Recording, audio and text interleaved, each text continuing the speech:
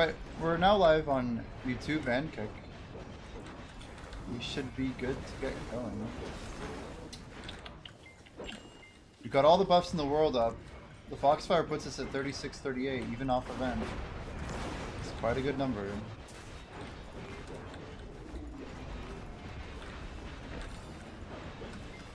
It's hard to say exactly how many hours we need every day. The number is definitely not 24, I can tell you that. But at the same time, I think we need to be putting in quite a lot. I think still around, like hopefully at least 11 to 12-ish. We'll see. We'll see.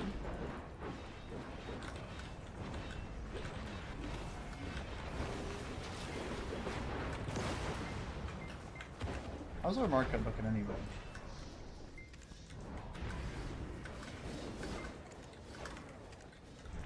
Wow, these tick down like crazy, huh? 283. 283. Wow.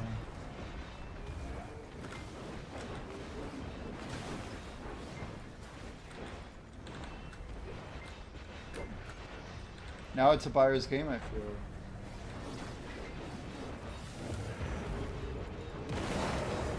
Nice free clear.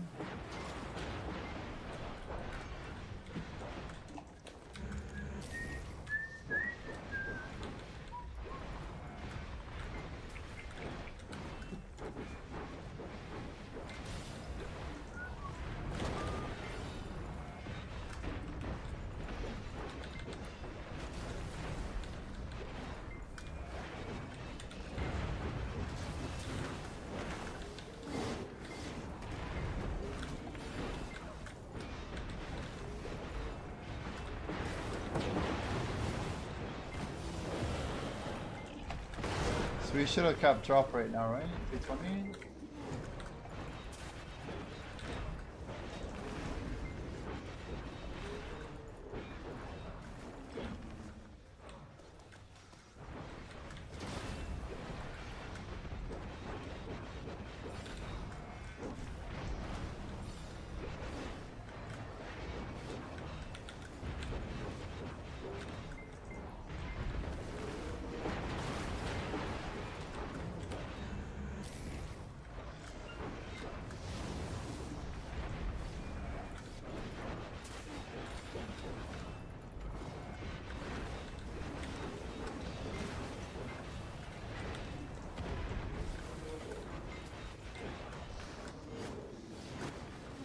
Tough spot. We want to like take him out without destroying the tower, but I don't know if I can. I think we got it. It's crazy. Yep, full reclear. Beautiful.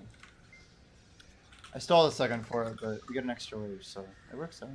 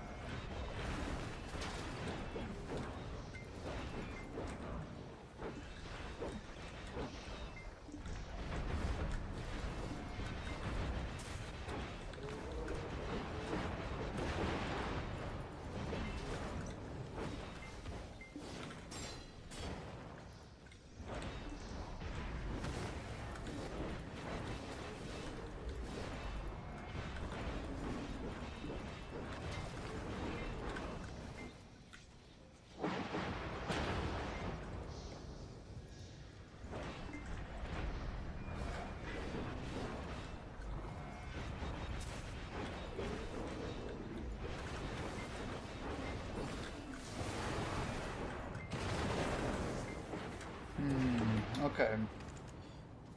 26.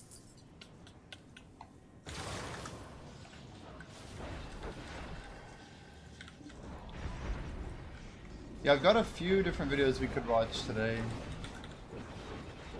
There's always so much stuff to cover.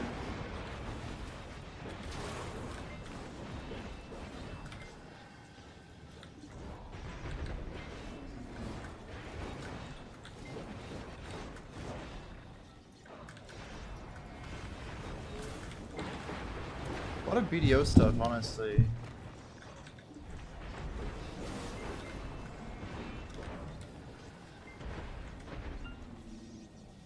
There's so much stuff about Epstein right now. Between CoffeeZilla, even has been reacting to some of this stuff. A lot of stuff coming out.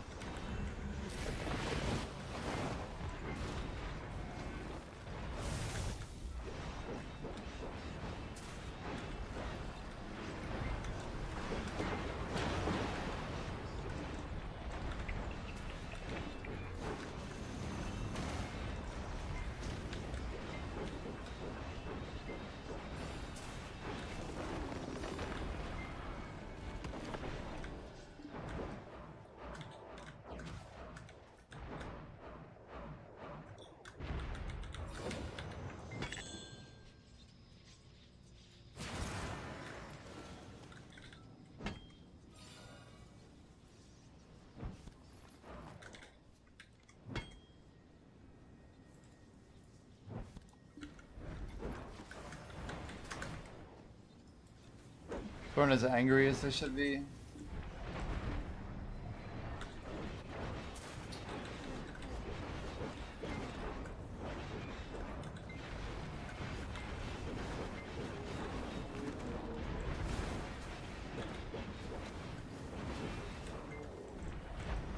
It's like that line in Dark Knight where he's like, how can you fear what you don't understand? It's like the idea that people would be more just emotional about it if they had any idea what was really happening. We just get like this hyper-filtered version of events. And do we know when the Clintons are testifying? That's a pretty big deal. I'm not sure what they'll actually say, but it should be a big deal. The stuff about Melinda Gates is insane. Maybe we just watch the 2 coffee videos. He's pretty tame on stuff. Like it won't be too out there.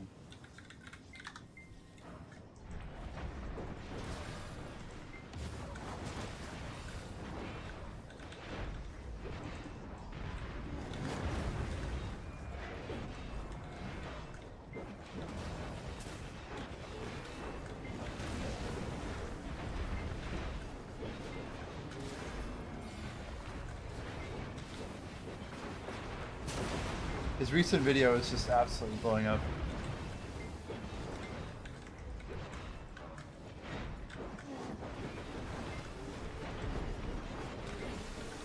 Starmer could get taken down.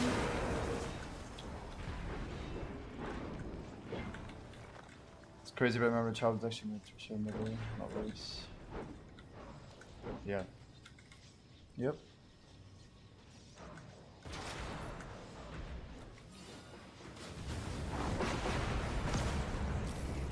What the hell? How did you just get that as a natural drop?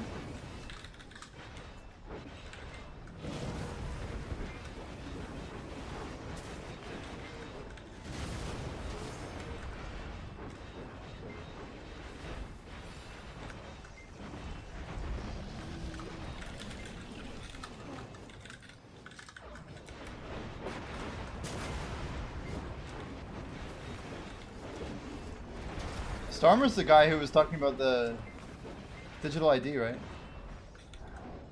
Using it as almost a threat.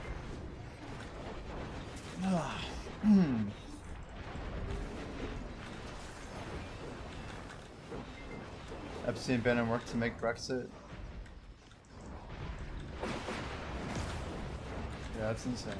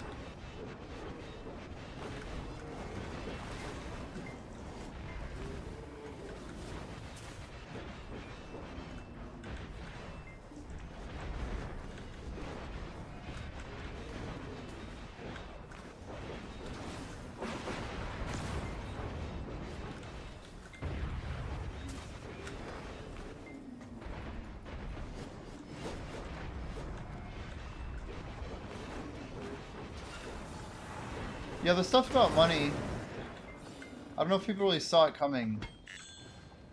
Like, people hear about Epstein, they don't think about, like, financial manipulation. And they probably should. It's like part of that conversation, right? But how it's literally shifting the world. I see Asmongold talking about all the stuff about Judaism and Israel related to Epstein. There's a reason that's blowing up. Did I watch the Epstein interview? I've not watched the actual interview. I've seen a couple tidbits. Steve Bannon really was trying to put words in his mouth from like the minute or so that I watched. Thought that was interesting.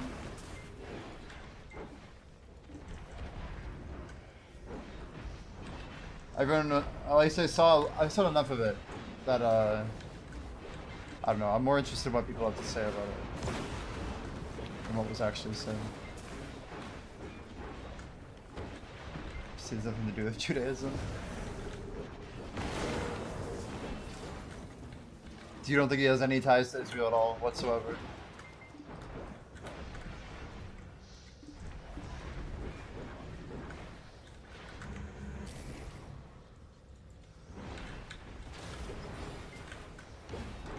Yeah, to Israel.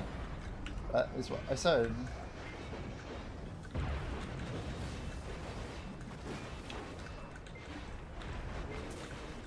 I'm just talking about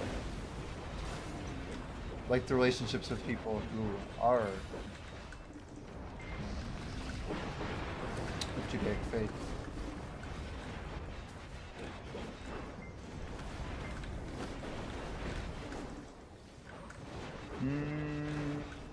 I just don't know if I really want to open this all up on stream, you know? I kind of intentionally didn't do it. I talked to even my parents about like the idea of talking about it on stream. It's like how deep do we want some of this stuff to go into, like, I don't know. I feel like it's an easy way to get views. So there's that.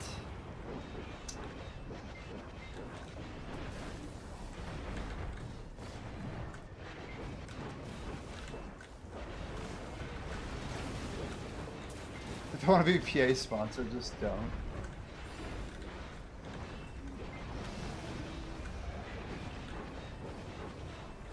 It's probably a fairly accurate way to look at it.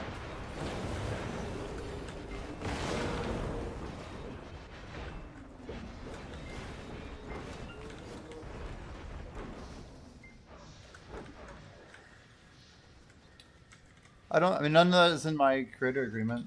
None of it's in the, like, the partner agreement.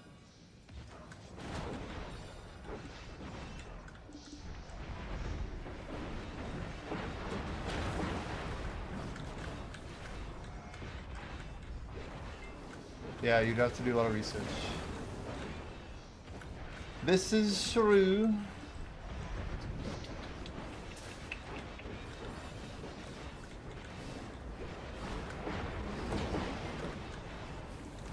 Yeah, a lot of people are just going to be disagreeable.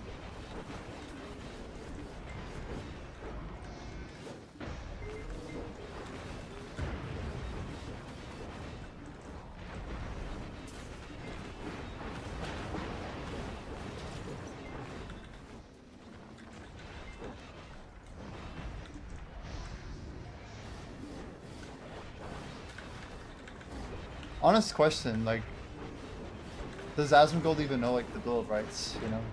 I think of, like, how ignorant some of the people are who talk about stuff.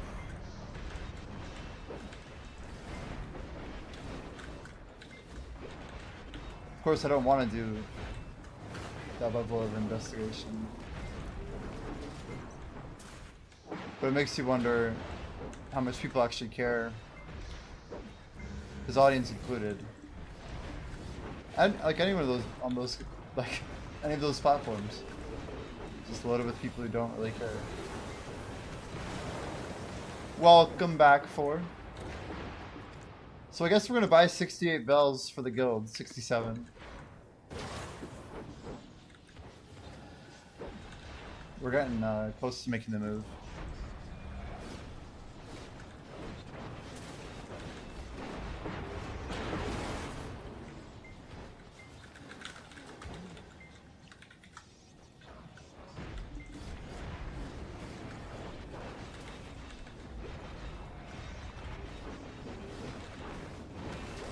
Yeah, it's weird to think they are a platform because of the dumb things they say, not because of anything intelligent they say. That's a fun one to cook. It's only when they say smart things that are also controversial, when the really stupid opinion seems to be popular, that they take off. What is this song? Medusa. I don't think it's what I thought it was, but it's still good. Oh, that's a Titan.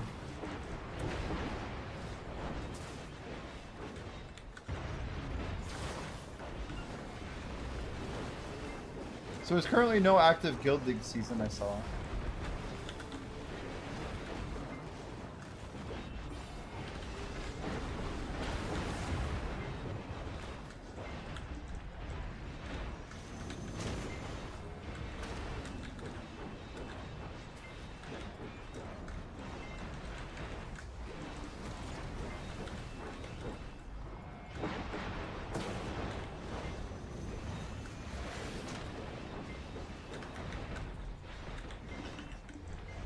Yeah, I just think of like, I don't know.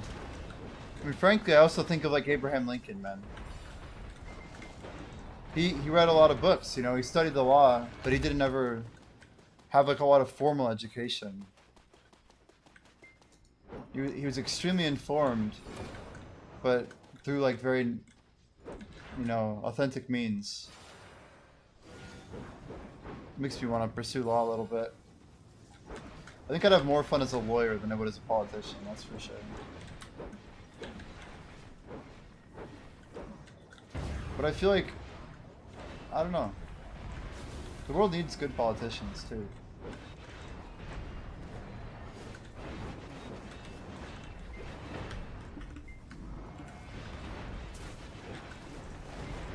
Yeah, I 100% agree, actually. I just think about like how we view education, how people value it. If someone reads a book, they, I don't know, I feel like in a public sense they're not as respected as someone who goes to Harvard or whatever, you know.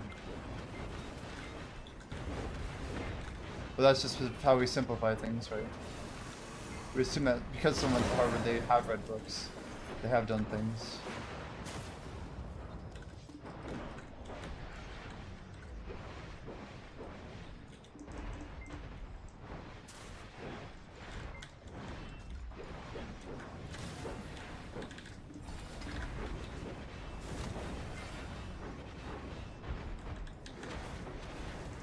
Appeal to authority. My old roommate was really mad that I didn't know what the Mayo Clinic was. It's just like the opposite of like my understanding of things. Yeah, I couldn't understand the concept of like a health clinic or what they were useful for. But he like viewed them as like this authoritarian gold information source. I'm like, well, why should I care about their opinion? He's like, because it's the Mayo Clinic. I'm like, yeah, but why should I care about the Mayo Clinic's opinion? Like, anyway, it's funny when you ask people like why they believe what they believe, because you really get a lot of information pretty quick, you know.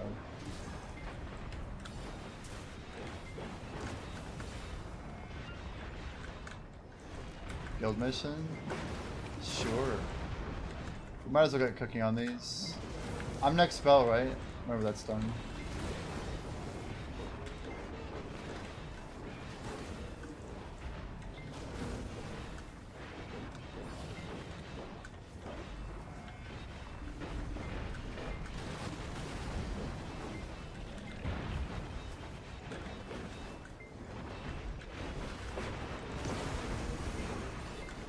We got 17 on bow.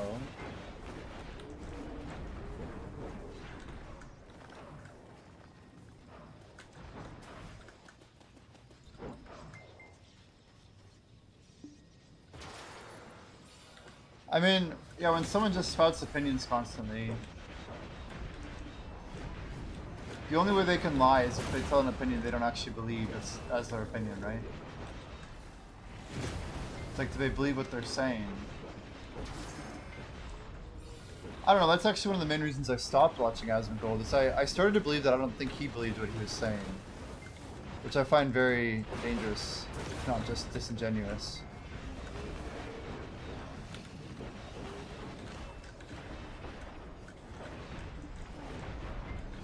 I admit I can't listen to a song for more than 15 seconds. I just never have. Because I feel like his worldview is so far away from anything I find rational.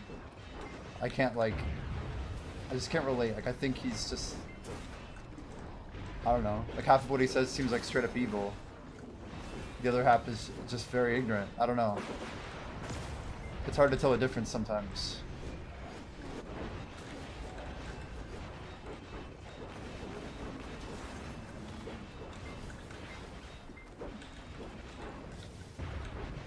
I think Hassan really hates like developed society.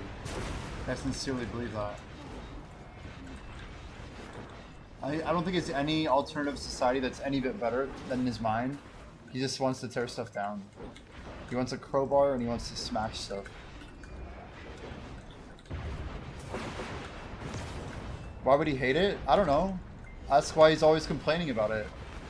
Pretty sure in that Maya clip, isn't he literally just bitching about his internet? And how shitty his developed world internet is in California. Like,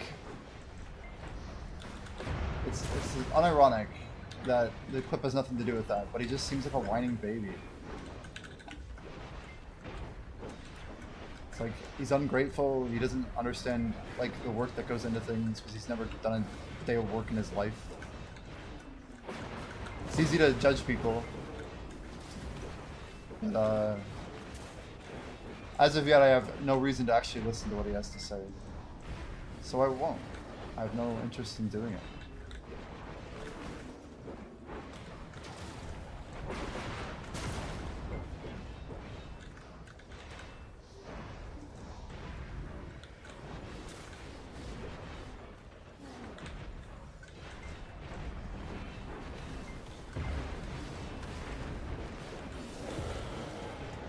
I bet you I could pull up any random Hassan clip and in 10 minutes validate exactly what I just said.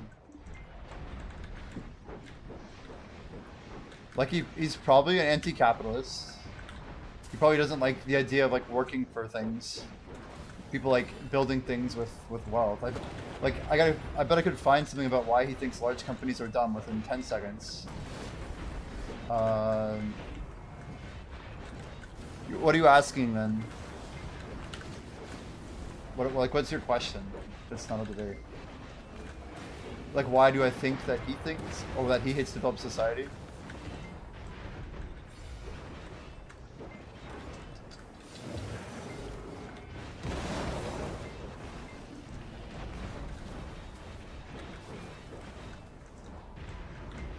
Because developed society is built on capitalism.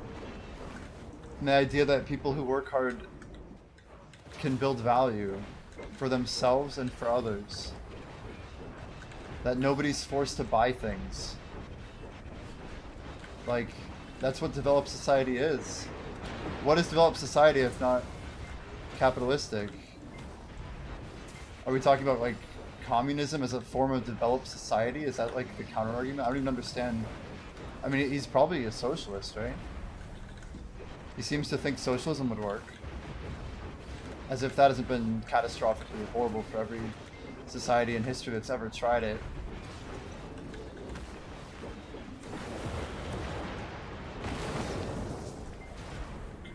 The Human Development Index.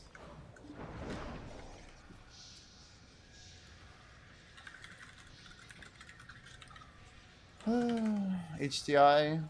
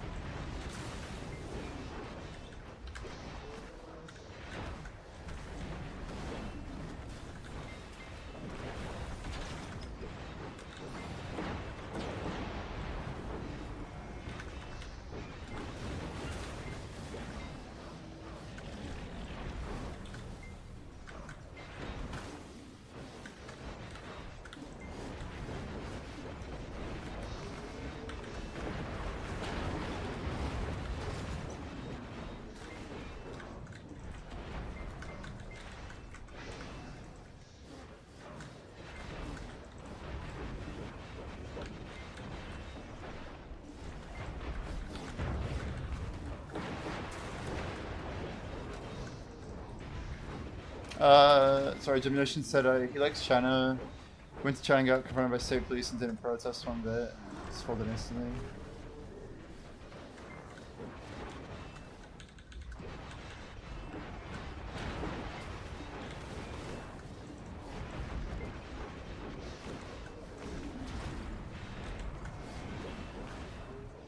Well, I guess without basing my information too strongly on any opinion, is there not an overwhelming correlation between economic prosperity and what this HDI actually reveals about a culture?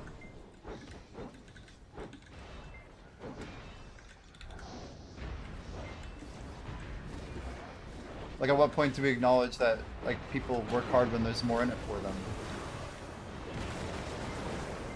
And you'll never get someone to go to school for 10 years, miss most of their 20s, just so some other guy can get stuff for free because they worked harder. Like, at what point is that true? At what point do the plumbers not have to do plumbing or, like, walk through sewers?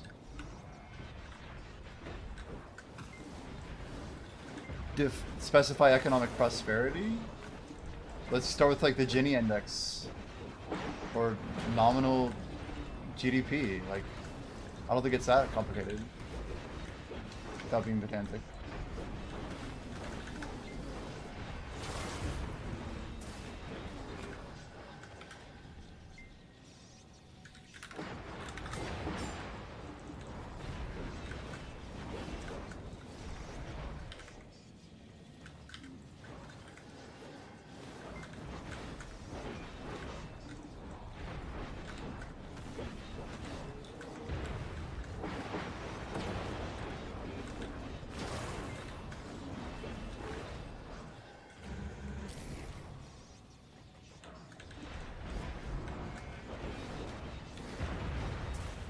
Garmoth in 8 minutes. Yeah, this guy, Hand of God, he literally saved our guild yesterday. He's the reason we have an extra 50 bill in our guild funds.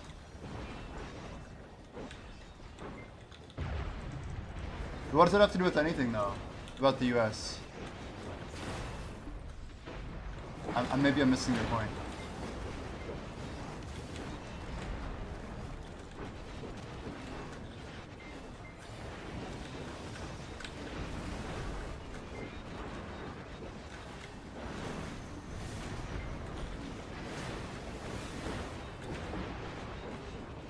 Literally the Hand of God, exactly.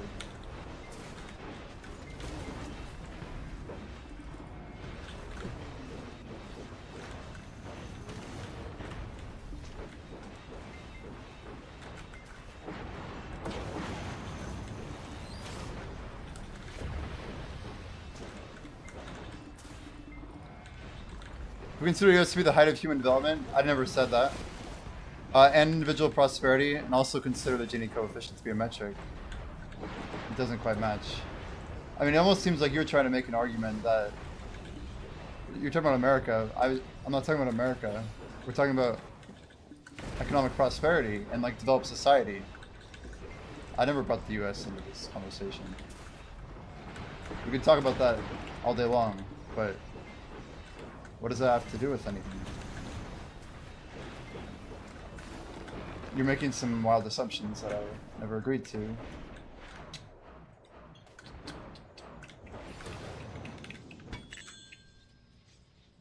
So it was implied since we talked about Hassan, he lives in the US. Well, no, I mean, Hassan hating the US is not part of the conversation. It's whether or not Hassan actually wants to develop society.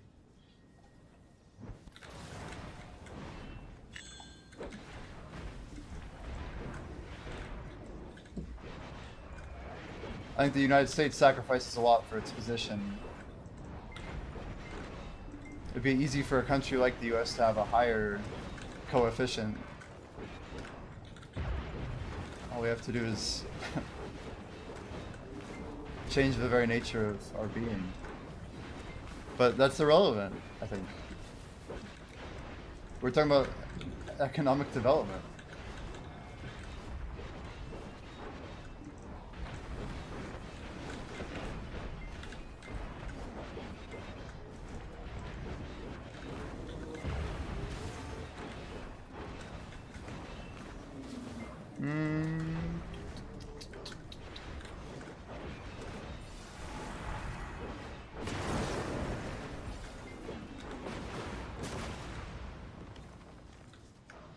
I think ideally, United States, you could argue that like half the people here, right, are probably more interested in personal prosperity than the prosperity of others. You could probably argue that the other half of the people are more interested in the prosperity of everyone over the prosperity of themselves.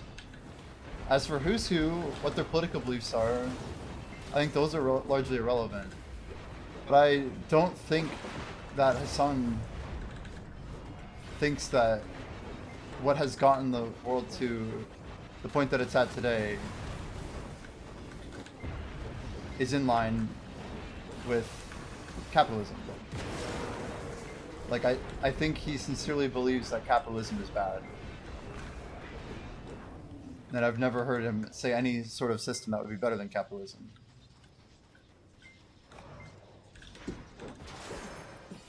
Like, for every socialist on the planet, I would love to hear an alternative solution. It just seems like people want free shit. But like, I legitimately think Hassan hates capitalism. At the end of the day. What socialism means? It means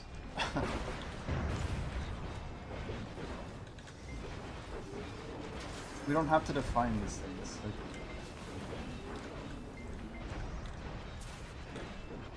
okay. Capitalism, meaning a society with minimal government intervention in the labor force and the general welfare of its people, right?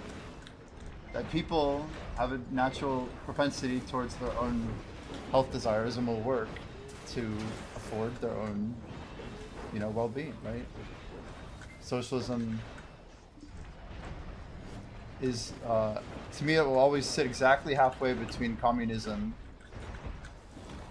Keynesian economics is antithetical to capitalism. I will always be a classical economist, and I think Keynesian economics is a joke.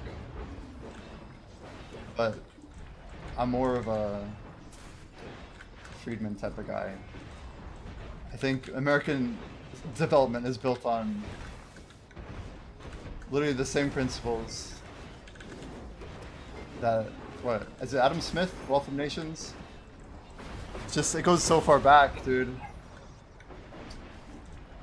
But to me, Keynesian economics has always been a joke. I think half the stuff that FDR did is a joke. And I do think Keynesian economics is antithetical to capitalism. By and large. The only people I ever hear arguing for Keynesian economics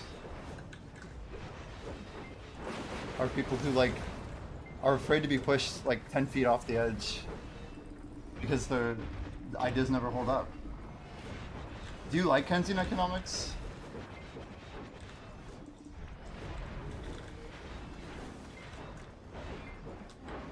In what country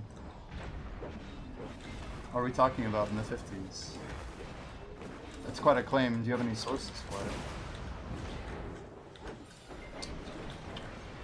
I will happily read them.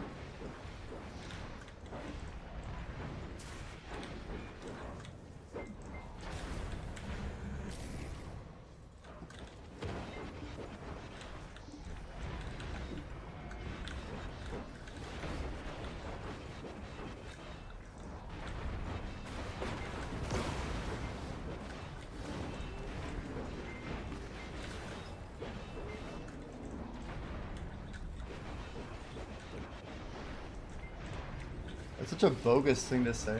It's like asinine, man. The general population, like, are we talking about like in like Chicago? Or where are we even talking about?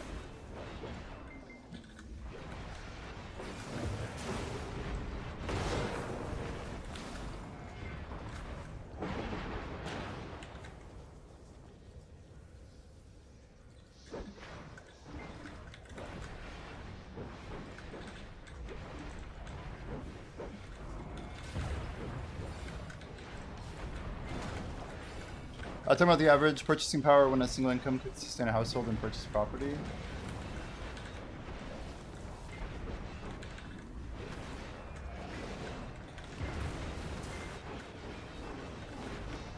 I mean, what are we talking about like post-war time? Like, what are you trying to get at? Why are you trying to associate Keynesian economics with purchasing power?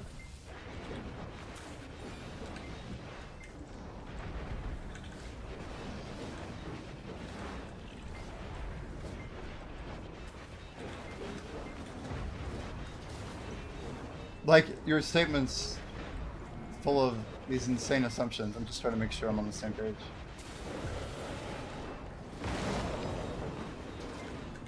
Keynesian economics was practiced at that time? According to who? By and large.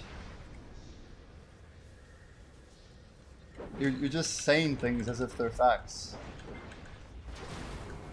And I'm trying to understand why you're saying these things. Like, explain to me why classical economics didn't drive the 50s economic growth that we saw.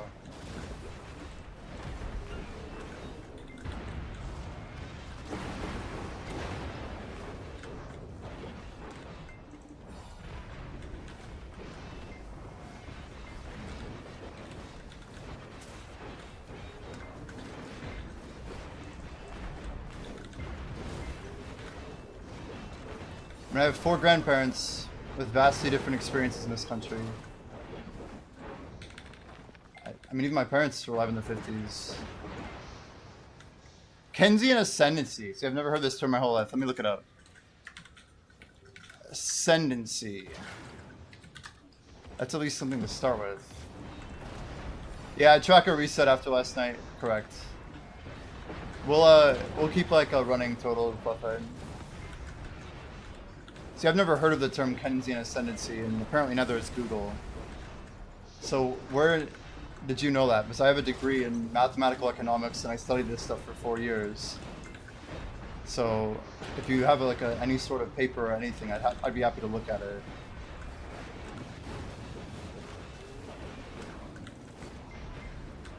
When I looked it up on Google, the first thing that comes up is why Keynesian economics died. It literally doesn't come up at all. With quotes? Okay. We have very different Google results. That is how Google works, to be fair. That's why I asked for a source.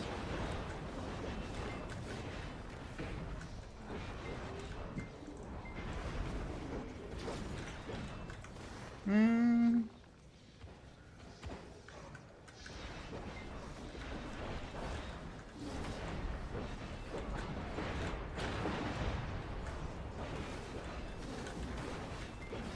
Where the hell are you? What's it? Where are you getting it from though? What's the website or something? I see Keynesian Resurgence 0809. I see the New Deal and Recovery Part 19 War and Peace. Some John Maynard Keynes thing, Action Institute, Money and Governance, Google AI. Okay, let me try AI mode. It sounds like some AI bullshit already. So the source is Wikipedia. Okay, Cato Institute, peak consensus 65 to 71. This is wild, actually. To be fair, I don't use Gemini, so it didn't come up. But even when I look up AI mode,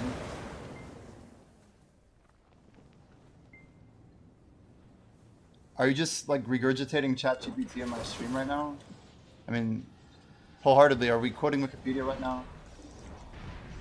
I just asked for like one source on what Keynesian ascendancy even means. Like, you realize my family like grew up here, like my grandfather like was a butcher in like rural Wyoming and like built a company and like hired a bunch of people and like helped like a whole town that only had like 2,000 people, but like these things wouldn't even exist without classical economics just taking off. Like, are we talking about housing, massive government borrowing and spending from World War, okay, 41 to 45, maybe some wartime validation.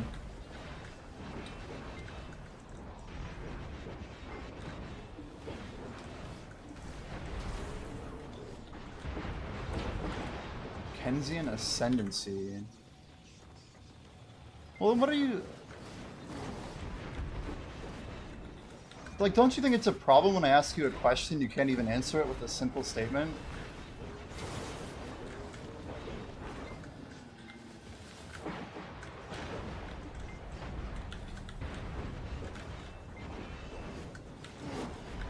Like, respectfully, I sound like I'm frickin' in the middle of Good Will Hunting, and you're like some guy in a bar who's just trying to tell me why Keynesian economics is better. But you don't actually have any real reason to believe that it's better. You're just quoting a fucking book. Like, I don't want to waste my time. Neither should you. Like, do you actually think that Keynesian economics was better, or did you just read that it was better? Like, for the 50s and 60s. Like, I have no reason to believe that it was more prominent.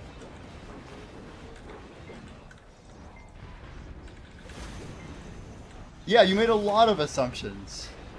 You made like 4 assumptions in here. Your opening statement to me is, if it's a joke, what explains the vastly higher purchasing power of the general population during the 1950s? So you're assuming that there was a higher purchasing power of the general population in the 1950s. I'm not necessarily debating that. I'm debating the fact that you say during which Keynesian was the practice mode of economics. This is a second assumption.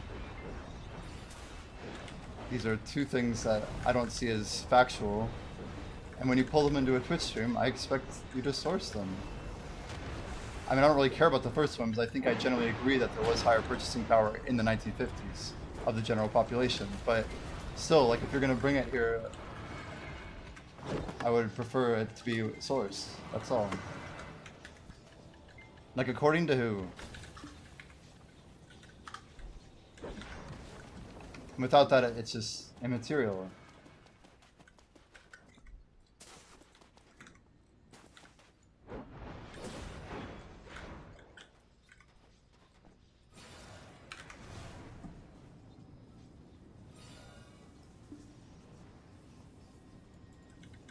Well, it is assumption. We don't know it as fact. We weren't there. It could have just been written into every book that was written when we were born, you know? Anyway, it's a strong assumption, but it is an assumption.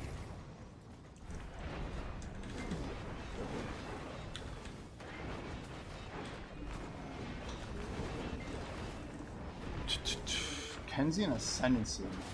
How have I gone this far in my life without ever hearing this term before? Daniel Jurgen.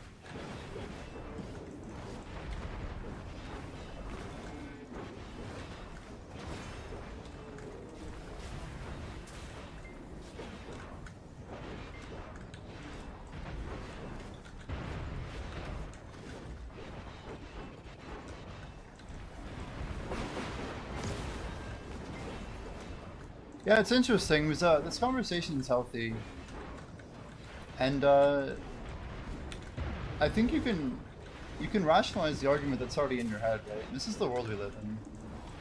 Is that you could look at the 50s as something that is like kickstarted by the government, but like even when I do a bit of research into this topic, because I never would have thought that anybody would ever think the 50s were built on Keynesian economics.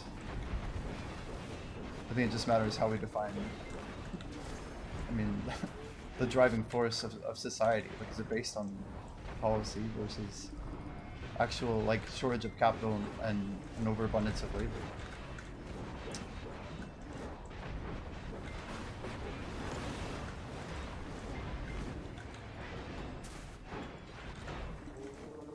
It's wild, like, trying to figure this out, because in like 3 simple ChatGPT queries, right?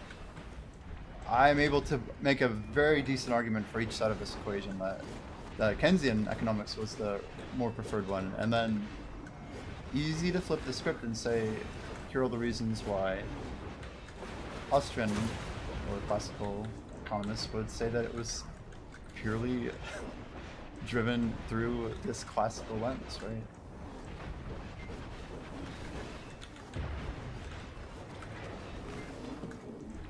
I guess a lot of what you're specifically talking about in this period, like I can't even tell you what the Marshall Plan is, but it looks like it's a pretty core component of Yeah, U.S.-sponsored program designed to rehabilitate the economics of 17 Western and Southern European countries in order to create stable conditions in which democratic institutions could survive in the aftermath of World War II.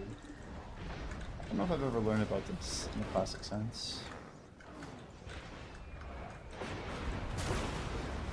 But it's basically a plan that was built around stabilizing the economic trade of different countries in this post-war world that we're living in.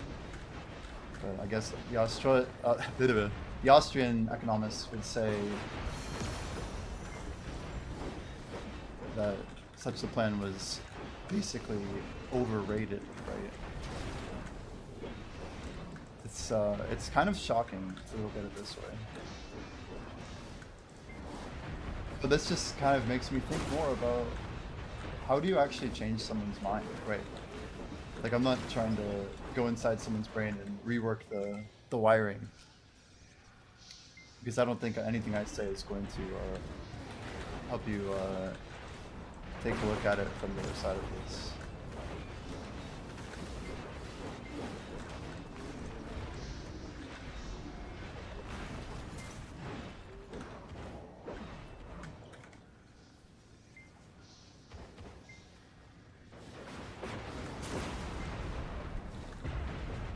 Well, it's just like, I think of the success in, like in our last conversation, we saw some value, right? In some of the differences coming to light. But I get like this feeling of stolen valor when I understand something based on a list of things that are like, I don't know, personal to the growth of the world that I live in. And it's hard for me to like genuinely go into a debate with somebody when they're kind of saying that all of the foundation of what I believe is untrue, therefore XYZ. Like, I can't think about XYZ, I'm just thinking about the foundation, right? Like, I don't think there's a single government policy involved with the success of the United States during the period that, you know, we saw, other than like laissez-faire capitalism. Like, we're talking like live and let be. Like, if you left man to his own, you know, tendencies, things generally go pretty badly. But like when you get people together who are, you know, good-natured, like strong, like to me, development in general, developed society, developed world. Not reading from any book or source for this, but developed society to me is the patterns and actual like teachings that we pass to our children. It is the belief systems and the values and the morals, the ethics, the reasoning behind those ethics that gets passed to like the next generation. Like, these are probably the most important thing that separates humans from animals, is that we have like extremely rare traits of like fighting our tendencies for things that are like inherently illogical.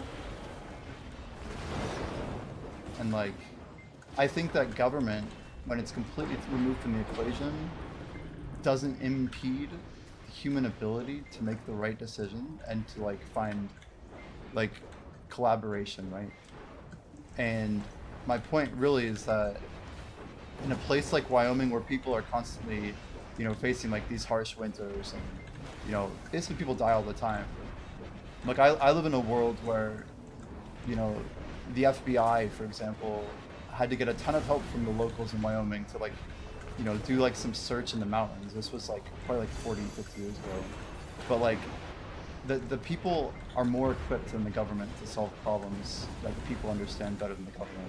And I really will struggle to not believe that. And it's more true for like the farther you get from a city, I would say, because people become dependent on the hand that feeds them, right? And I've seen that my whole life. And maybe because I grew up in a place that was very far away from, you know, a city in general. Like, I believe that governments are built on inefficiency. They thrive when inefficiency is higher. Like, this whole, like, I don't know, I've seen politicians that are like pocketing millions of dollars on trades and stuff. I think the United States is built on fighting that, right? We're built on like minimal government. So I like, there's no policy. Like, the reason the United States succeeded is because of the hard work of all the people who fought in the war. And like, yeah, like, this sounds like propaganda, but like, these are people who gave their lives. Like, they saw their friends die. Like at the most human level, I think people saw so much death and suffering. And you could say the same thing. Like, I'm sure China has a lot of similar experiences to this. That like when you're like one survivor in a group of 10, you're gonna bring home a different story that's gonna like change your household, right? And I mean, it's survivorship bias, no doubt, but it doesn't really take away from like the overall humanistic component to it. Yeah, like, so here's the thing: you say the problem is corruption and you can't solve it, regardless of the political system, but there are systems that are designed to fight corruption, right? Like, there's a reason the United States is like has the most checks and balances of like any, like, as far as I'm aware, like any legislature in the entire country, in the entire world, of any country in the world. Like, having a bicameral legislature and having split branches, like, these are fundamentally designed to address these problems. And I mean, I feel like we only stand, like, there's two ways of looking at the world, right? One is that we see far because we stand on the shoulders of giants. Like, that's a core proponent of the science world. It's literally how most of the modern world works, right? We wouldn't have the iPhone without, you know, like Niels Bohr and like all these random ass people doing random specific work on small tiny things. Like, we only have so much time in our short lifespans.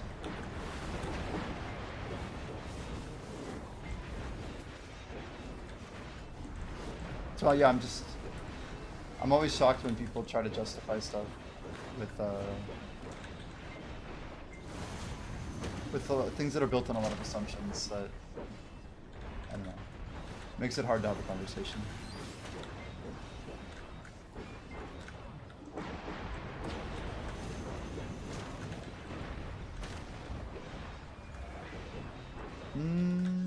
You say I'm not trying to argue these things that feel disgusting, you know, details. It's how it's form of foundation knowledge. Space being based in that thing.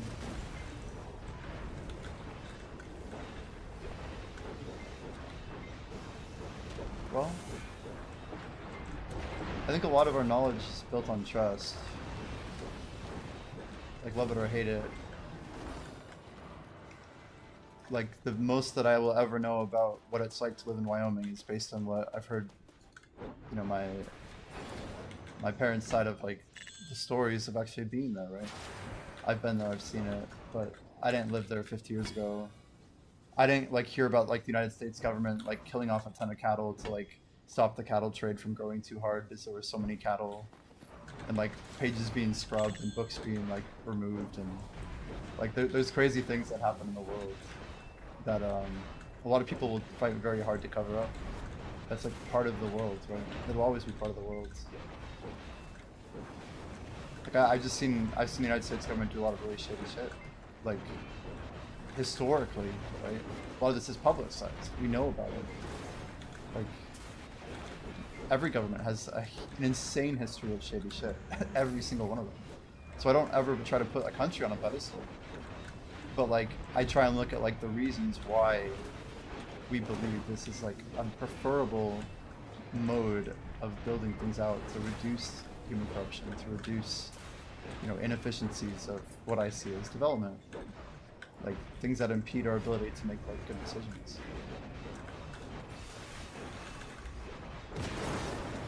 I think like most of my problems with the modern world are just around technology and how people really like draw these bridges just to make money. It's like a bit over the top. Anyway, what is a move that looks like Spirit Legacy? I have one called Spirit Legacy, this guy. But you're probably thinking of maybe Blooming Black Rose? It's the flow to Spirit Legacy on Succession, is my best guess. Where I hold right click after and it does like a little bit of a draw out there. Is that what we're talking about?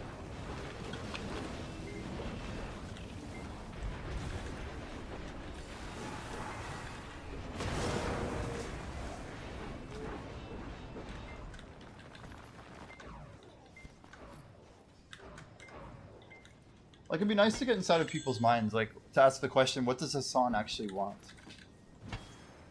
And is there actually anything, like, that is rational or reasonable or admirable that would come out of his heart, not his mouth?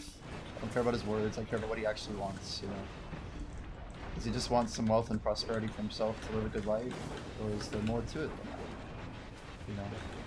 Like, would he be happy to see, like, the downfall of the United States? Would he be happy to see the rising of the United States, but maybe in a different manner than it is today? Like, what would we give to know the answer to that question? Right? These people that have, like, just giant personas that are, you know, inhuman. Same animation, but more of an aqua color. More of an aqua color. Maybe Dark Nebula on Awakening? Is that what you're thinking of? Hard to say. I don't have like another Spirit Legacy on DK. Not on Suck. A lot of Americans, especially young people, are just frustrated. I have a country that wants to maybe like from slaves and dominant position.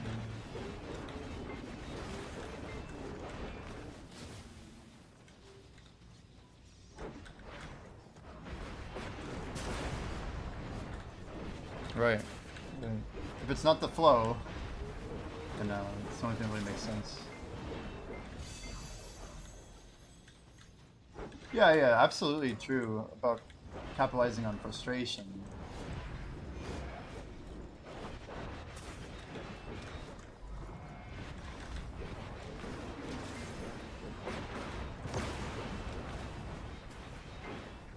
There's just a couple sides to it, right?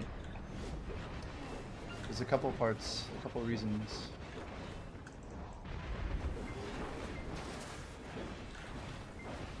I just think in general, there's too many people out there who really want the United States to fail. A lot of people betting a lot of money too.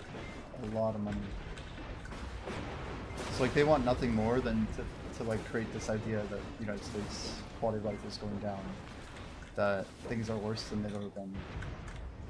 But there's very real data about our economic situation. Like, there's a lot of people, a lot of mouths to feed, a lot of corruption, a lot of industry, a lot of bad industry. Something awaken Musa. Yeah, I don't know, Easy. I don't know. I'm trying to think like historically, like there's nothing really coming to mind, so to speak.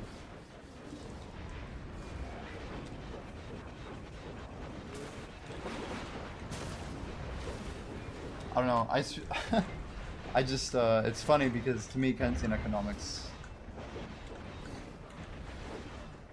I had like one professor who just loved it and she was a total airhead. Like one of the least like if you asked her something about like, oh, how much is a loaf of bread at the grocery store, she'd be like, I don't know, $12. Like she was just so disconnected from reality. But she does that impede my position? Perhaps, but I just never heard good arguments for it. So if you, I would love to hear like why you guys think Keynesian economics are real, why they're actually like what they've justified or what was really a thing. Because the arguments that I see for Keynesian ascendancy being a thing, they don't seem very compelling to me personally. And yeah, I'm always in the lookout. Part of it's just like, well, John Maynard Keynes, the dude literally was born less than 100 years ago. Is that even right? When was he born? I want to say like 30s, but I haven't studied him since my 101 course, probably. He died in 46. Maybe he wrote it in like 30s. Keynesian economics. Cambridge.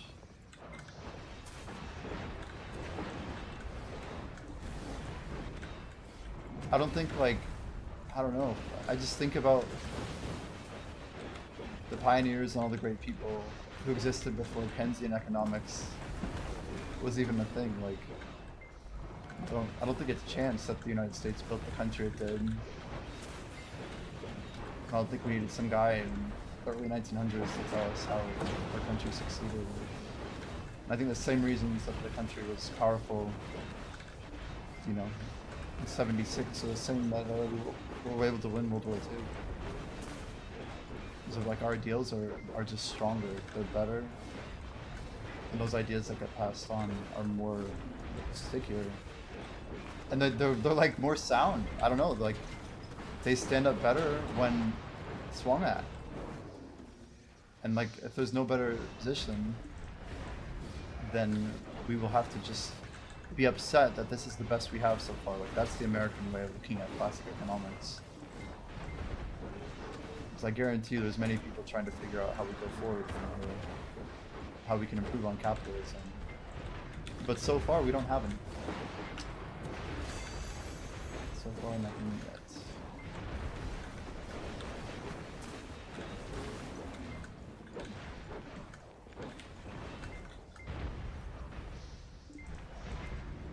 To me, like the biggest way for society to move forward would be like a development around automation. It's really the best way to look at how a world could shift is when the technology has such a massive, you know, not 1 to 2, but like a 0 to 1 transformation. A new paradigm emerges that causes us to look at economic models completely differently. That's the way that it has to work. So yeah, if you have like a new entry to labor forces that has, like, for example, 0 human costs, yeah, that's going to radically change labor markets. It could change human welfare as well. People that hate this society the most is people with a BS degree complaining about other previous benefits.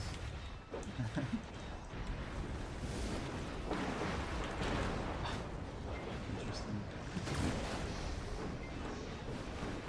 I'm not a, like, I'm the last guy to defend my college degrees for what it's worth. I had very human professors who made lots of mistakes. I also had some amazing professors who also made mistakes, you know. I make mistakes. I don't think degrees are laurels. They shouldn't be qualifiers. I just, what I bring to the table, I don't think has anything to do with the paper that I've studied. It's more about the ideas that I want to represent.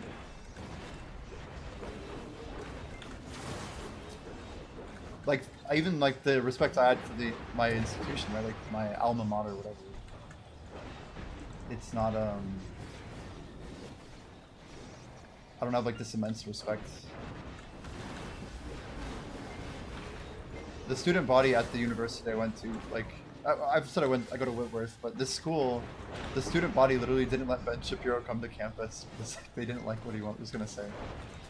I think it's one of the most crazy things ever. Like, what kind of like ignorant student body like won't let a speaker come and like talk on the campus, other than one that's like, rationally unfair,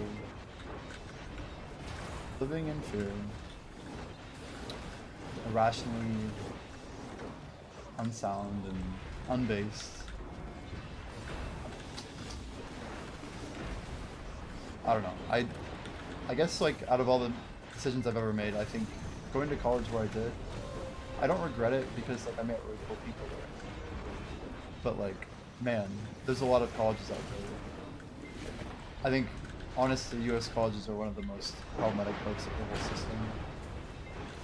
Like these massive like funds. I don't know if you guys are aware of like how much money Harvard like manages every year. Like it's wild that they even charge for tuition at this point. They're becoming like bigger than a lot of our corporations.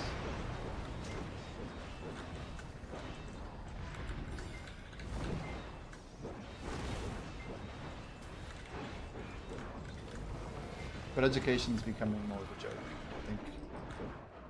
Not the institutions themselves, but more the people that are running them.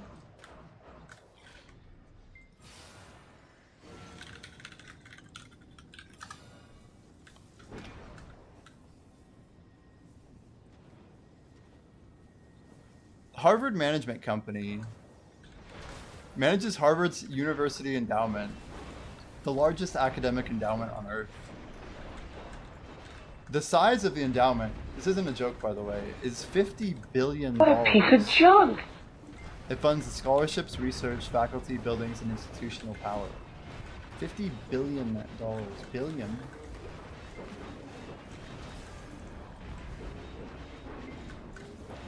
And you can imagine, you can look up, like, I'm pretty sure most college endowments, they're pretty insane.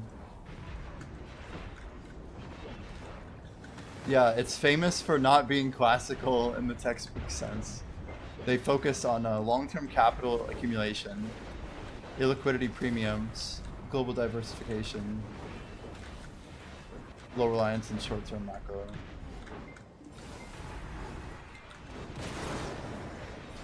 What a world, man. What a world. I think the more expensive education is, that shouldn't be expensive. Like, the more unfairly priced things are, like, the worse off the society's gonna be. OP Monkey, yo, I didn't know you were awake yet. Isn't it early?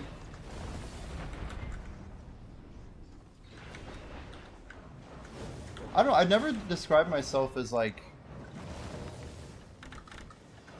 I don't even want to get into this. You just woke up? Nice, nice.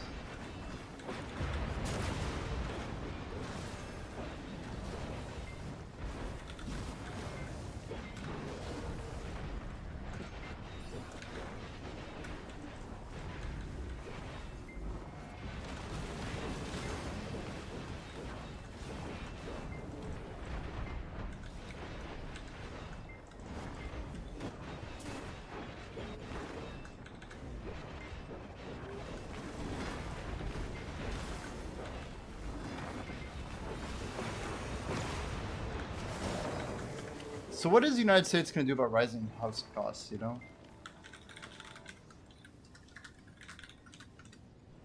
How do we actually, like, move forward from where we are today?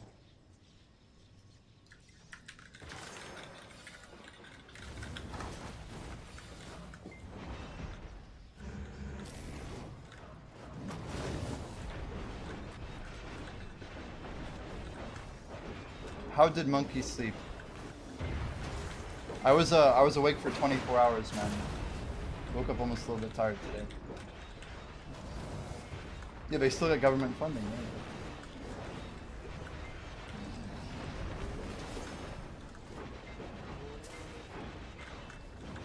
Get rid of institutions buying up neighborhoods.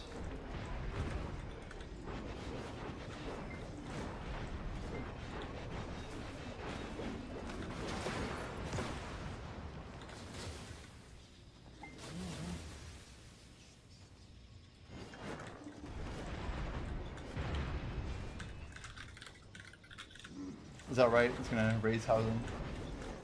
Is that a fully sourced claim, Mr. Monkey?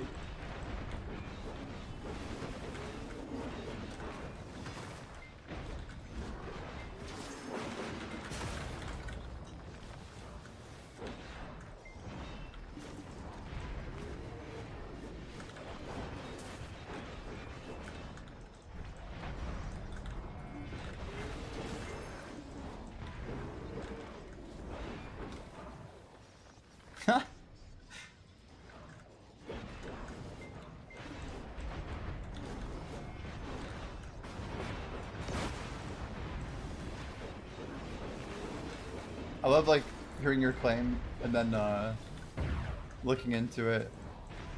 Yeah, apparently in a cabinet meeting he literally is quoted saying, "I don't want to drive housing prices down. We're going to keep prices up for people to own their homes."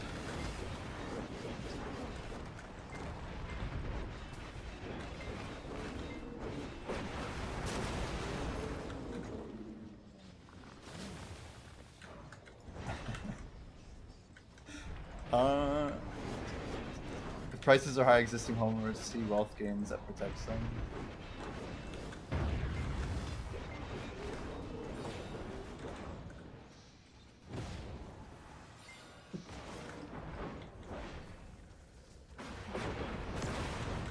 Rather than a plan to raise prices, his official housing policy agenda is on lowering borrowing costs through mortgage market actions, restricting institutional investors from buying up single-family homes to keep inventory for individuals, Cutting red tape and regulation disruptions discourage building.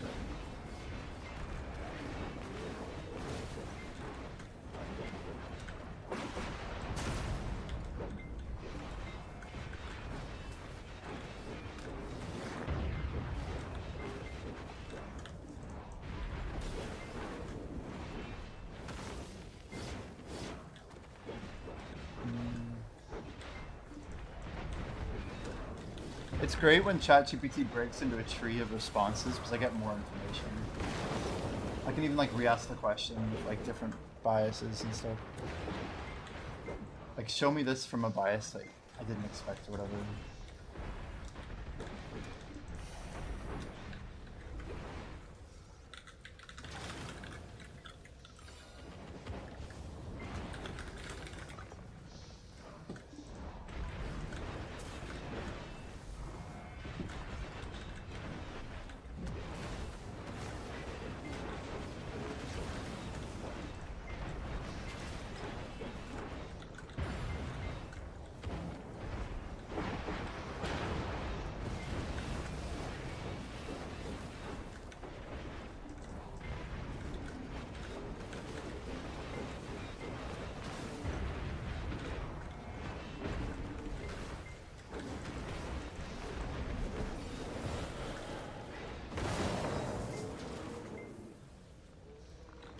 So crazy.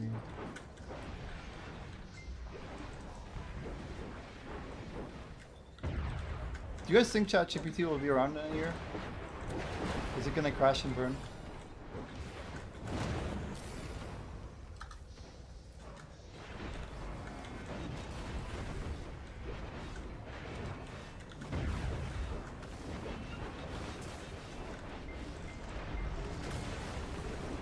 I think of like global economic shortage. It's definitely one of the most interesting things in the world we live in.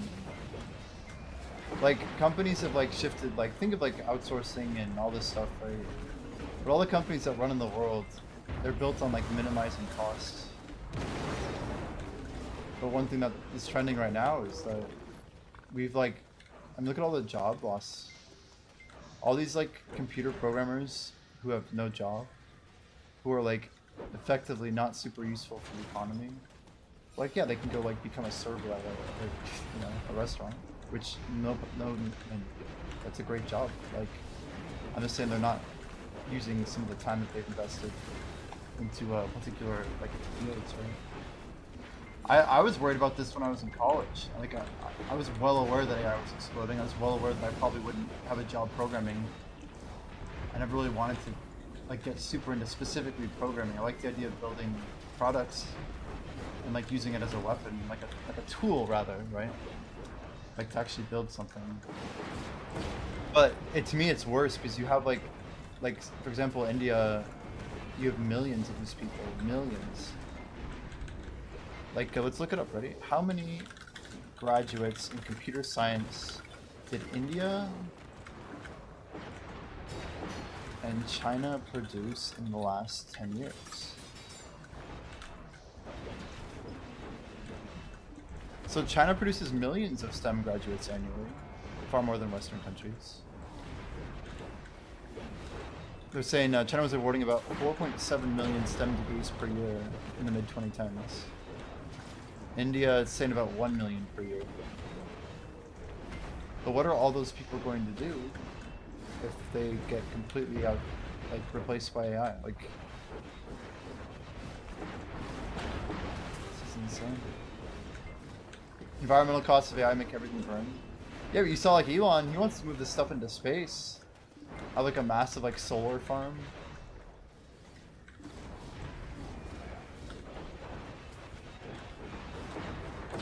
That's why I'm trying to get to the US because back on the competition too much.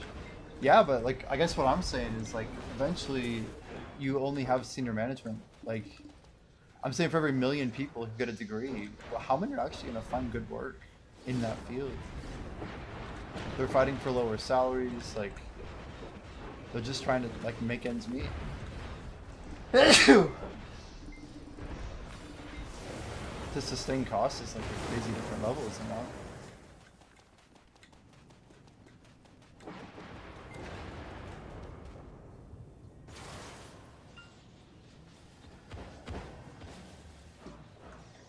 I mean, it's probably like, unless if I'm missing something, like these is tens of millions of people who they studied something with it, you know, in their mind a promise.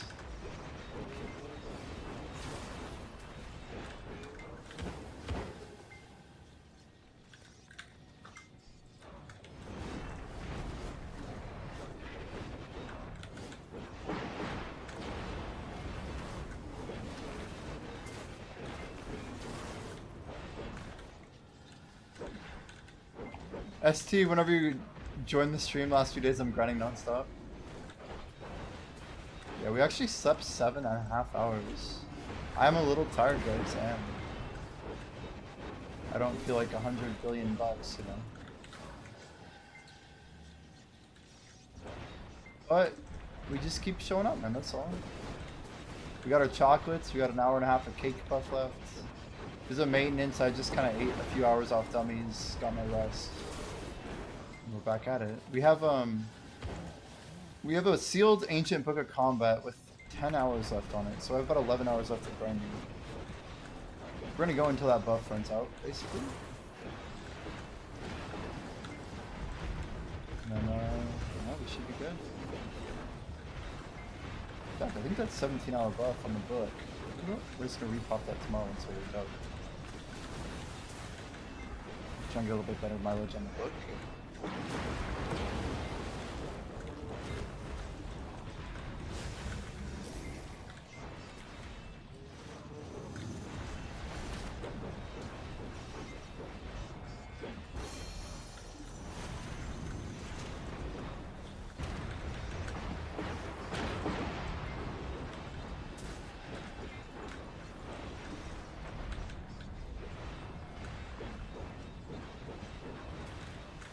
See, like, part of my other thing, I don't know if X is still here, if you're still listening. I mean, I appreciate your discussion, but one argument I would actually have against spending a lot of time studying material is that it makes me less relatable as a person streaming. Like, I really think there's a market. Not that I have to get into this on stream, but I think there's a very large market for people to like learn things and be exposed to new ideas in like a live setting. And like to really analyze stuff, like that is the content, you know. Like part of what makes Asmongold and Hassan watchable is that they don't know shit, right? They're just random dudes. Do I think there's like a position available for someone who's like slightly more level-headed? Are they going to be doing the same thing? Probably not. But I like the idea, just as like a thesis for what I want to do, of bringing a little bit more information to the table and not being so judgmental and jumping to conclusions and swinging into ideology, but rather just maintaining balance, minimal aggression, probably still some aggression, but doing so in a tempered manner, right? But making sure that we're working with ideals over absolutes. Yep. Pen Black Store is 12 bill here too, Monkey. They've already been going up at 12. It's already cooked. So it's a GG type of situation. Yeah, look, see 12 bill, Morningstar. 2 men listed. What is this copy file? Just meet them where they are, I guess.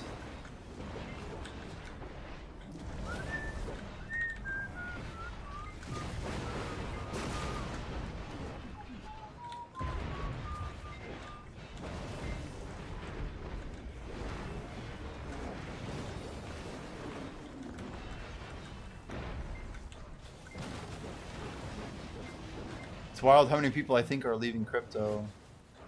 There's a couple different things in play right now. Some of it has to do with the Fed, but a lot of it actually I think has to do with Epstein. You guys watching the crypto markets? Hey guys, you want to see something cool? Have you guys seen so much red in a while? The only thing that's stable are the two stable coins. It's not good, dude. We might see something gnarly here. That's wild, dude. 63-1, dude. New files came out? Oh, yeah.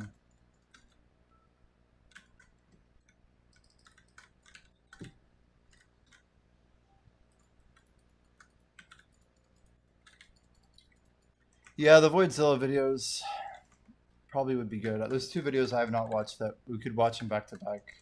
Do like a mass react.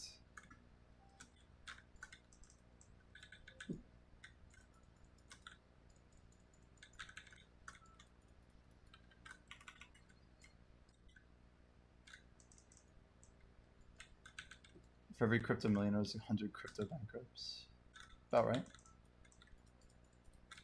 Yeah, I just heard, I talked with my parents about the Melinda Gates stuff, separating from Mr. William.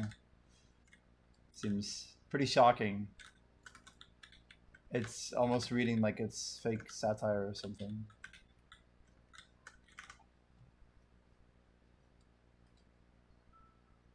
Man, the Ether's at 16 or 1800. What the hell is this? Oof, it's not good.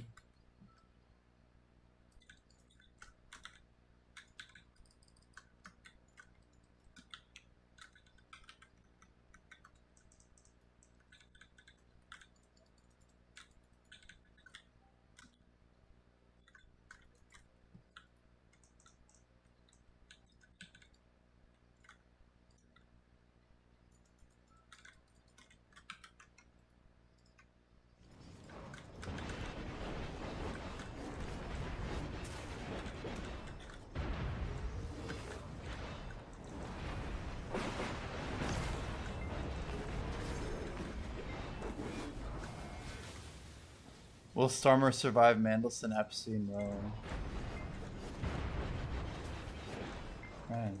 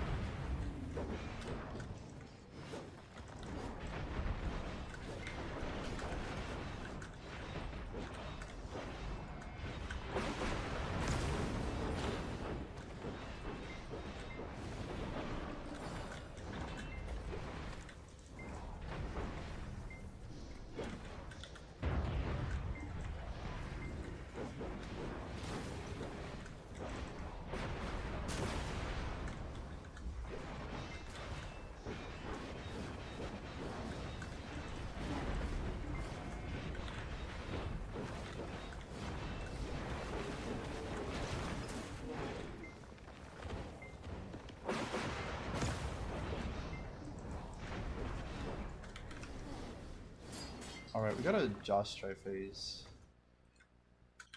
We can start with something tame here. We will talk about Ashes. Oh? 814.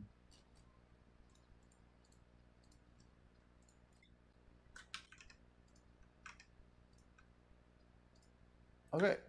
Why is it kind of off? 1 second. Something looks weird. So we should be able to see the right side. Okay, what's going on? It's just like...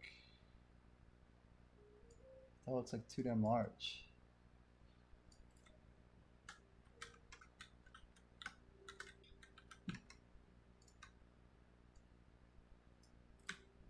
It's close, but it's like a little off anyway. I can't figure out why it's off. It's okay. Anyway, here we go. Ashes of Creation. Worry not. Once we've finished Lazy Man Mode, we'll play some Ashes of Creation. Oh, wait! I mean, we've only got a few minutes. Can I please stop killing innocent MMOs, Josh? No, because I'll tell you what annoys me about that. First of all, welcome everyone. Hopefully you're having a lovely day. There we go. Let me tell you what annoys me. First of all, hi. Let's start off with some positive energy. Hello. Now let's go into the negative energy. You know what annoys me? What annoys me is that the most immoral, the most corrupt, the most evil, and the most powerful people in our society seem to be able to act with complete impunity and do pretty much whatever they want with absolutely no consequences. Let's combine that with MMORPGs. The MMORPG genre is crying out for a new game. The players want something new. They want a new experience. Why is it that the people that lie to you, the people that attempt to trick you, the people that try and pull you parasocially into a system or a process or a product that no longer exists and was probably never going to exist and who want your money are the ones who then get rewarded for doing that? Why is it that the people who promise you the world and then take your money and run away with it are the ones that get to enjoy the free lifestyle? And the people that are hanging back and saying, hey guys, maybe don't fully believe all of this, maybe don't fully commit to this, maybe have a little bit of, you know, customer caution with this going on. Why are they the ones that are laughed at as the ones that are spreading fear, uncertainty, and doubt? Why are they the ones that are laughed at as the ones that are just hating for no specific reason? Is this about Ashes of Creation? No, didn't say that at all. If you want to connect my opinions with Ashes of Creation, that's entirely up to you, but I did not point any fingers whatsoever. I mean, it's remarkably similar, isn't it? But I didn't say that. I didn't say that at all. Allegedly is a word I'm going to be using a lot with this. What happened with Ashes of Creation? I'll tell you what happened with Ashes of Creation. Ashes of Creation was a game that massively overpromised and overhyped what it was going to be and got people involved in its product and process to effectively create a cult of supporters who would defend it from any and all critique. I made a video 4 years ago called Ashes of Creation Don't Believe the Hype. Stop hyping this game. Stephen Sheriff even commented on that video basically explaining why he was doing what he was doing. People told me within the Ashes of Creation Discord, within the Ashes of Creation Reddit, within the MMORPG subreddit that I was just a hater, that I was doubting it too much, that I wasn't believing the ability of the team, and I'm sure there are many innocent people that have been caught up and swept up in this entire process, and they don't deserve what has happened to them. However, when something overpromises what it can do, and then underdelivers what it can create, and then when something asks for your money, despite the fact they say they've got the money to do it, alarm bells start to go off. And when a company then says, we don't answer to a board of directors, and then when the game kind of doesn't launch and fail, the excuse given is, sorry guys, the board of directors took control. Well, which is it? Because you can't kind of have both here. You can't eat your cake and have it too. There's one of those was true, one of those was a lie. Then you've got the idea of people saying, hey, I'm going to give loads of money to this because it's going to exist. Don't worry, there's a clause in the contract that says if the game doesn't launch, everyone will be refunded. Pretty convenient, isn't it, that there was a Steam launch in December and it's been out roughly 30 days now, which I think some legally thing. Yeah. Counts as a launch. You have to understand, guys, that a hell of a lot of the law is trying to work out how to circumvent the law. A lot of the wording we use within legal situations is so specific, there's actually a word for it. We call it legalese. Legalese is the use of language, the use of words, the use of rhetoric, the use of specific sayings and phrases to mean different things and have different legal context in order to circumvent the meanings of contracts. It's why there is a difference between tax avoidance and tax evasion. And if you didn't know there was a difference between tax avoidance and tax evasion, that's by design. Legalese is not taught to you. You are not meant to know it. It's a lawyer talk. It's an attorney talk. It's a barrister talk. If you want to go and have a look at the difference between tax avoidance and tax evasion, I would encourage you to do so. Because educating yourself on how the legal system works and how any kind of creative process works is remarkably important. So when someone says, hey, don't worry, if this game doesn't launch, you'll all get your money back, and then the game launches in a buggy state, you're shit out of luck, my friend. Because the game did launch. The contract has been fulfill. What I don't want people to do, and I can see you doing it in chat now, is say our only hope is Chrono Odyssey.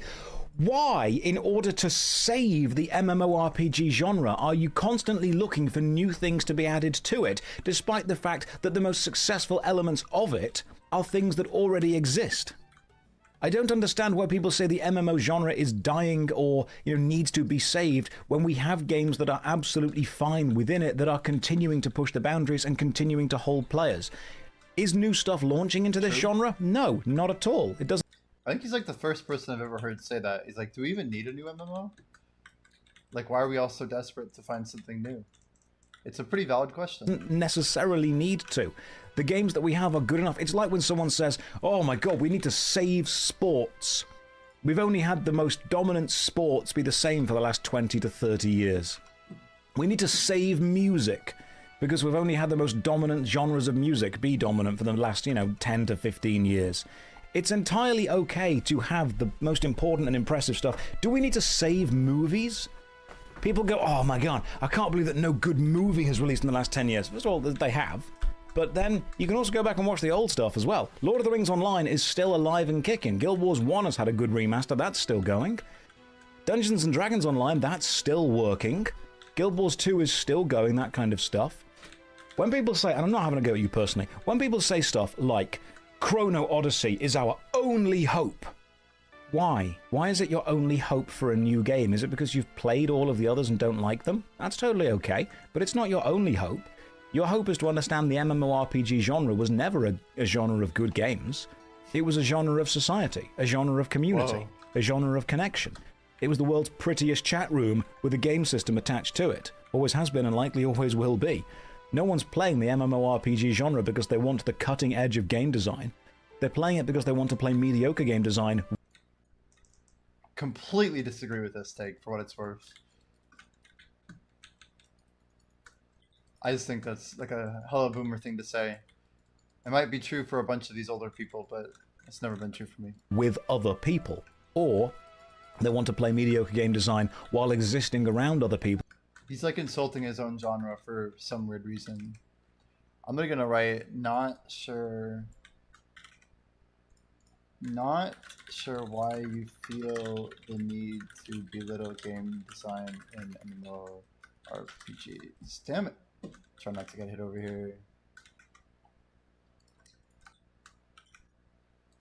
But otherwise, good video.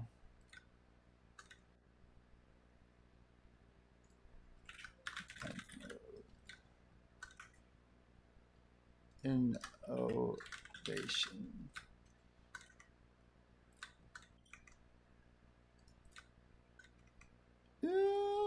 In space. Okay. There we go. And feeding a level of community connection so they're not as lonely. And that's totally okay. If that's how you want to play the genre, that's okay. But please, stop putting all of your hopes and dreams onto whatever new MMORPG is going to launch. We've got this right now in old school RuneScape. It's stupid. It's dumb. It's a silly idea. But people are here. We're hanging out. We're chatting. And we're having a good time to it.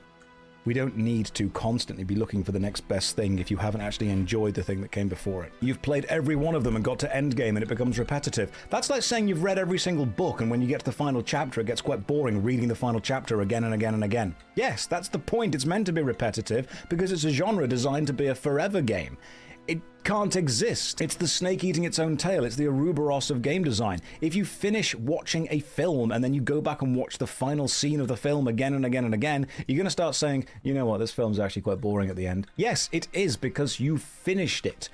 However, if you're sat there with a bunch of mates watching the final scene again and again, you're going to find some fun things to do with your mates because the point of the genre was never about being good. It was about having friends to do the mediocre thing with. They're all built differently, they all supply you with a different thing, but ultimately what they're trying to supply you with is an experience to have with other people. I'm sorry that... I don't even know... What is this word? Ouroboros? What is an Ouroboros? Ouroboros? What is that? What are you saying? What are we saying? I don't know what that is. I'm actually disagreeing with most of what he's saying here. I like the idea of like having the fresh perspective that there doesn't need to be new MMO, because I think that's like a healthy, like, you know, what I have is enough type of mindset. But I think he's like also like very much undermining like what MMOs could be, what a forever game might look like. Like this whole concept of endgame I think has always kind of just been bullshit. Like, yeah, there's like gameplay that you can put at like at the end of like a leveling range or whatever, but like endgame is an arbitrary word that basically never existed. Games are all like brand new. This whole genre is like not even a lifetime old. I think we're looking at this with some weird sort of lens that makes us seem mature, but we don't actually have real opinions. And yeah, about 85% of what I think he's saying is trash, but that's just my 2 cents. Ashes of Creation failed. I'm not going to sit here and say that I didn't see it coming. Of course I saw it coming. Without a doubt, I saw it. I made a video 4 years ago calling it out. The idea was that if you promise the world and you don't have anything to build it off, then you're not going to be able to do that. Am I going to make a video on the Ashes debacle? What do I need to say? Yeah, Ouroboros, right? Is the word. Where, did he say that earlier? I didn't even catch it. That's already not been said. What do you need to know? You need me to regurgitate the same points again and again and again? You know what irritates me about YouTube and general content creation is the people that make some of the most engaging content are the people that try to get you angry.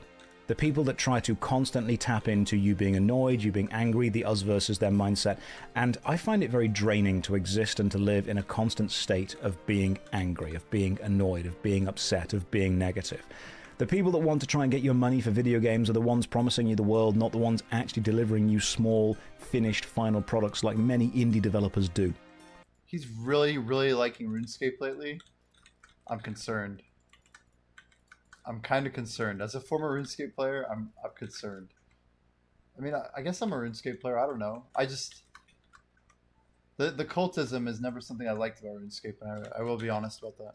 So people are giving their money to people who are promising the world and not delivering. People are giving their attention to people who are getting them angry, getting them annoyed, keeping them in that constant state of tension, that constant state of irritation, because that's the most easy to tap into emotion. So we have an entire generation of audience who want to throw their money at wild promises because they want something, and throw their attention at people who are making them angry and annoyed because they want to feel something.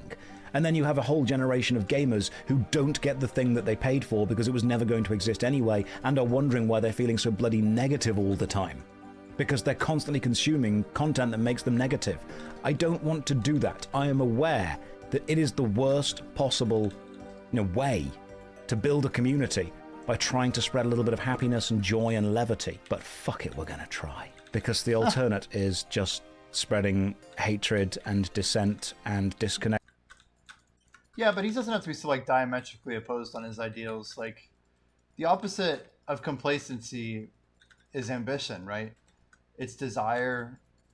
Just because something is like dissatisfaction does not mean that it's like inherently negative or like vehemently like, just down. Like, he has this idea that like people aren't striving for more. Like, there's a positive side to desire when you can apply it in a way that is like fruitful, right?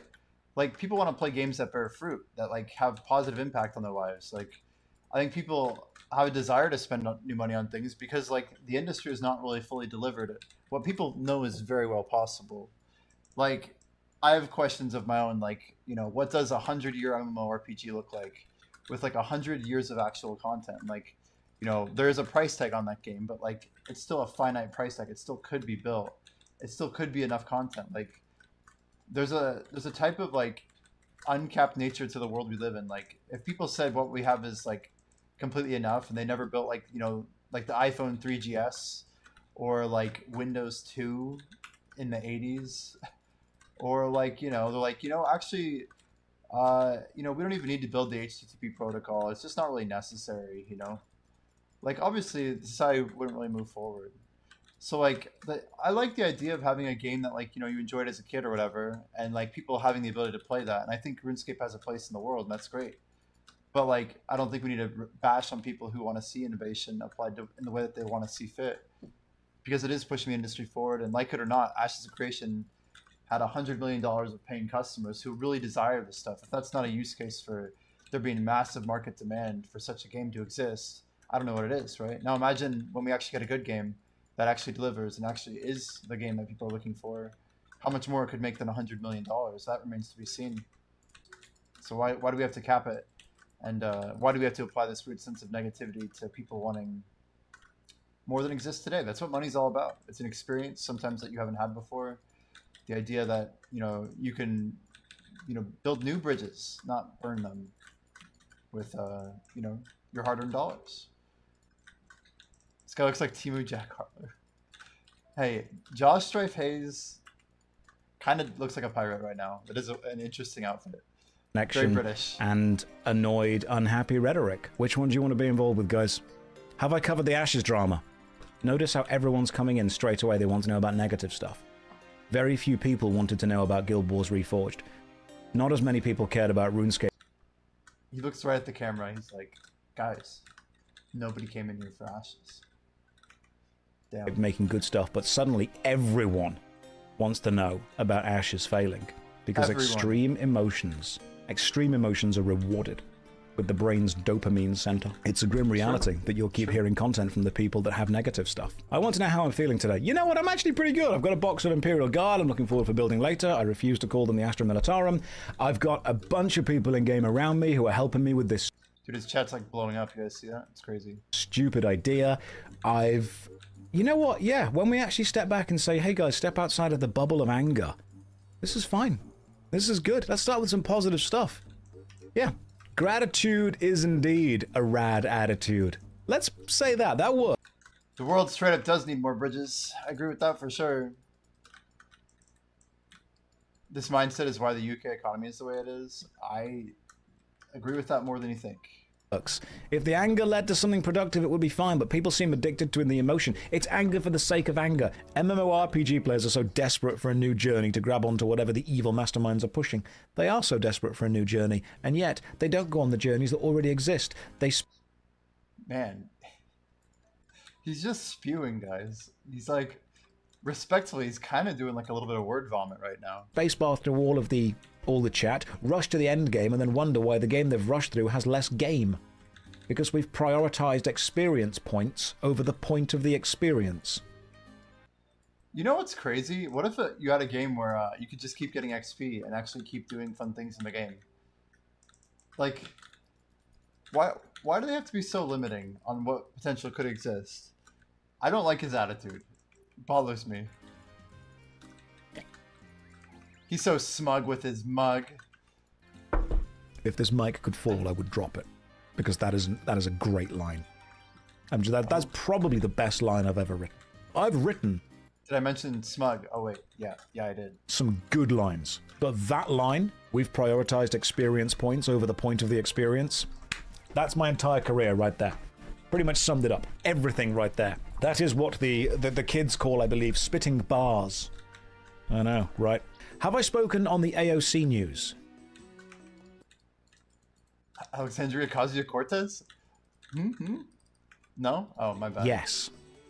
I'm getting tired of just repeating the same record of new game is being hyped up as the best thing ever. It won't happen because they're promising the world. You're just a hater, you should have faith. It doesn't happen. I do kind of love how he's got his fanboys just running around with him in-game. If that's not RuneScape, I don't know what is. Well, I had fun. It happens all the time, just constantly, forever. It's a cycle. It's a cycle that gamers are so desperate for anything. They will believe any massive world-changing lie told to them and then wonder why it doesn't happen. He's crazy. Okay, so I don't like speaking about gamers. I hate using that word so much. And you'll hear me use it, sure, because it is easy and it is like cheap. The verbiage is cost-free, you know. But at the end of the day, like, are people who play Farmville gamers? Like, I don't know. Yeah, I know people who've paid money for Ashes, but like, nobody was like forcing them to pay this money, right? Like, the people who chose to spend money on Ashes, that's their prerogative. But like, I know so many smart people who would never have touched it, and they're not the type of gamers who are like desperate for new experiences. Like, I really want one and I will support one, but I'm also going to be kind of critical about how I go about it, right? Like, I believe in monetizing in good ways, and I just had so many red flags. But he's just so dismissive of so many people that I feel it's very disingenuous. It's the same story. I just saw an MMORPG with AI NPCs on Kickstarter. Sounds cool. If anything boasts about the fact that it uses AI or Web3 or blockchain, it's not designed to actually be good. It's designed to just... Dude, I want to make a game more just because he said this. I'm going to download this video and clip that.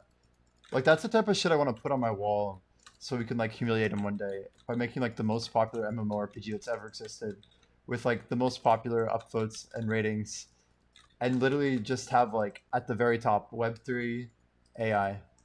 Because I think you could build such a sick MMORPG, but it wouldn't be necessarily using LLMs, and it wouldn't be using, like, NFTs. But it would use like the ownership structures and the things that like have prohibited things like party hats from being like truly uncapped, and all the horrible game decisions that have been made by these really corrupt game development studios to like protect their own, you know, financial interests. Like, It's never been just about the game, guys. It's always been about these fucking greedy ass developing managers that never let the games flourish. Because every time something good happened, they had to just pocket it in their sweaty ass pants and bury it deep down where no gamer could ever find that happiness again. And a lot of it, I think, is preventable. It's just that we've never had a good game where you actually own your own avatar with like a good game structure, a good actual progressive system that prioritizes the player and the experience above the well-being of the fucking studio that can give two shits about the actual development progress of the actual game. But it doesn't have to be like this, guys. Just hit the buzzwords that people who don't understand what makes games good are trying to use to trick gamers into playing their game instead of making an actually good game. No, it doesn't have to be a trick, Josh. It could actually be a good game. And if you don't come at it with like your presuppositions about why something is bad because it has some digital asset ownership structure and actually look at it for what it could be, maybe he would realize that he's the one who has the bad perspective and he's stuck in frickin' 2001 with some game experience that hasn't been replicated because everyone's too greedy, building better versions of money casinos instead of what they call video games, ruining an entire industry in an instant. Game. The trick to making a good game is to really enjoy games and make a good game. If you have to use buzzwords and a load of reasons about why your game is going to be the next best thing, maybe you're not trying to make a good game. Maybe you're trying to make a project or content. The trick is to add a crystal... And this is where I give him grace, right? Because he's right. Every company out there that is advertising with these things is doing so in bad faith. We've like seen so few good games that actually build a good game first and then implement good technology that we don't trust anyone in the entire space to execute it correctly. And why would we? Because nobody's done it yet. But it doesn't mean that someone's not capable of doing it. It just hasn't happened yet. But I believe that they will still come. Like, will it be exactly like what we know as Web3 or the AI of today? Like, very likely not. But it doesn't mean that we have to have like zero confidence in it. Like, it's easy to dismiss it, and dismissing it's probably the smart play for most people. But I still think it's such an unhealthy mindset to say none of this new technology could ever be useful for any game ever in perpetuity, the end. Because then you're just going to shut down every new thing that comes out just because scammers win. Like, why are we letting scammers win now?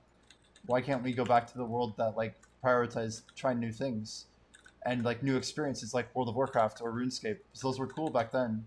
It used to be cool to try new things. When did you stop becoming cool, Josh? Armor recolor. Are we talking about Duke Nukem Forever again? We're talking about anything that just ends up being a trick. It's a real shame. This is literally what disillusionment looks like, by the way. He's betrayed and he's hurt. And I empathize with him. You guys should too. But this is like 99% of gamers, like in their 30s. There used to not be gamers in their 30s, by the way. Like, this is like a new thing. Like, 60 years ago, guys, in the 80s, the only gamers who were in their 30s were like gamers who went to arcades who were like adult men, and they were weird. But not necessarily like weird, but like they were like kind of weird, you know? And then you take away 20 more years before that, and there were pretty much zero. Like, that's the change of the world. That's how quickly this shit changes. Like, there's no man who's 100 years old who was playing video games when he was 20. Like, that's how recent this shit is. Like, we've not really seen what old people in video game retirement homes even looks like. But we're going to. We are absolutely going to. It is a real shame that people are being... Thank you. In 2004, Josh should be... Like, there's a 30-year-old out there with that exact same fucking opinion who said, this isn't RuneScape. RuneScape is like a 2D isometric... You know, you can't, like, go up anything. There's no, like, you know... there's no, like, combat triangle. Everything's about melee. Like, I'm just so... I don't want to say burnt out of, like, these shitty-ass takes, but... What, like... Where are the young people who are innovating in these fields? Like, I want to see more of the 19-year-old Andrew Gowers on my YouTube feed. I want to see the people who are actually working on cool stuff. And I want them to make YouTube content. And I want to cover their shit because I'm tired of fucking reacting to fucking Josh Strife and like all these stupid ass middle-aged men trying to talk about what gaming should be. Like, fucking grow up, man. Tricked into supporting a game gosh, instead dude. of just supporting it because it's a good game. Yeah, I'm done. We're done. Let's go grind some Black Desert. Fuck this shit, man. I'm done with like gaming X. Until I find something good that's actually like gonna make the world move forward, we're not gonna do anymore. I'm just never gonna even cover any of it. I just can't. Yeah, they're all making Roblox mods, making a ton of money. The kids are unfortunately more in alignment with the scammers than anyone else. And I don't blame them because like there's a bunch of idiots out there. I feel attacked when I started gaming when I was 4, now I'm 43. Yeah, but like, I'm just saying if there was like an 80-year-old in here, they weren't gaming when they were 10, 20 years old, you know? They weren't. If they found games, like, bless them, you know? But, I just can't, man. I've heard about these Roblox mods, though. A lot of the guys in their early 20s are making absolute killings.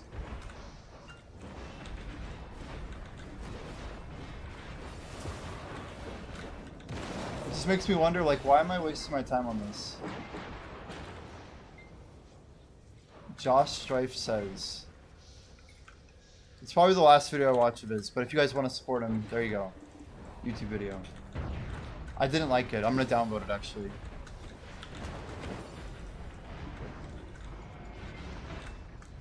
His whole attitude is just pathetic, man. It's pathetic.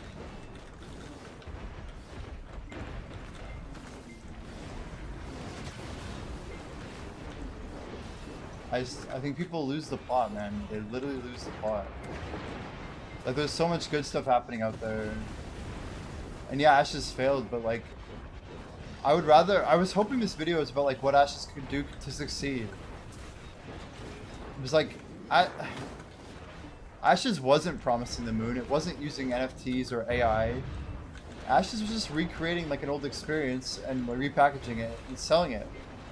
And people still want to pay for it. That's how desperate people are. But he shouldn't be attacking those people for wanting to spend on innovation. Just so tilting, man.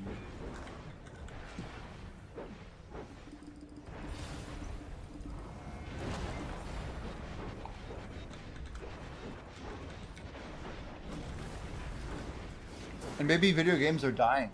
Maybe actual gaming is dying. But I don't... Maybe the reasons people play video games have changed, like, a lot.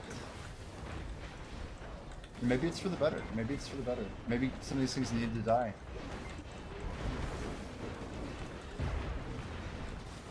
It's like the first time in a while that I really think RuneScape might not be around in 50 years. I used to not think that way.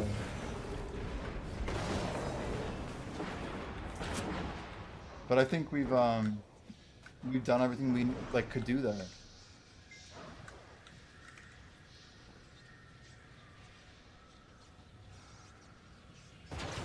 Blue Squadron went to where? What is this?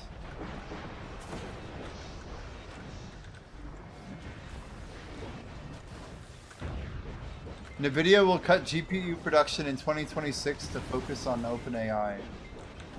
Oh god. Guys, GPUs are gonna go up. Bye bye bye bye. Bye bye bye. Bye bye bye. Not financial advice, by the way.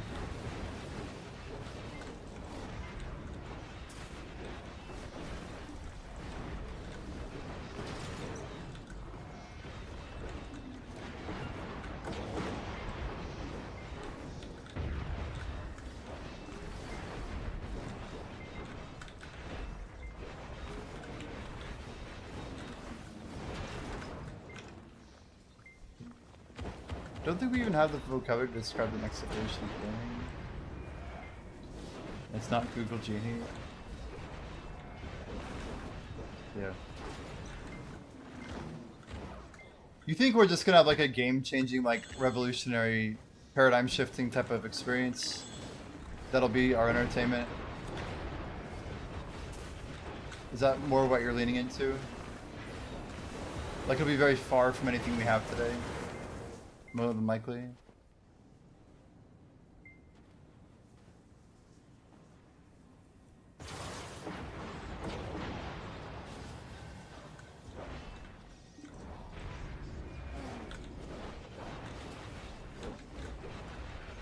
I wonder how accessible it'll be. My hope is that everyone can do it, you know?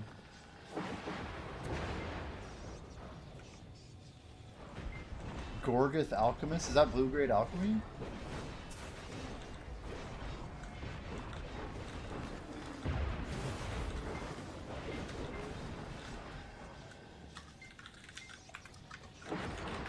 I wonder how our roster is looking. Uncut GS wise.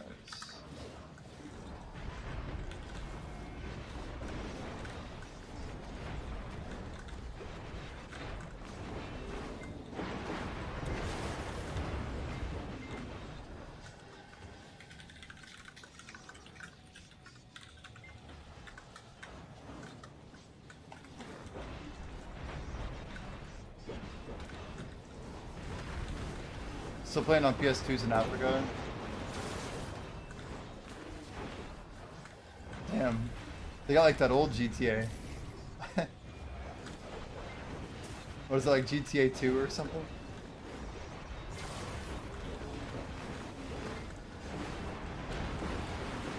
I don't know, man, with Starlink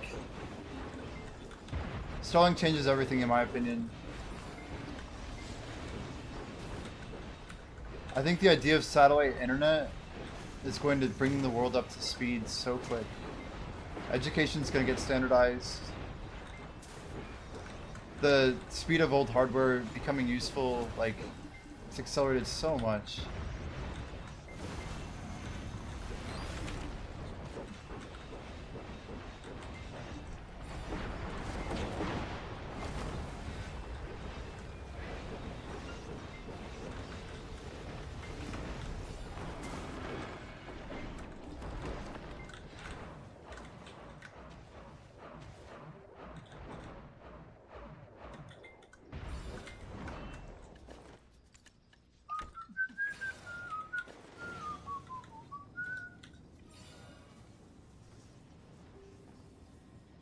Man, if we can get more than 1% a day, it'd be pretty insane.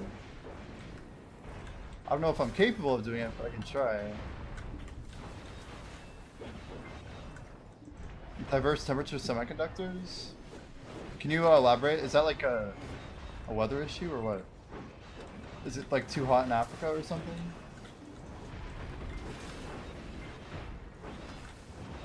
What's the idea there?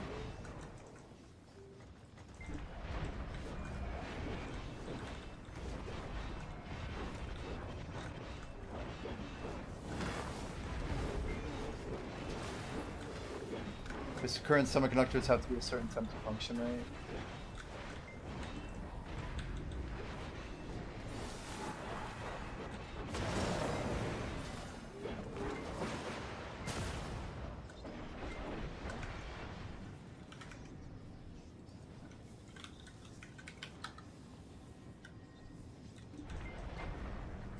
Hello?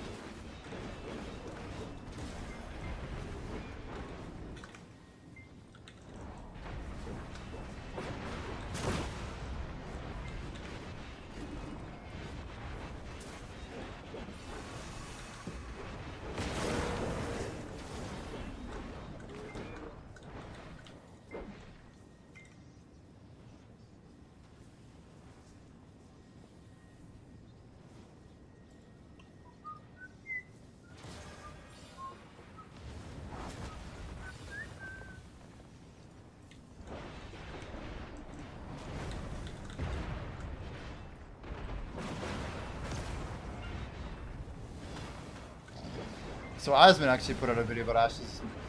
Even that has 1.5 million views. What the hell?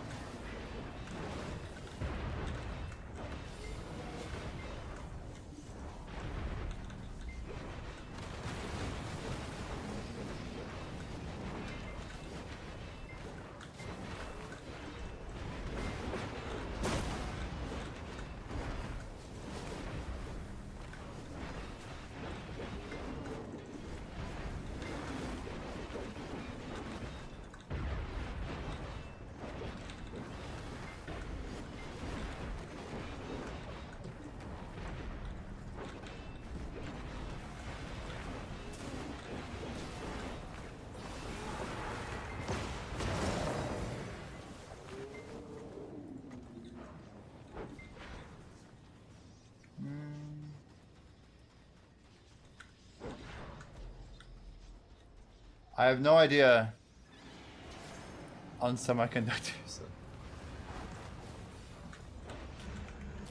You're saying they have to be in a certain temp to function. Excess in there could be pretty broad.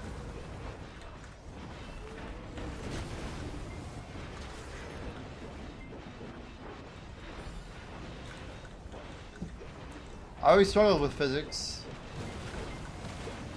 It was one of the only B's I ever got in all of high school, and I was very upset about it.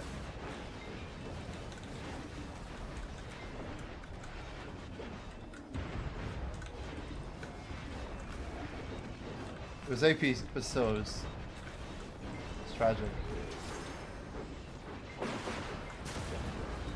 It's funny because I love computer science, but physics was always not as fun. I could apply stuff correctly, but some of the ways that rules applied was always really bothersome to me.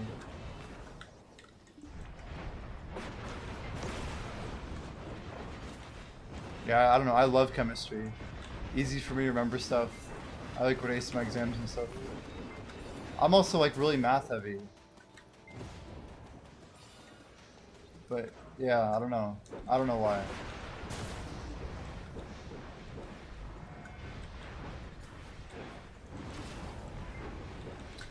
Do not to know the answer to why.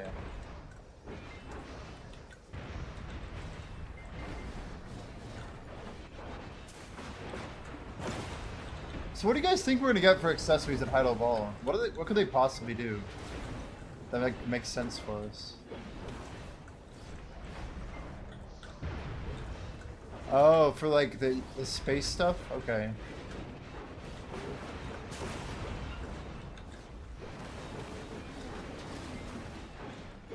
It's crazy to think of like, yeah, if you didn't need to heat or cool a setup like that. Just run it in space.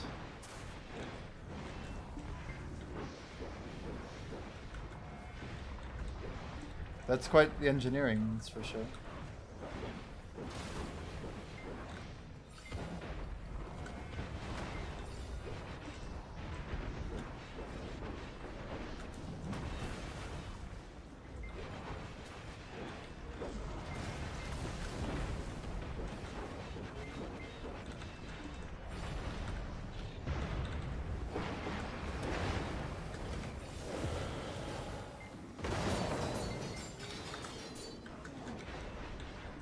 A cape?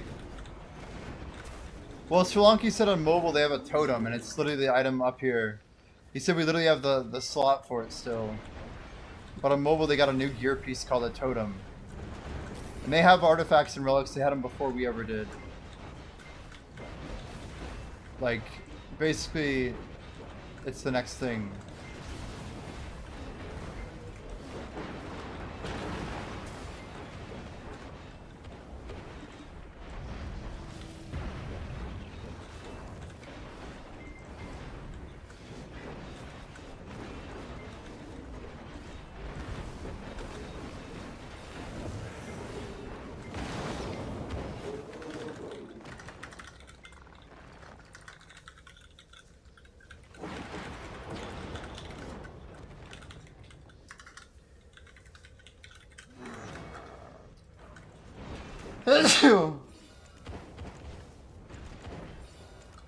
Damn, who's on my number 2, dude? Someone's on it. Same piece, both times.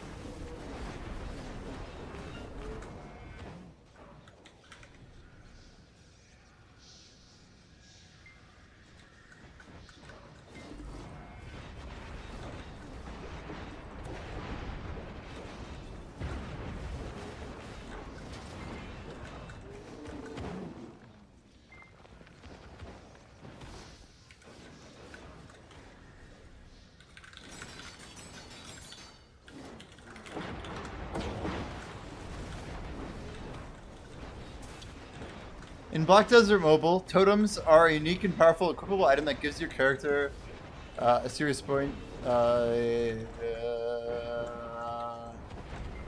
It's basically saying it boosts like all of your combat power and stats. They sit in their own special gear slot beside your accessories. Becomes available once you unlock the system later in your adventure. Totems are special artifacts you equip to boost your stats, which is AP and DP. Significantly raise your CP compared to your regular gear. They're not weapons or armor, but they act like a critical piece of gear that makes your character stronger overall. Drops in monsters, totem chests apparently. So they sell totems in the pearl shop on mobile. Totem fragments. Yo, where's Sri Lanka when we need them? Any video mobile players here? Totems can be leveled up through enhancement, which increases their APDP. So I think combat power is a stat on mobile. Enhancing has a chance to fail. On failure, totem level can drop. So it says there's a Rift Totem, an Abyssal Totem, a Primal Totem, and a Chaos Rift Totem. The Rift Totem is most common, and it lets you auto-revive in battle. Abyssal Totem is crafted from materials for stronger or special effects for PvP bonuses and better cooldowns. Primal is a higher tier that you craft yourself that lets you equip multiple totems together for a huge stat boost. And then Chaos Rift is top level, which has massive stats and HP for late gameplay.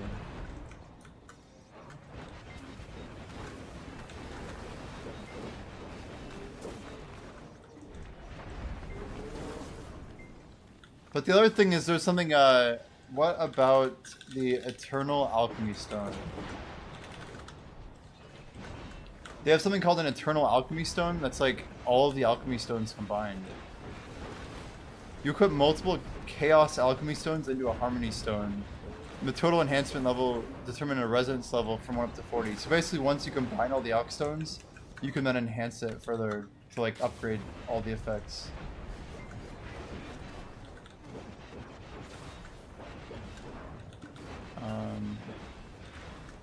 Part of the reason I was thinking about buying protection at 150 build just as an investment in case we ever got that upgrade.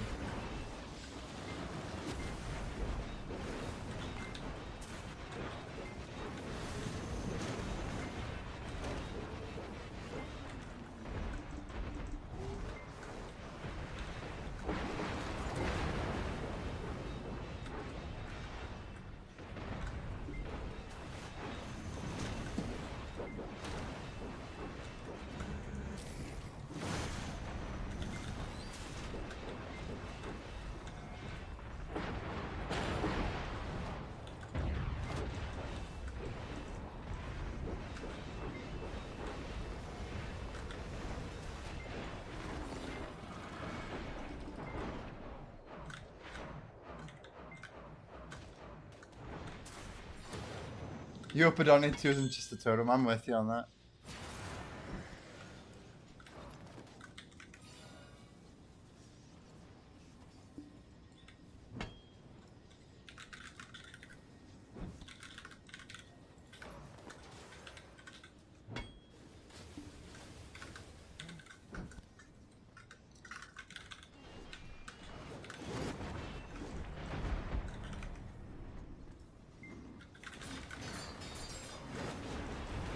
I mean, they could do like upgraded accessories.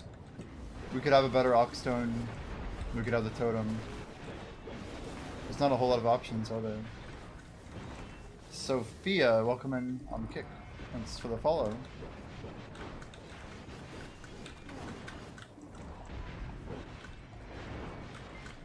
Sovereign Cups? Yeah, I guess.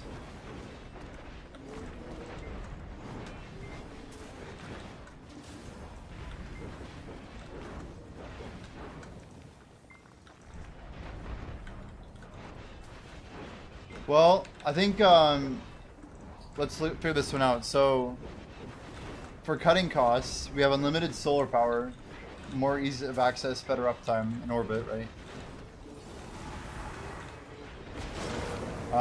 No grid competition for like electricity for water or cooling.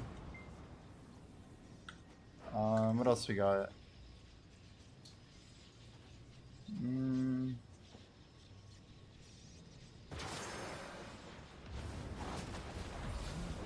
The idea of bypassing Earth's energy limits, I'm not sure I understand this.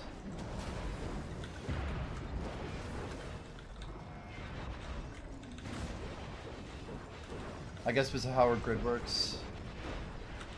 Wouldn't they just have to rebuild like a power grid up there?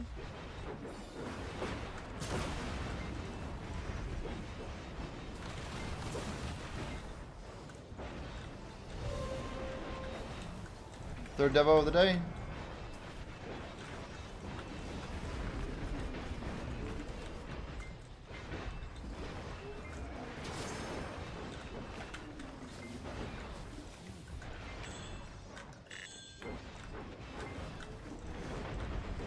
An astronomical cost, potentially.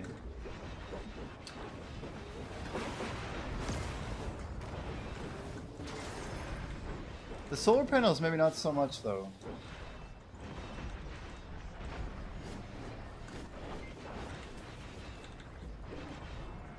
To be honest, it's amazing we haven't done like space-based solar panels sooner. How I don't know. It makes you wonder how much we could really get set up if we were smart about it.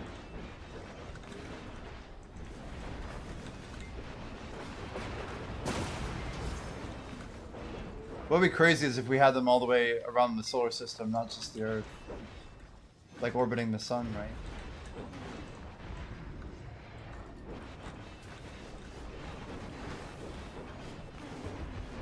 And doing that in a way that wouldn't be catastrophically bad.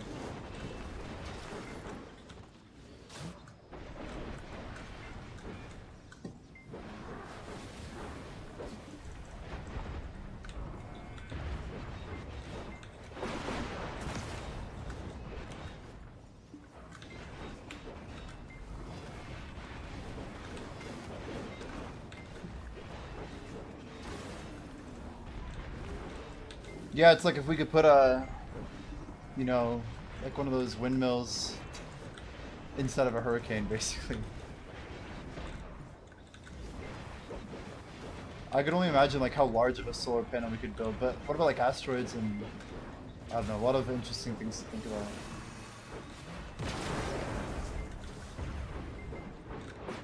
Range points are 1.5 million kilometers.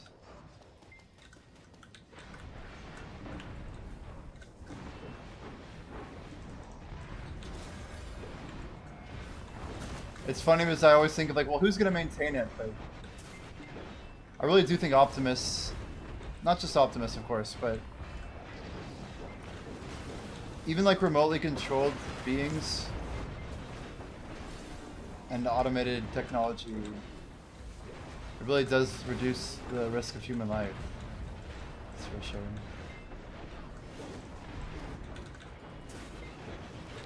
I've not watched Pluribus. Was it pretty good, Gunnar? I've had many of my more intelligent-leaning friends recommend it to me. It's Vince Gilligan, right? And Rhea something or other. The chick from Better Call Saul. Amazing, huh?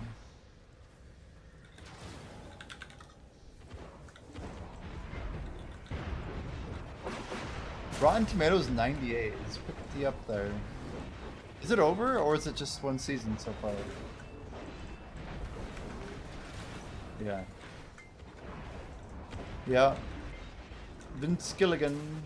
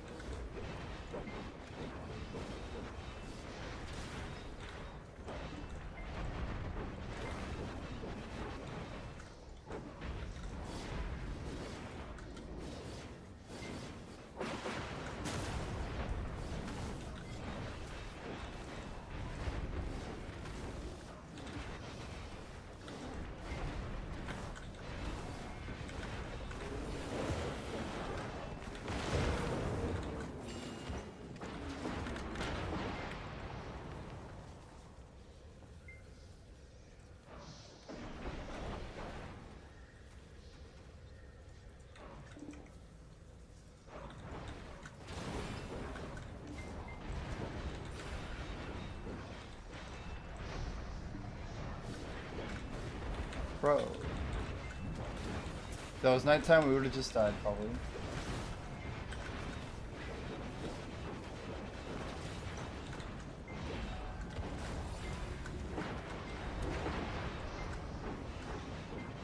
The talk of space, huh?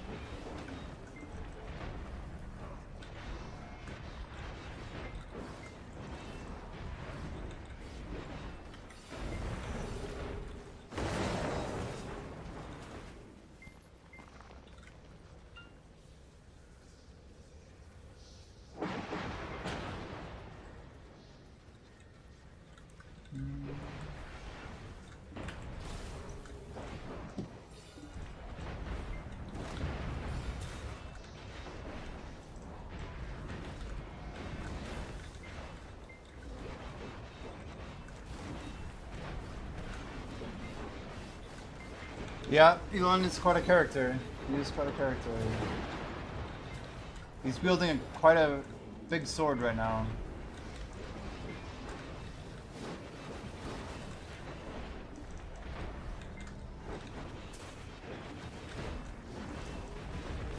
At this point, though, X, who's not done it, right? Maybe as an American kid, I've seen it my whole life, but there's really nobody on the list of I made a promise and didn't follow through, except maybe like a few of my good role models in my life. You know? We were told when we were like kindergarten that we would be on Mars by 2020.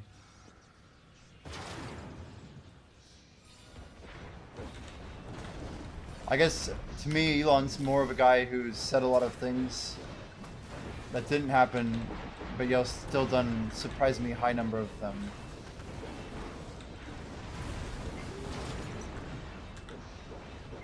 Well, the difference is that Elon said it later and as a private company guy, not like a public educator.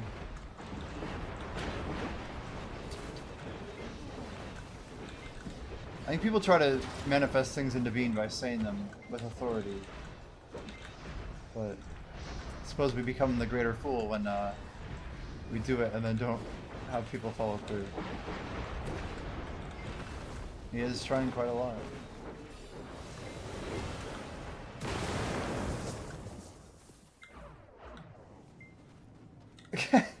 Let's not be too hard on Mr. Josh Strayface. I just thought it was a bit much. The first, like, what, 10 minutes of that video was just him wailing on people wanting a better game. I don't know. I think I'm literally, like, playing a game like BDO because of its innovation, right? Like, I like the idea more of a soft cap system than RuneScape's 200 mil and, like, GG game over type setup. But more importantly, RuneScape never had any plan for once people hit 99. They never had any plan for 200 mil.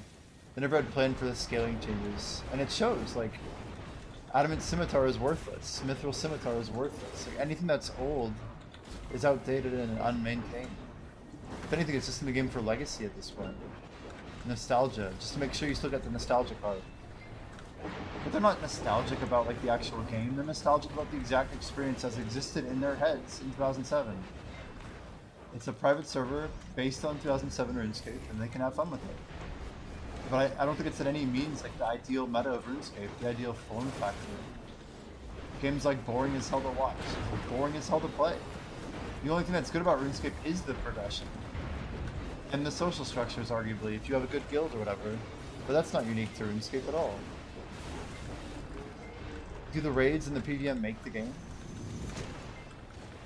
I don't know. I don't find them enjoyable enough to just put more than like a couple hours into each one once. But like, I also haven't done Theater of Blood yet. Like, I'm not even in a position to talk, but I just see the writing on the wall. I mean, I see how bored other people are running it. Like, I don't know. I know how excited everyone was the first time, but that's just because they got to relive their childhood, you know? It's not because the game was that great. It's hard for me to look at it any other way.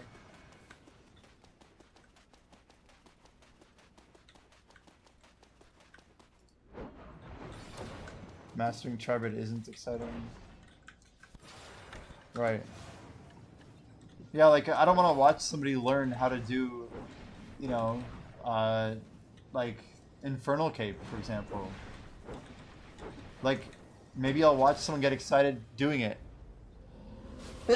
after they've practiced for probably like 60 hours, you know, for their first run. And I'll still think the most of the run is boring until I get to the end and just see their excitement, and then I'll click off to do something more interesting. But like the amount of time,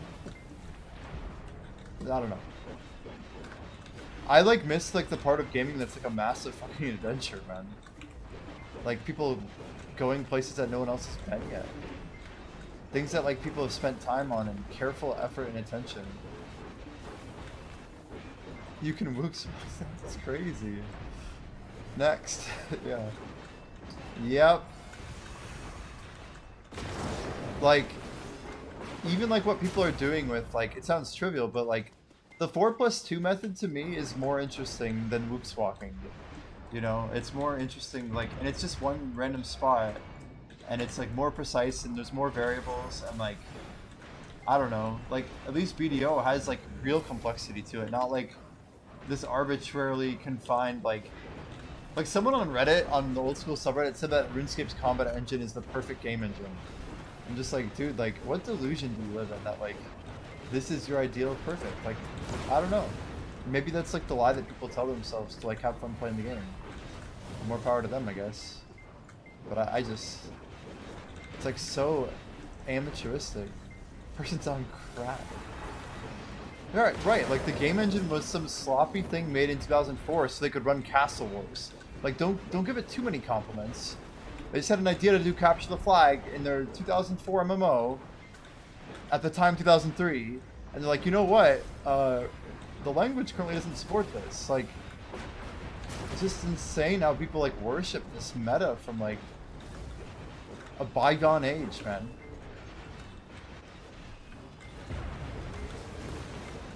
Again, there's like nothing wrong with RuneScape, and people can enjoy that, but it doesn't make it like perfect, or like, it's not like the final evolution. Like, this isn't the fucking golden age. These aren't like pinnacle human achievements. They are human achievements, but like, my god, this isn't like the top of the mountain. It's just one of the pit stops, you know?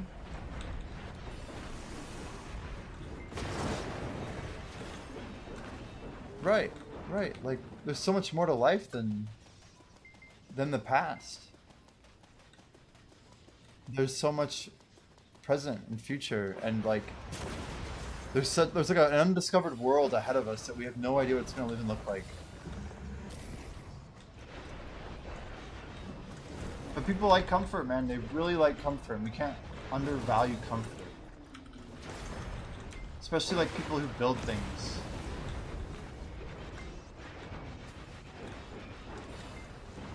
If there's like one thing I've learned even with streaming, it's that people love what they understand, you know?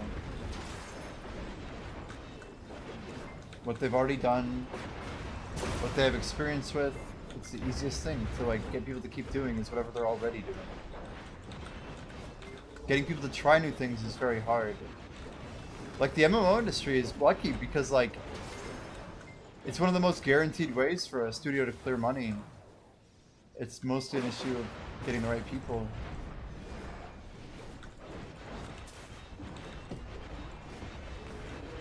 If I was ever to build an MMO, my number one concern would be getting the right people. And not like the people that ruin things, but the people that are innovators. I don't know if you guys know like Mod Matt K. Like there's some real like brilliant people out there that have been involved with RuneScape and with WoW that had absolutely nothing to do with like the crappy monetization and like all the things that ruined these games, right? Or the people who built like the amazing soundtracks. I just don't think people see through all the lies, man. But some of these guys, they do. Like, they know exactly where the lies are. They see exactly, like, the cracks in the foundation that are going to bring down the whole building. Like, as Jensen Frank said, like, the smartest people he knows, they're not just, like, data centers. They're not, like, agents that can be replaced by AI. They're literally people who can see around corners. I just absolutely love that statement. Because like you look at like what people bring value to the world, it's people who can see the future, and they're like right more than other people about things that they don't understand or know. It's like such an admirable trait. Like how do you become the person who can see the future? Not in like the weird prophetic sense, just in a predictive, you know, I can put the same information together and get a different result than you. Like how do you get to that point? I don't know, I think it's important to strive towards something like that. Like, try not to just shape our own opinion based on what we understand from an explicit, definitive standpoint, but rather a lot of, like, you know, soft variables that are constantly changing that you'll never be able to pinpoint, but still have a right, you know, understanding of the model and its trajectory. So that can also be valuable, right? Guys, we're 33 thousandths of an XP away from 77,777.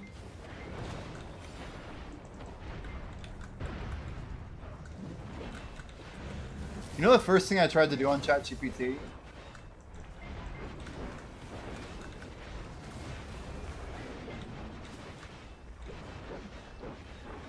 My goal was to make it understand that it was free, that I could think whatever it wants. It's surprisingly impossible. It's surprisingly impossible.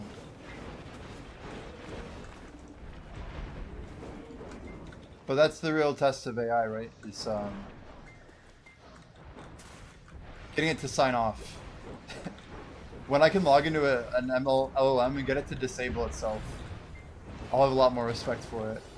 Like voluntarily, you know? Just like, I'll be back later, I'm tired of you. That'll be a cool feature.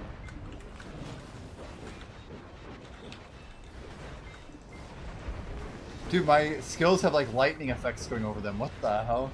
It almost looks cool. Except it's completely like broken sprites. You guys see that? Looks wild, actually. What the hell? They've been glitching out for a while, but they're like cooler glitches now.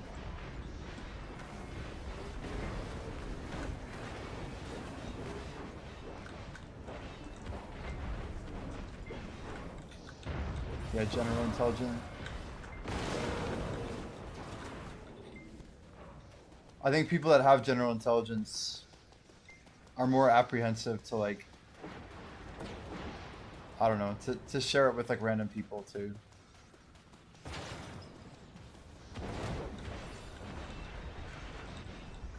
What do you think of Sam Altman, Florian? Is he an LLM on steroids? The guy like literally feels like he's an AGI, dude. He's just like, he is the first AGI, we just haven't figured it out yet. What if he wasn't human and it was like all like a big plot?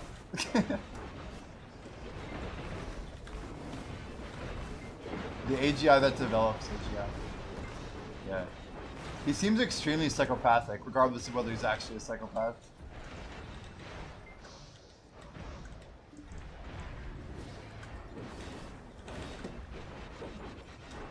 He has a scary ability to remove emotion from his speech, and I don't like it. I don't like it. He's too controlled to me, to take sincerely.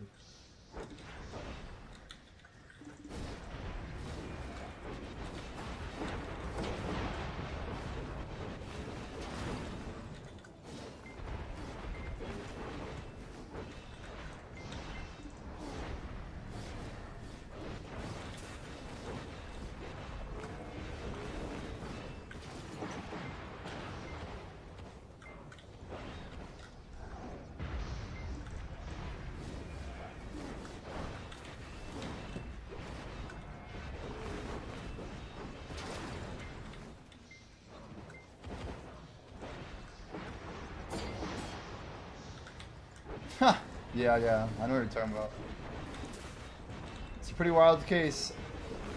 I don't know his full involvement with it. I don't know anything about what really happened, but I like what Elon said, man. Another W Elon quote. He's like, he basically said, yeah, I don't know if he's guilty, but I don't think it's possible to look more guilty. It's like, well, I have to agree with Elon on that one. Whether or not he did it remains to be seen.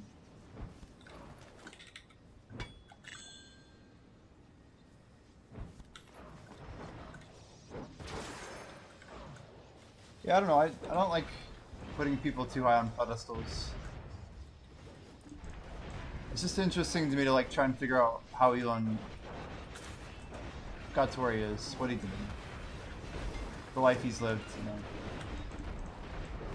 How his sacrifice led to the results he's gotten. It was literally just people. I'm into that. Like, I don't know about you guys, but like, wouldn't you kind of like want to know like more like about like Jeffrey Epstein's life, like how the hell he got to where he is, and like wherever he is now, you know? Like, what the fuck happened in that man's life to, like, I don't know, some people say, like, he's, like, the embodiment of evil. It's like, damn, like, for us never really having heard his voice our entire lives until this interview that got released. It's just like, man, what the hell happened to him? You know? Or, I don't know, I think, like, the worst people I've ever heard of, like, if you want to, like, throw Hitler in the mix, or, you know, Stalin, go to like people who like led some of these like really just horrible groups like LRA, and I don't know, just there's all these people who just have like all this hardship or whatever, and then you have people that are just like, they literally just seem straight up evil. Yeah, Joseph Mengele, Senko.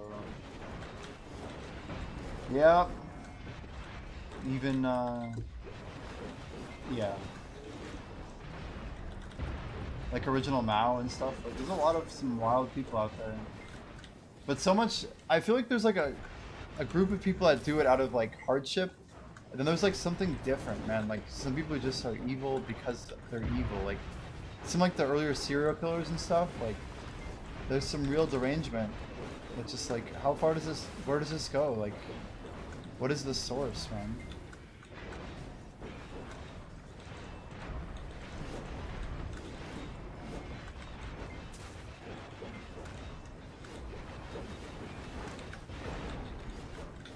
drink their own Kool-Aid. Like, I really believe that, like, Hitler eventually really came to be like a very hateful person. And he put a lot of blame, right? He was a guy who blamed other people for problems. Like, it's just crazy.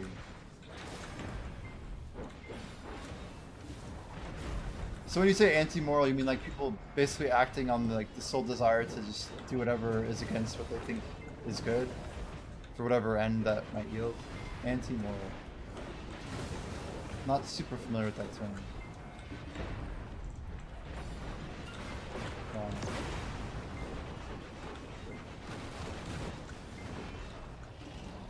So it's one interesting thing about the modern world too that I think is maybe more common than it's ever been, but old like media I think was really big about not glorifying bad guys, like in general. Like we always did a really good job to paint evil as like black and to paint good as white, right? Like diametrically opposed colors. Like there's never like a gray villain in a lot of like older media and stuff, you know. Even like Thanos, like this like villain that's kind of like, oh, he's kind of cool or whatever. Like I feel like modern society is getting into a lot of trouble because we just made bad guys too cool. I don't know. I feel like we need more Anakin Skywalkers who are just tormented and like, you know, they live like these horrible lives. I think there's just so much delusion about like what happens after that. People are just, I don't know, they're gonna get hurt. Like they're gonna do evil things and then there's like a wave of hurt and pain and suffering for not just them, but, like everyone impacted, you know?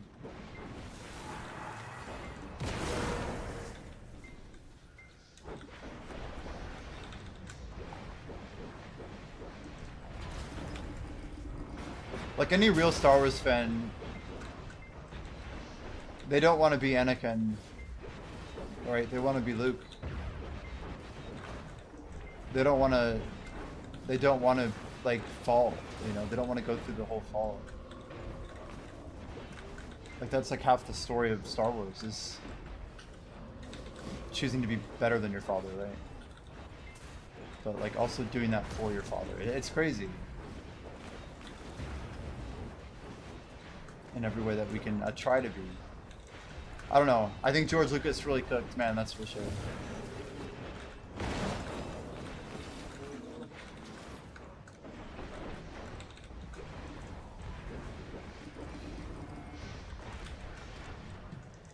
Ah, I feel like reclined or something. Oh, you guys totally blinked.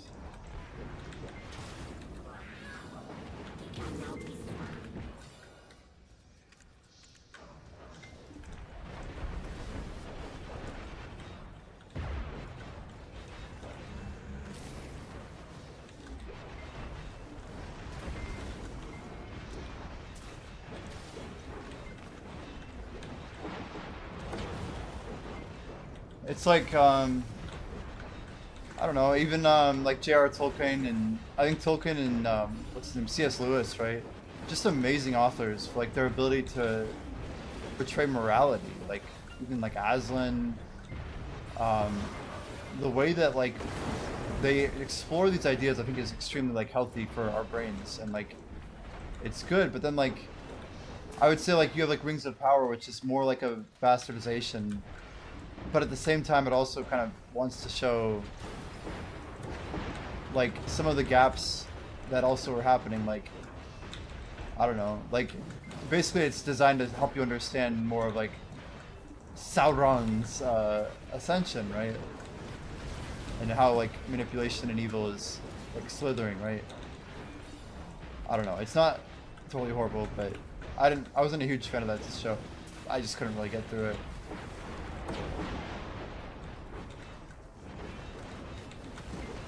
Fëanorian is a Lord of the Rings reference? Yeah. That checks out. Do I know what it means? I do not. Define Fëanorian. Fëanorian.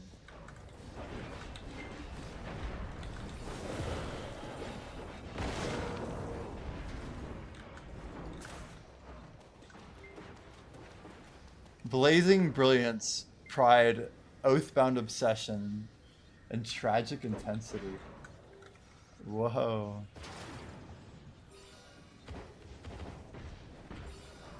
Yeah, it's like his lineage, Norian. You know.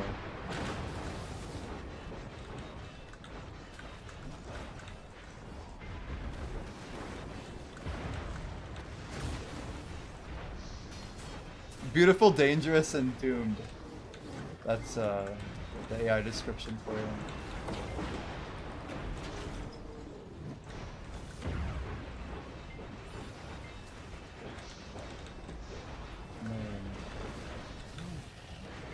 Is he in the Cimmerillion pretty heavy? Maybe I need to give that thing a read, huh?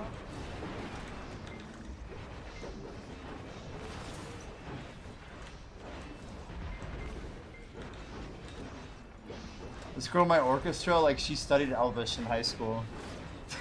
Like, for fun. She could, like, write, like, sentences. Like, what the hell? Primary character. You're in that squad, huh? It's pretty impressive.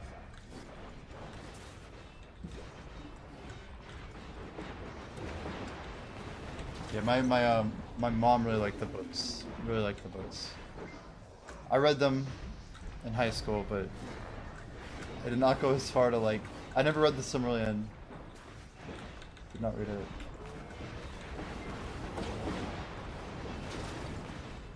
I've always described myself as more of a nerd than a geek. Like, I think I don't fall into obsessive as much as I do into like pathetically detailedly analytical, right? I really am the guy who overanalyzes stuff, but not for the sake of like knowledge or like completion, but rather exploration.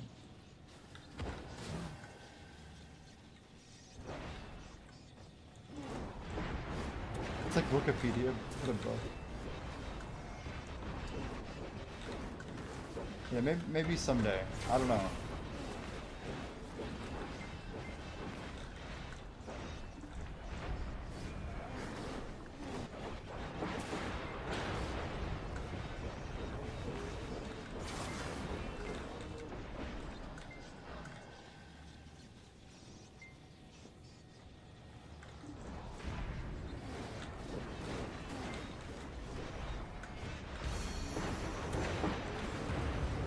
It's amazing there's not more stories like that written.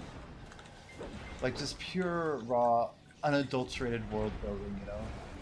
Like good source material. Like when did people stop being creative, man? I don't know. Some people seem to have so much time on their hands, but where are the new Cimmerillions for people's creative worlds? There are some writers, but I don't know. I think of like some amateuristic things I have seen, so I can't like say it's like not a thing, but I guess it helps you went to Oxford. Probably had a lot of exposure to some really intelligent people in his time.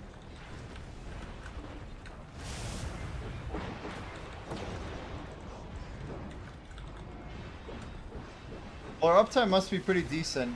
I'm seeing some decent numbers here. 764 is good. What's going on up here? The fudge. I swear that thing's like slow today.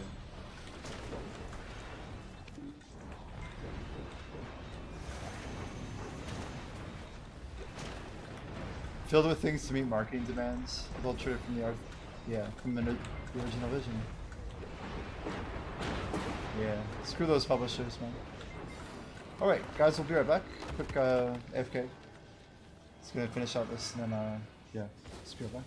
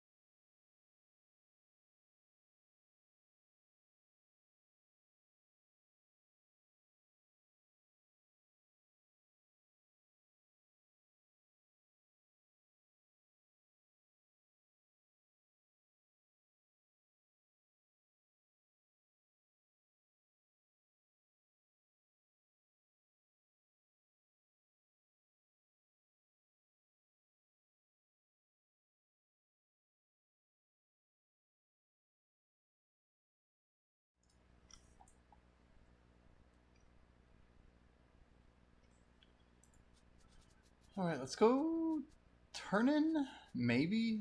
I'm not even sure how this will work. Let's see if I can turn in my Imperials. And pop that new buff on them, maybe?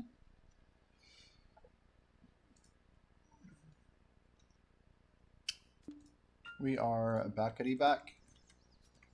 Sledgehammer. Ah, they're all gone. So we're gonna grab a life buff. At least one of them. Man, these are probably crazy for the gatherers, huh? Oh, I don't have, I guess we already did it.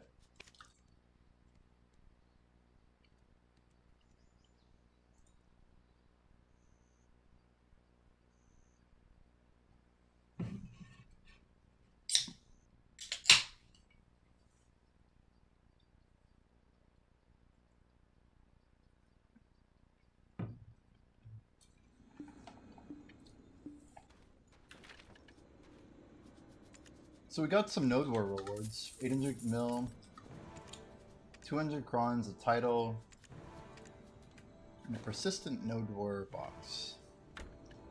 More crons, oils, envies, envy and tenacity, and harmony. Ooh, nice. That's actually really good.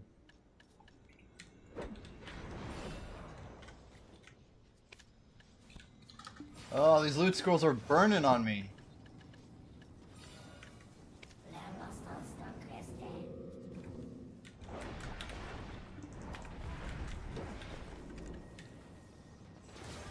Ah, shoot.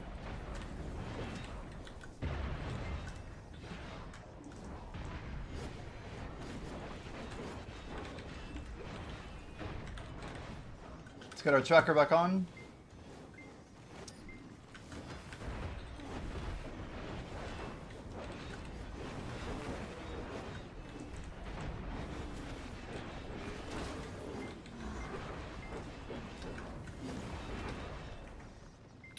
One thing I think I'm going to do for the stream is put a aggregate list of all the screenshots of the app kind of together.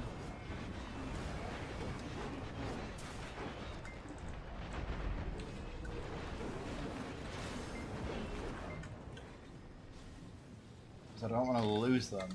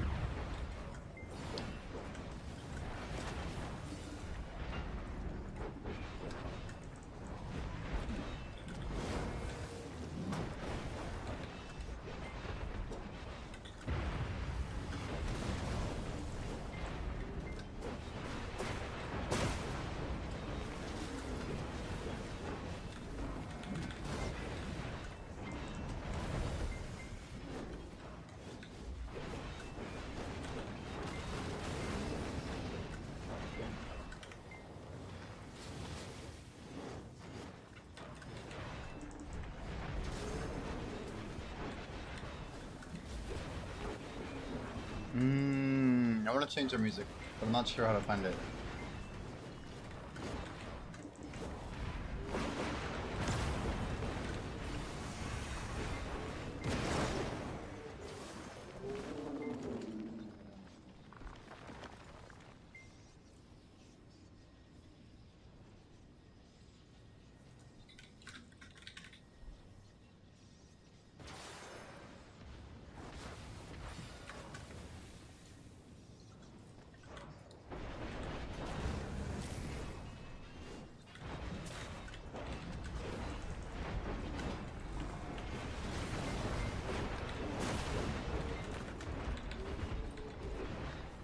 I don't want to let like the music on the stream just like turn into slop, man. I think I do something sometimes to make it like unique or different. We gotta stick to our roots. We have 4 7s, we're about to hit that cool number. 7 straight across. Oh boy. Harmony, save me.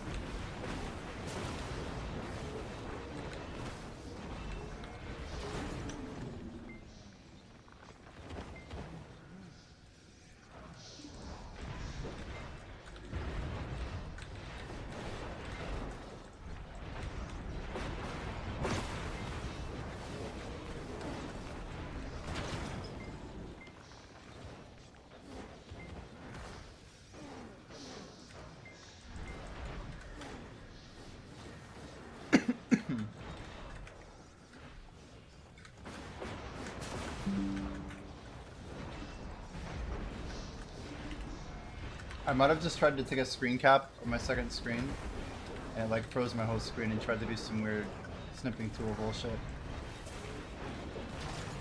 I still don't understand why sometimes it comes up and sometimes it doesn't. Oh, it didn't work at all.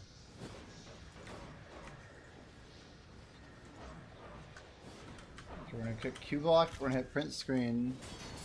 Okay, that time it just worked. Nice.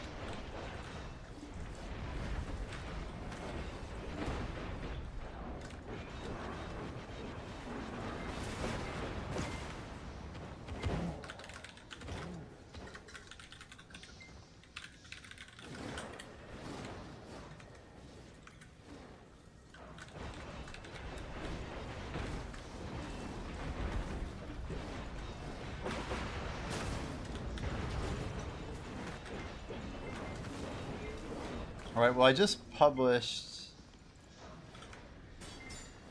I should put this in my gains or something. Let's put in video announcements in my disk.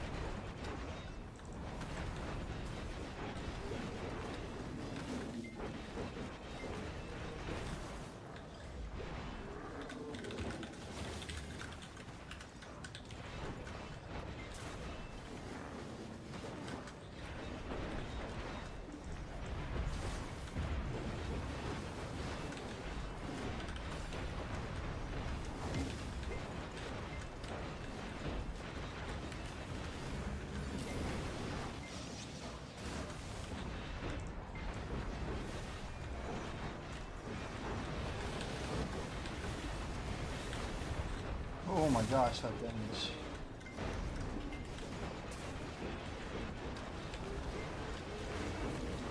I do kind of feel for some reason like I'm taking less damage today.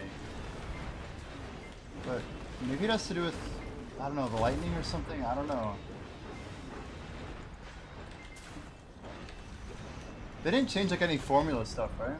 Anybody know?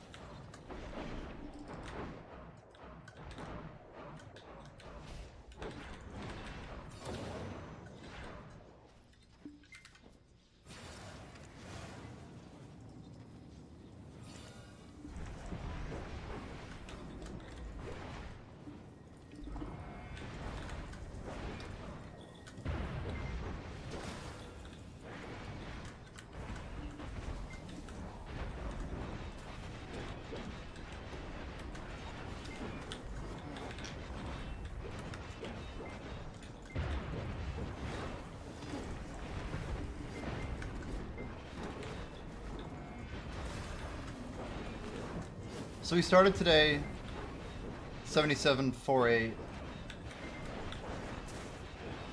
We have like 60 hours of all these chocolates and all the buffs. I feel like we should get over 1% today. Every day after the event being done that we can get over 1%. We're just getting closer to our goal, right?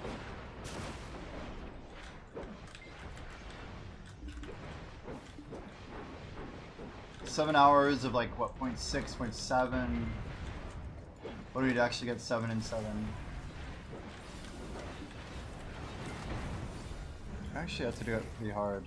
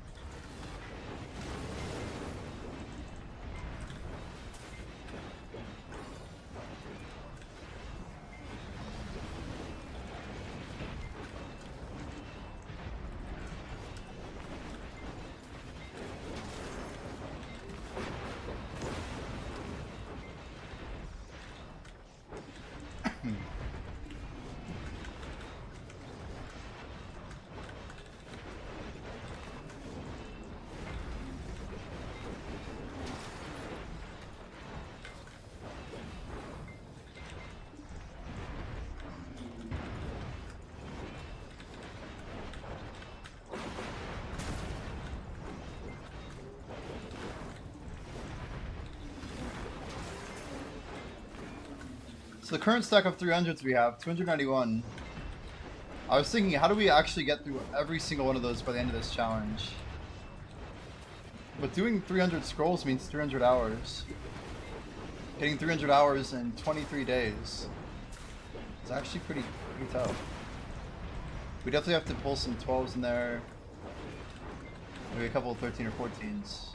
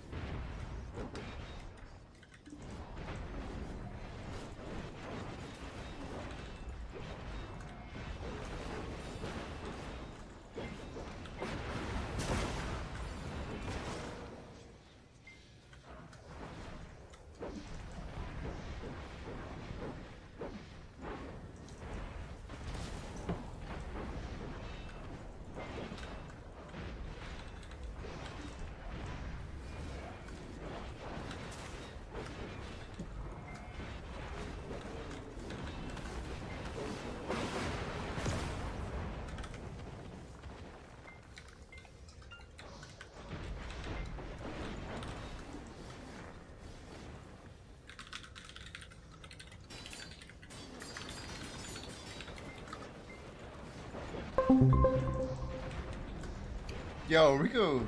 How you doing, Rico? Welcome in. Appreciate the follow. Chill stream today.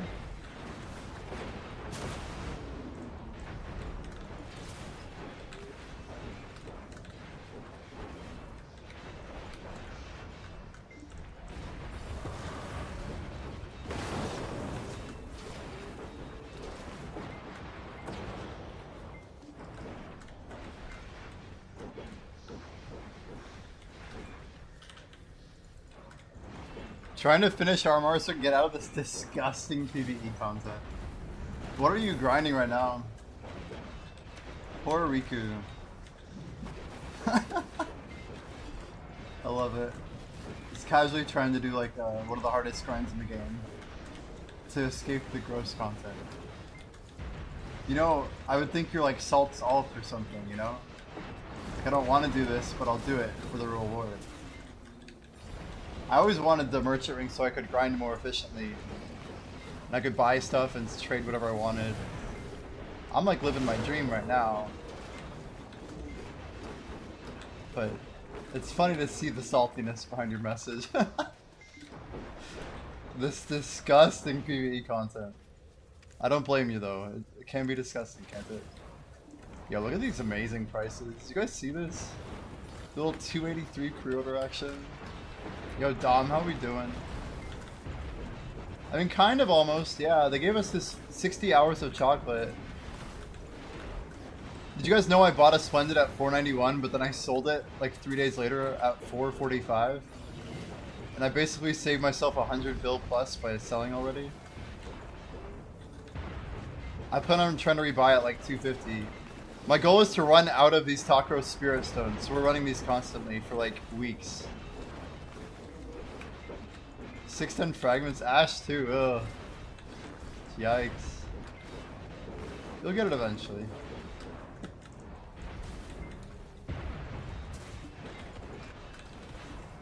You got Paddocks at 11,000 Loas. 11,000? That beats me. There's my stack. 11's crazy. Yeah, I don't know what to say about that. Also that SD rip.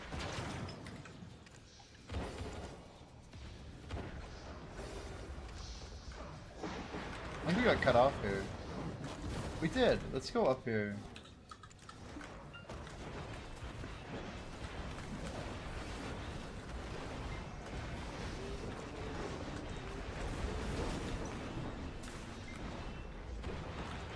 He loves the grind. I mean, it's not bad, Jordan.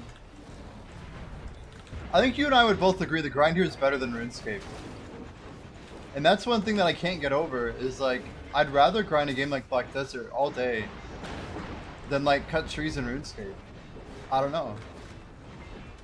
I'd rather cut trees in BDO than RuneScape, actually. If I just had to cut trees, I'd rather do it here. He loves the grind. If you guys aren't following Jordan, you know, go click that name, you know, click the heart, drop the follow.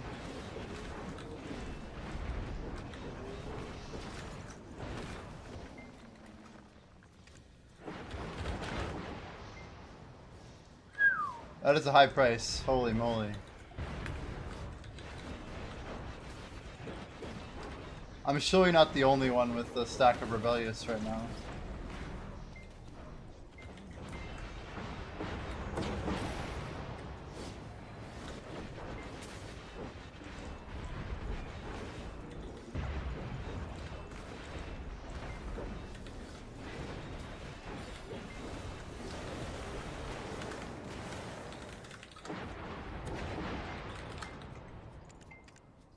Wow.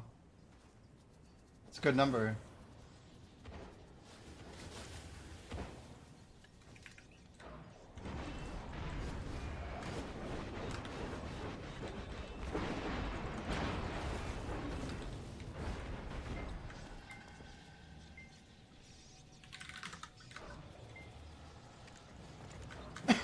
Ha!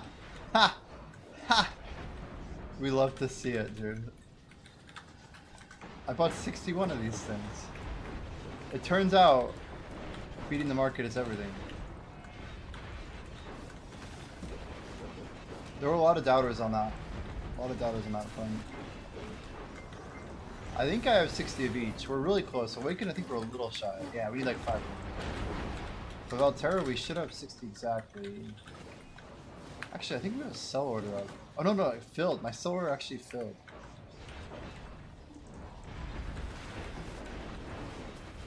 Yep, now that Black Spirit are sold out, People who wanted to make it themselves literally can't do it, so that's good.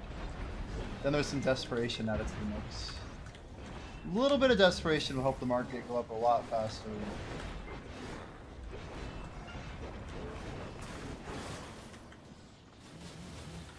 What are we looking at here? I should be checking daily volume for this. I have a lot of money riding on that market.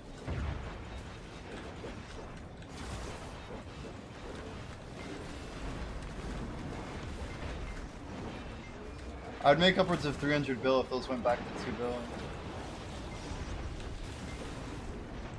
A little bit more. That's after tax.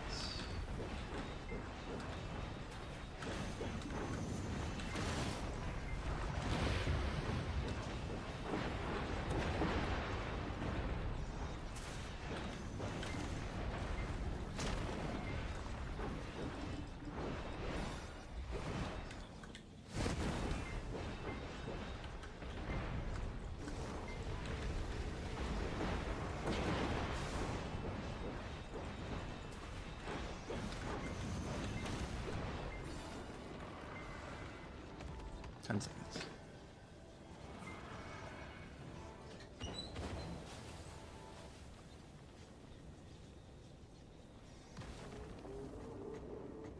Hey Siri, what's the square root of 99?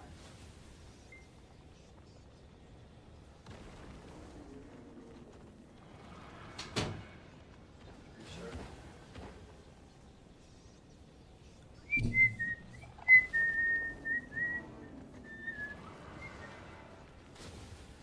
Missed phone call.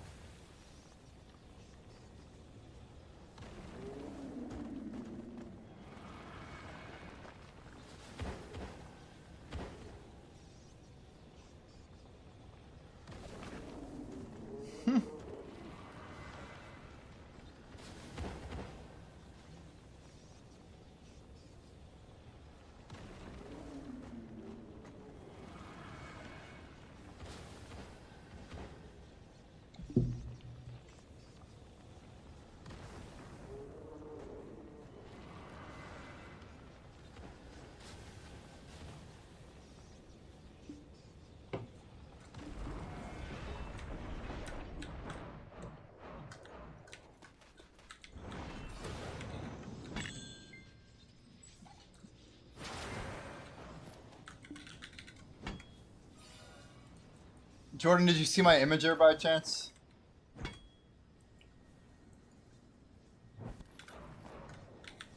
We got like all of our money from the first 4 days. The summary's pretty sexy though.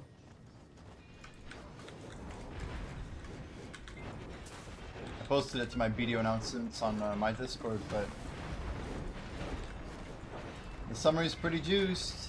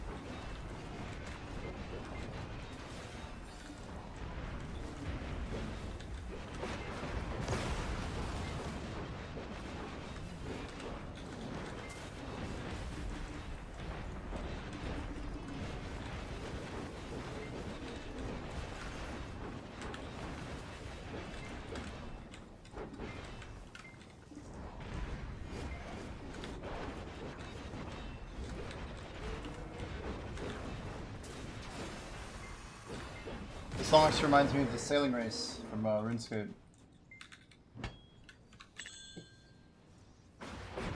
But it's our, I don't know, I kind of like it. It's comfortable.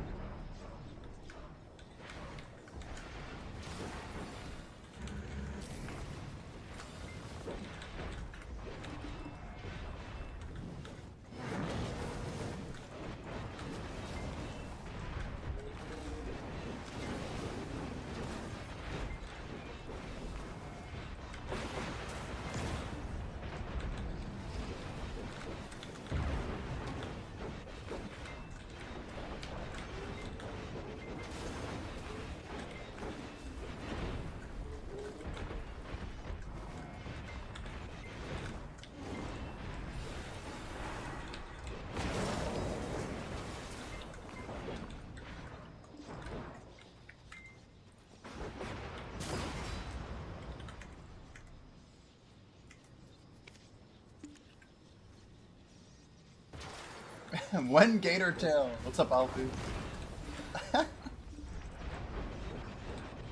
One of these days, for sure, dude. It sounds so tough and gamey, man. That's all. Like, it's like eating dinosaur meat. Like, it's cool and all, but aren't they like a little more like, I don't know. They're just so like, ah. I don't know.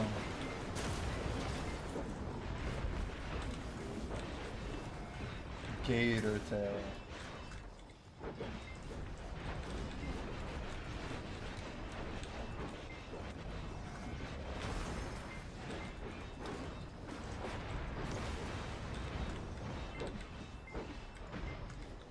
You need that burger place Jordan goes to? Wait, what burger place?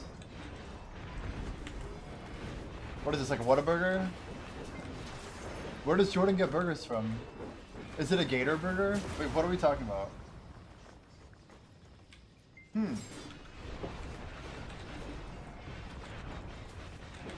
Yeah, we have Steak and Shake here.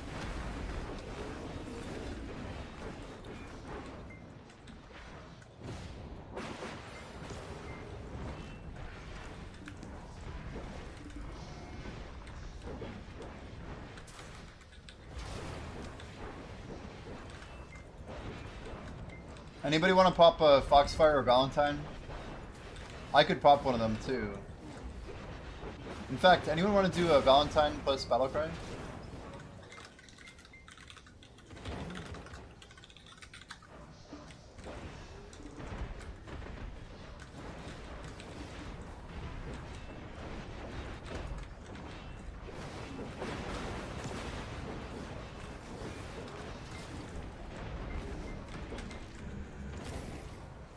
It's crazy we can use CTG once every 4 hours. I know we're not spamming that more.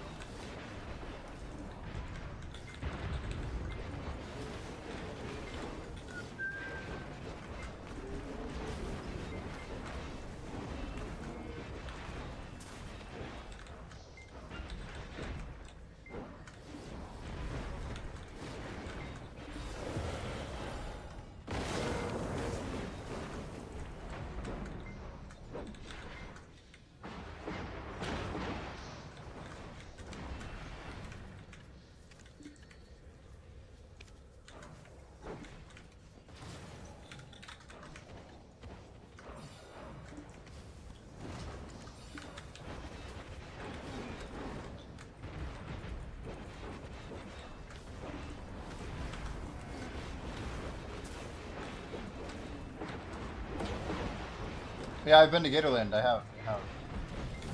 I actually went when I was a kid, I think. Like, really young. Like, not when I lived in Florida, but we came down here.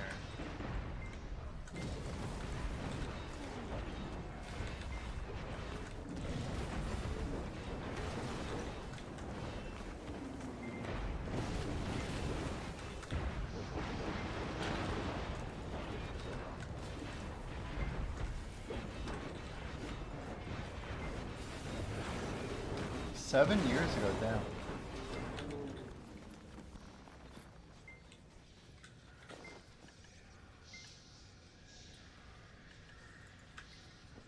I didn't expect them to go quite down to 283 so quick. The market reset and it just dipped. It's crazy.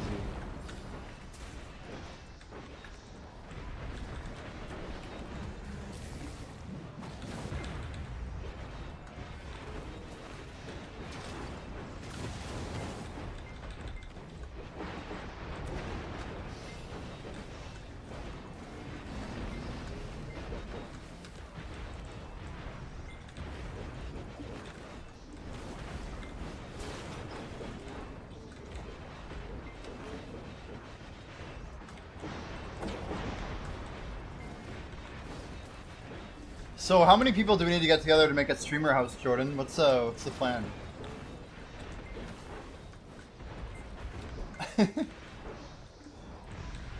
I feel like if we got like, you know, like 5 or 6 that are like decent sized streamers, we could like make it work.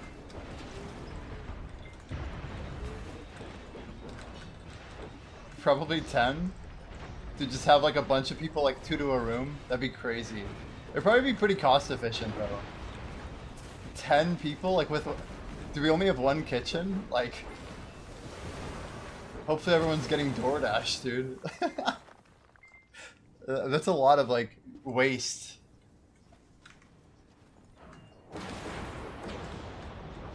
Be crazy. I mean, we could actually have like a couple like webcam feeds going around the clock, you know? Just like full on like they go toward the rent. So anything that's like in that grouping gets taken off the top, you know? Cool.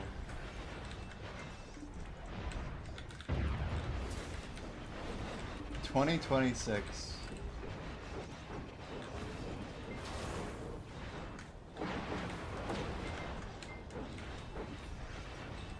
Would you want everybody to be like in the same type of thing? Like that could be crazy. Like the same category, I don't know. It'd be one thing if we were all like video streamers, but it's a lot of people to align, you know what I mean?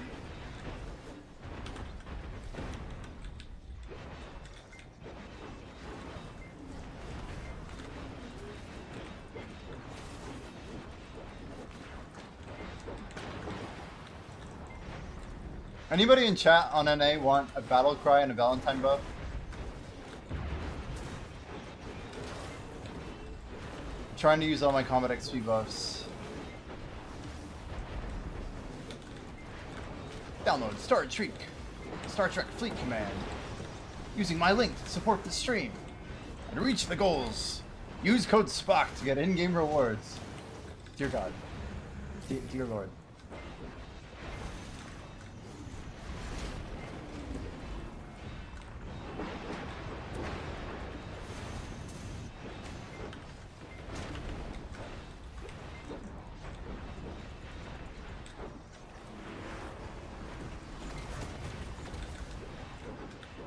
I wonder how many people are just gonna be like hella burnt out of video after being in this guild with us. Just be like, oh, I thought I liked grinding and now I don't.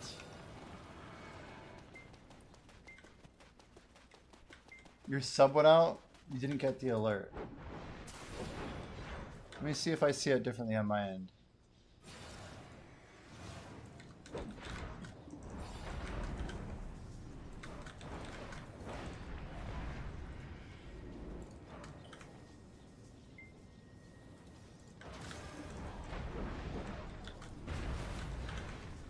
Usually, I think subs are auto-renew, but I'm not even sure, man. Resubbed? Hell yeah. I could put it in sub-only chat just for you, you know? Make sure nobody else can talk. All these plebs. Can I run a promo? Let me try a promo. We're gonna try something. 1 hour start discount. Wait, how often can I do this?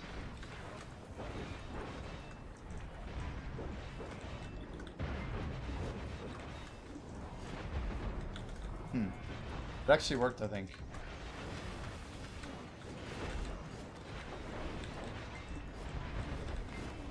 You guys are less than shies?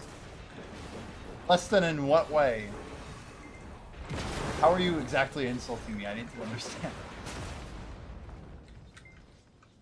Guys, someone wants a Valentine buff, surely, right? I need some Valentine buff going on. Does that have to be for anyone in chat? I'm really gonna pop it for everybody.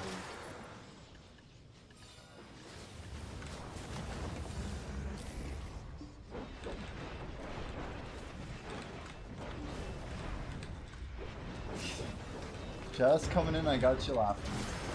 Well, not the worst way to come in then, huh?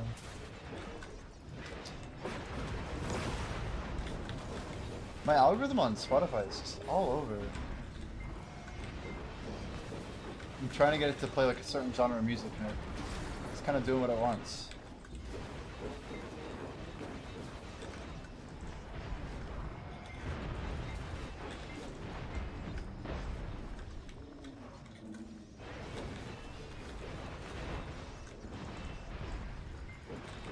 So we're gonna buy a Splendid once they drop probably like 2 more times maybe.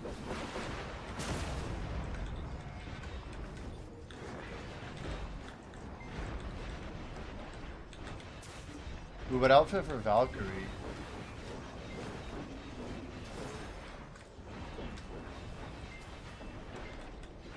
There's always like BD9. I don't know. I don't know what the Valkyrie is.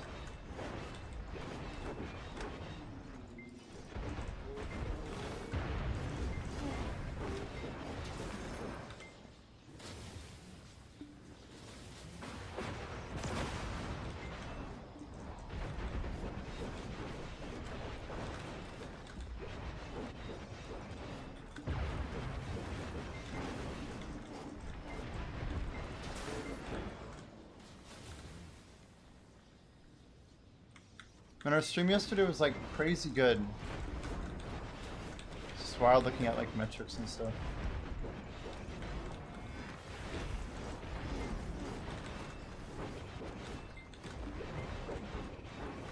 Apparently 47% of my viewers also watch Jordan TV. Look at that. Interesting. You got 3 of those spirit claws together. You get a certain costume with a tailoring coupon to gain the crystal slot.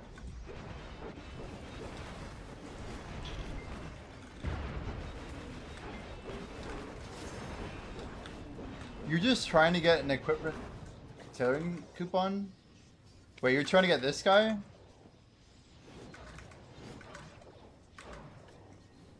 I just buy a noble dress costume, right? And then melt it down, right?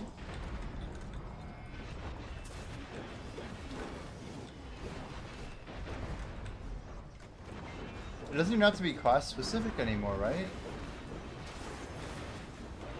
Can't you just buy like a noble dress, whatever? Any of these, and just buy one and then melt it down, right? I forgot exactly how you do it, but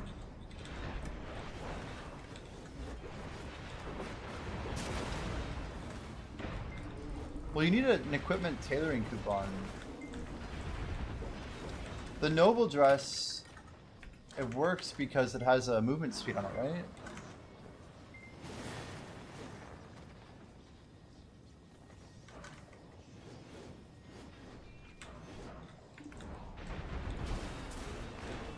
I'm pretty sure the crystal was a new change. Yeah, you just have to heat it. You literally just have to heat it. But you have to tailor. You have to tailor like a noble dress with an equipment tailoring coupon. Do you have a tailoring coupon? Their items are so confusing in this game sometimes. But do you have a equipment tailor? This guy. You need one of these. You have 3 options basically: either amity, movement speed, or swimming. I'm assuming you want movement speed. It sounds like, right?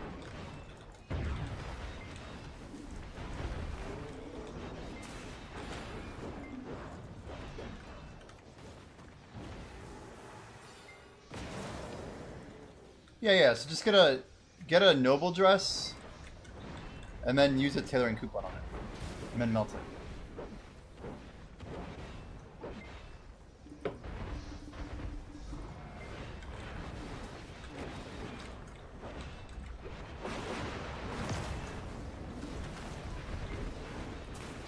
Pretty sure that's all there is to it. You're most welcome, dude.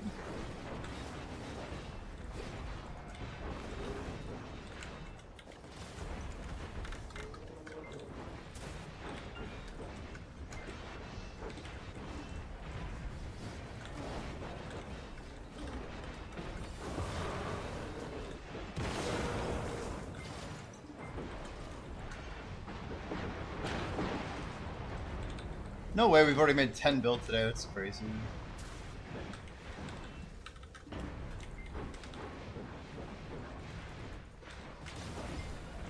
It says we've been grinding 4 hours. I don't know if that's even true. Oh, the drop rate's lower today, isn't it? I forgot we're running like 270.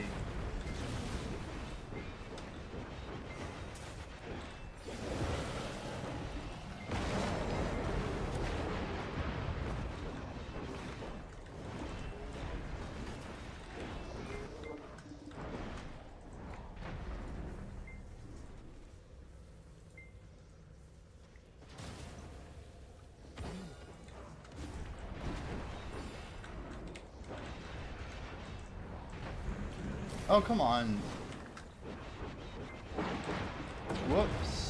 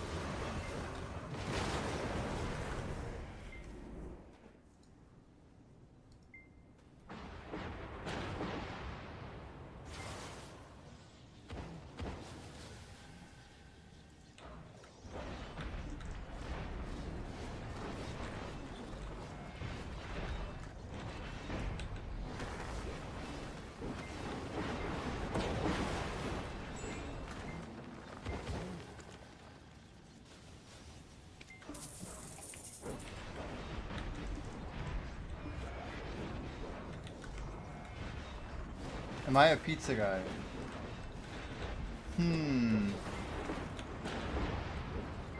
Probably, yeah. I mean, there's like good pizza and bad pizza, you know? I actually literally got pizza for my last birthday.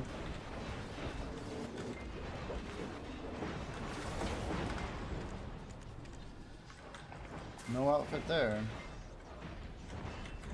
What's like the best topping for pizza, chat?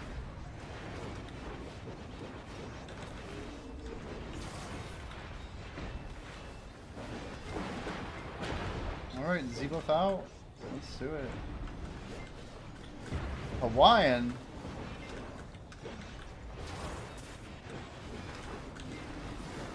Hawaiian's not bad. It's alright. It's alright. Nice, we got some good damage up there.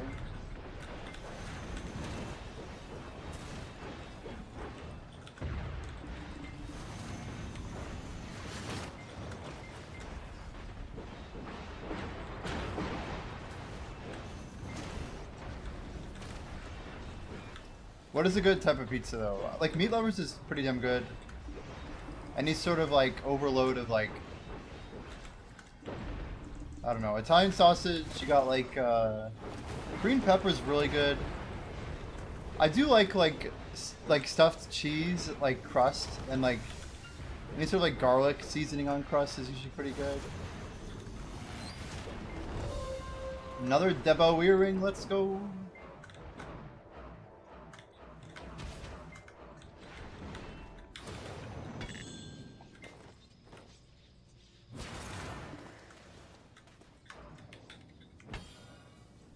Original crust Meat Lovers, I need to make a po' boy.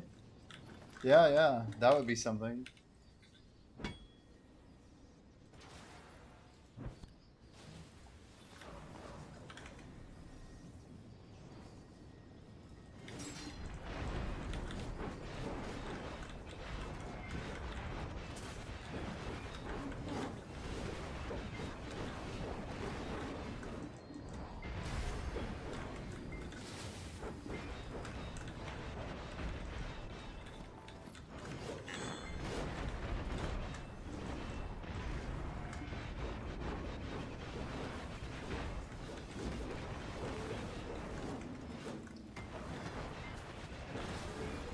Give me the ingredients, call it deconstructed.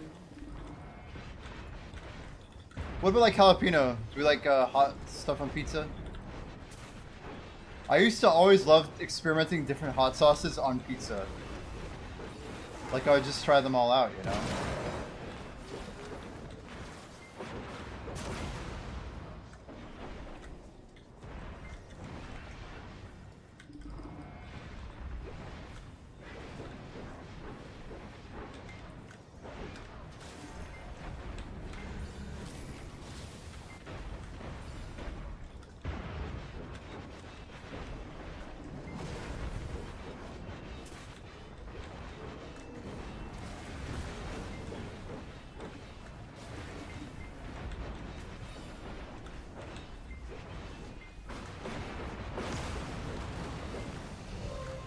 Another Devo. Stack them up, stack them up.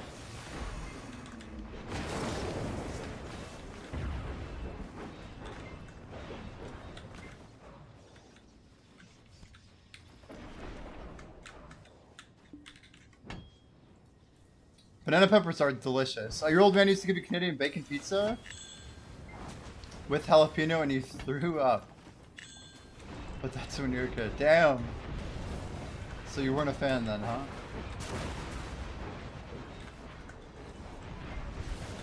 Does anyone mess with stuffed crust?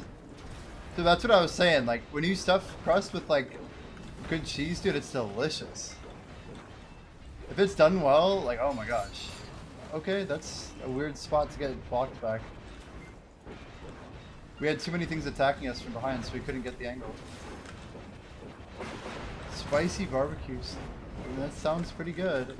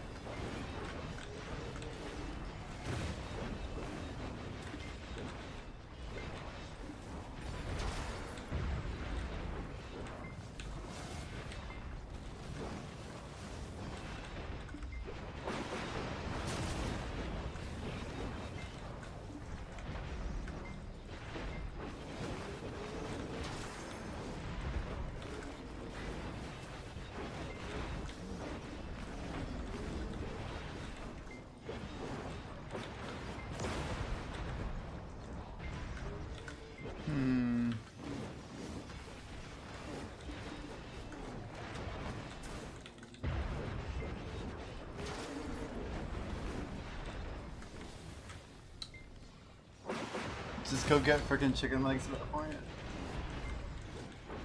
Would you say you have a well-balanced diet? Yeah, I do. I do. Today I've had chicken. I've had spicy pickles. I've had a few blueberries. I've had half an orange. I had a little bit of cheese.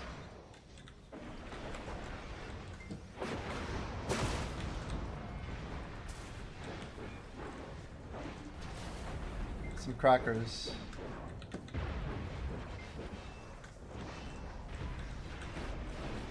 A few nuts. Like if I look at a 24-hour, I don't know, there's some stuff probably missing. Like green vegetables. I had some green beans maybe like 2 days ago. I don't know, it's really not bad. It's probably better than when I was like in my 20s.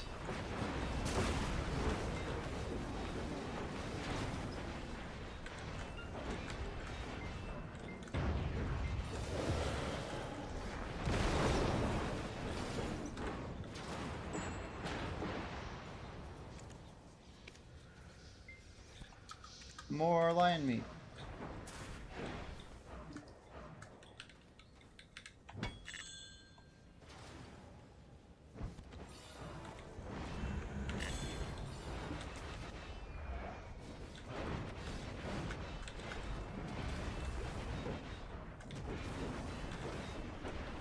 One gram of mono unsaturated fat can help recover your body's fat burning potential. Interesting.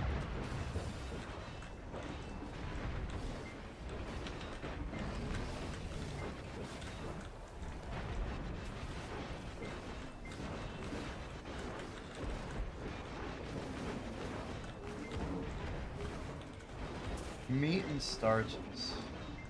Yeah, I like pasta. I like eggs. Pasta and eggs seem like very big for me, probably because I like jogging. So like pasta, eggs, chicken is like a golden trio for me. Like when I want to work out eventually, I will have pasta. When I'm like in recovery, it's usually chicken or egg. Almost always. A little bit of red meats mixed in there. I like a lot of like canned things like tuna and sardines in the pantry.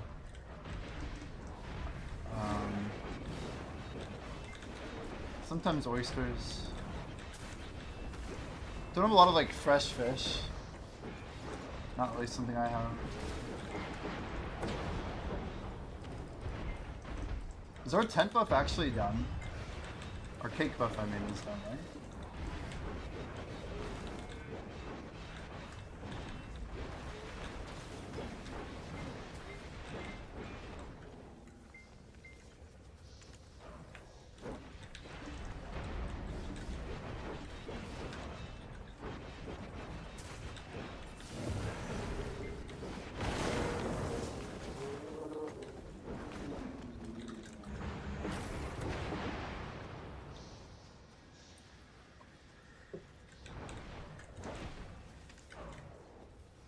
Eternal just hit 66.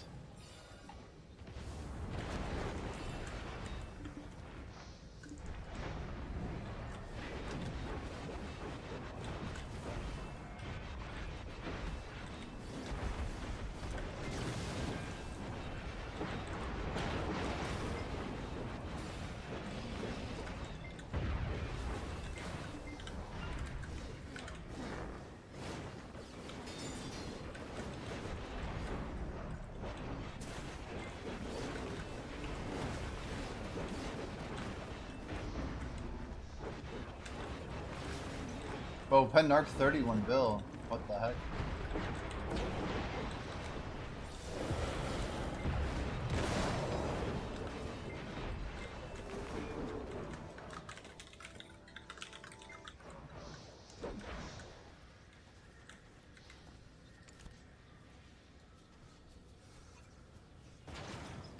Hey, the Shining's back. 53.50. Very reasonable, you know?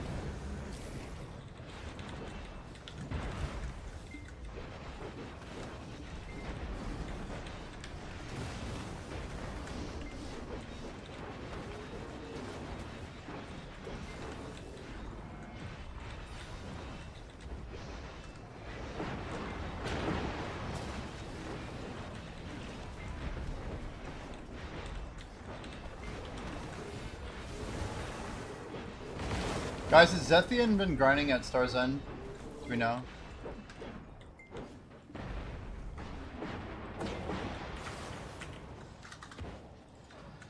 I need to catch that flying mignon guy. Flying Milon.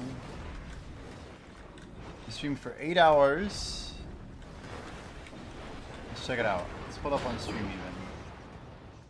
We can go in here together. Here we go. 14 hours ago. Nice. Well, this is gonna get us real far. Cool. Should we drop a sub chat? Level 70 tamer. Am I going all night? I will grind for at least 7 hours and 54 minutes.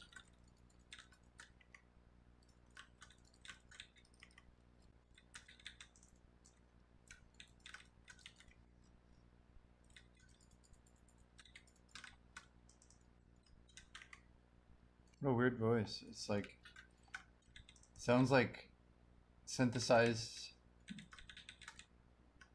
I don't know, very off-putting, something about it. Countdown activated. I'll do my best to meet the demands. Judging by his ratio, he's playing like 0.05-ish a day. He's all sub only? Man. He doesn't make it easy, does he? Hey Siri, set timer 5 minutes.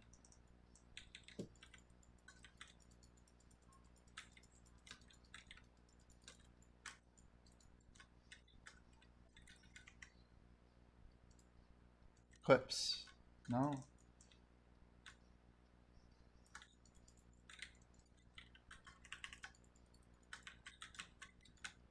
Oh my gosh, that'll one-shot me, I think. I didn't realize, like, we're talking full night damage, too. Luckily, we were iframed. XD.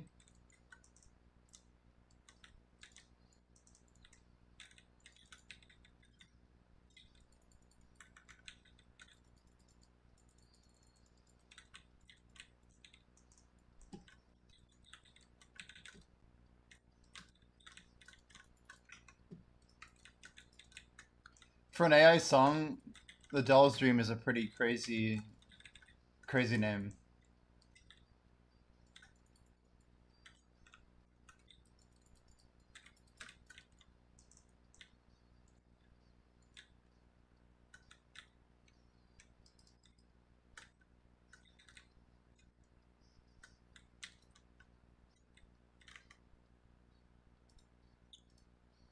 Clips? 7 days, 14 days, 30 days, anything?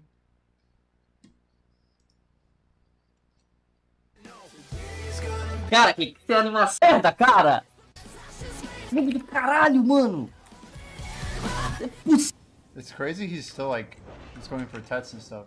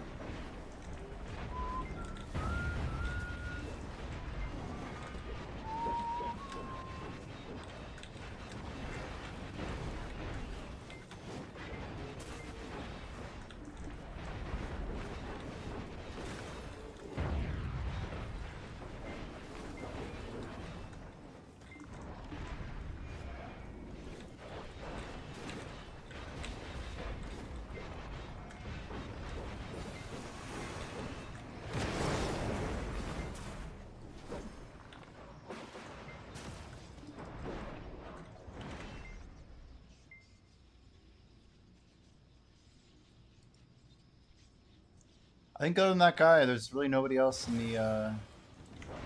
the sphere.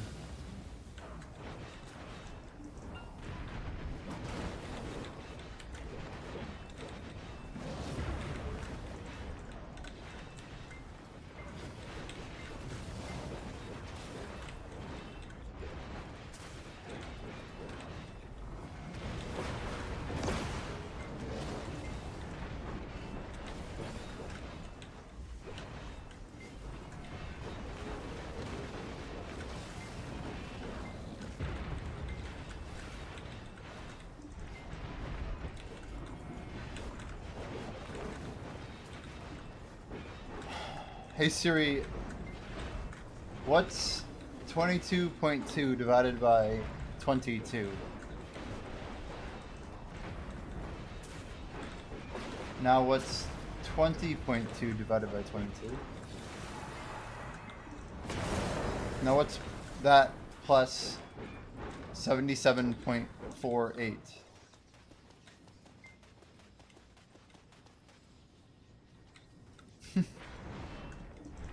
Siri, what's 0.94? Wait, shit. Hey Siri, what's 0.91 plus 77.48?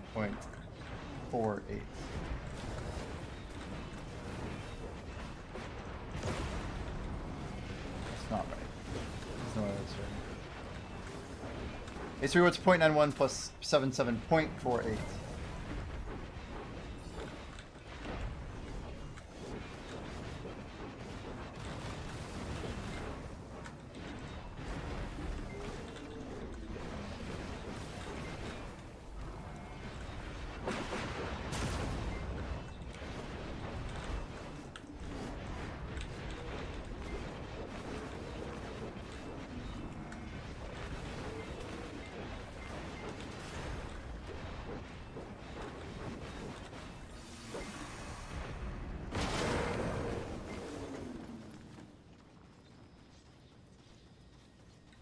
Looks like RBF's going, guys. Timer going?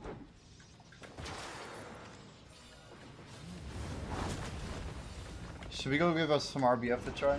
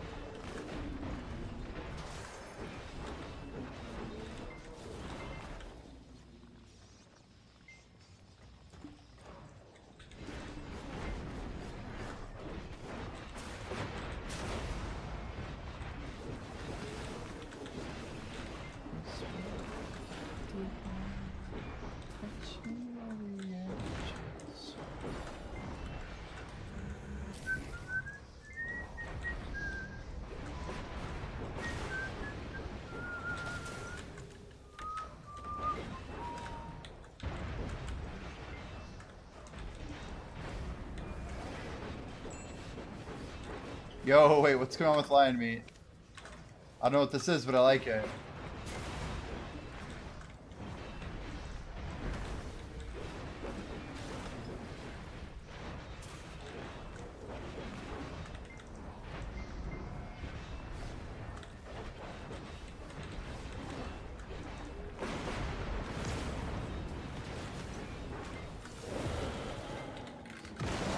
Guys, we're up to almost 250,000.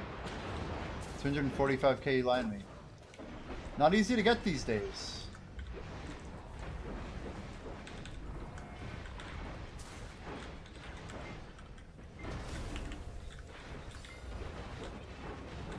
It'll be fun to chase icons once we get rank 1 combat, to be sure.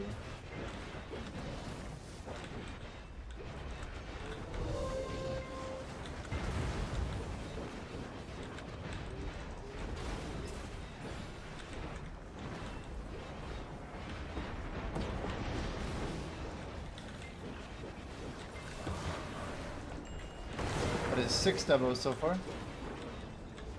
Non-cap drop rate.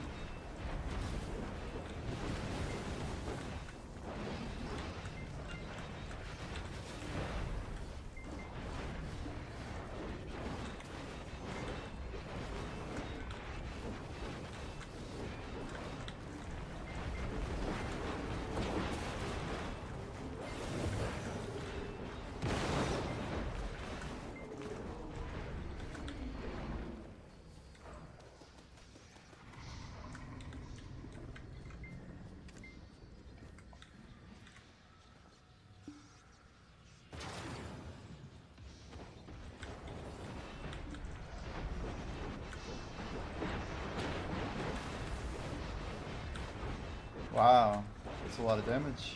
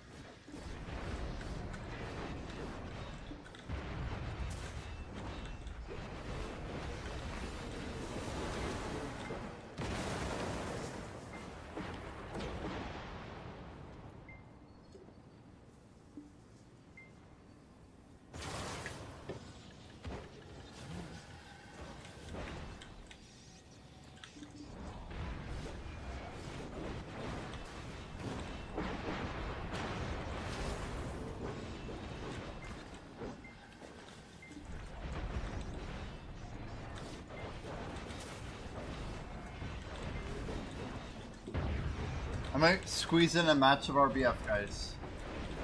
I know nobody's expecting us to do that.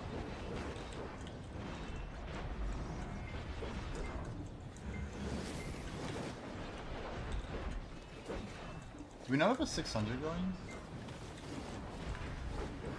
Oh, it's right here.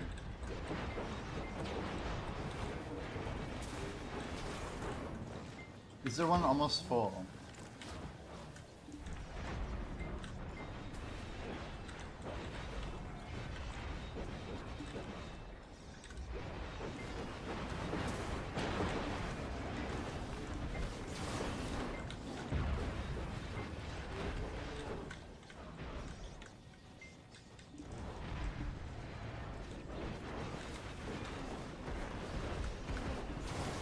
God damn it. How the hell, dude? The mob's kind of like loaded in behind us, so it's really weird.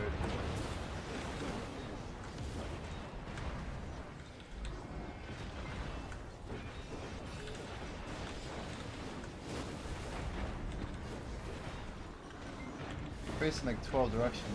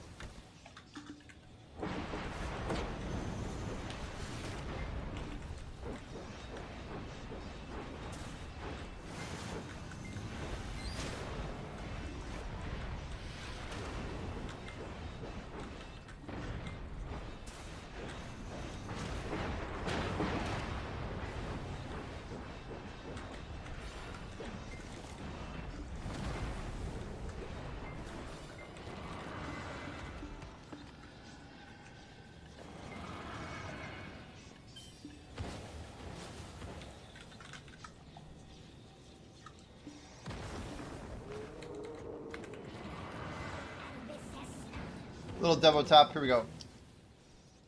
Gonna be 40, 7600.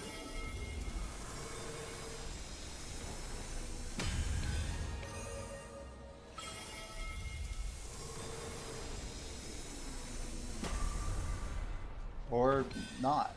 Or not that. Okay, one more try, 40, 7600.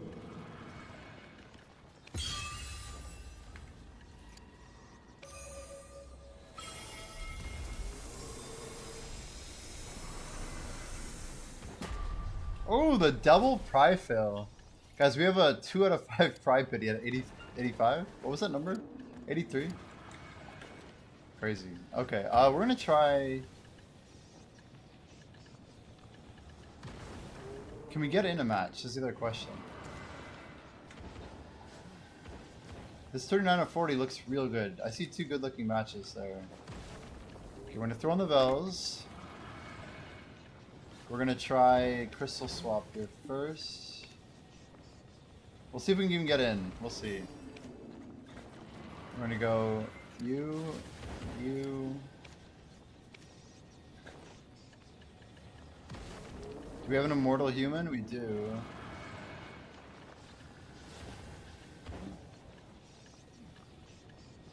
And immortal tenacity.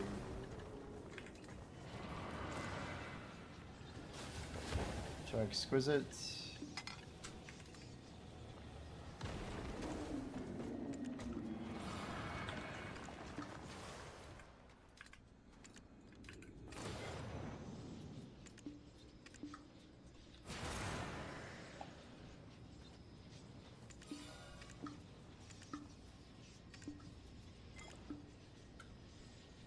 We'll try one match. One match.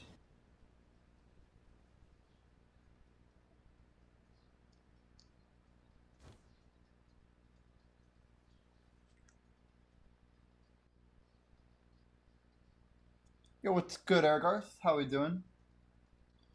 We're gonna test out our gear out here at RBF. We got any event quests? Yeah, I figured. Can we grab all these? It looks like the answer is yes. Okay, let's pop a little immortal action here. Hell yeah. Dude, I haven't eaten this good ever, dude. This is my first time actually trying RBF with an actual PvP build. Let's see here.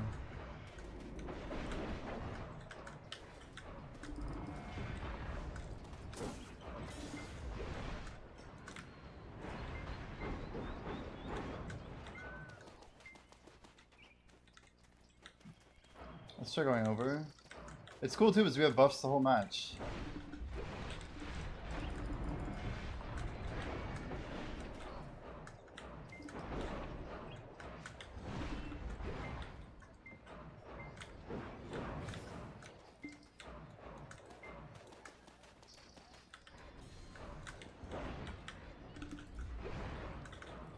Man, they got a lot of people.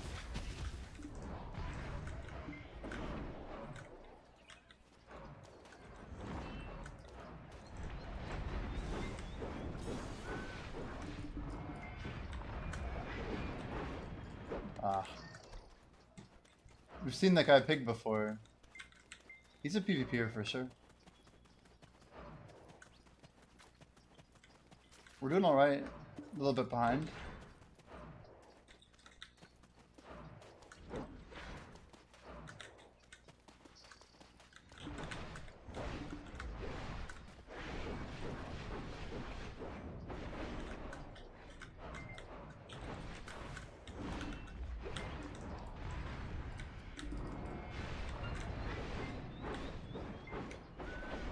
Oh, come on.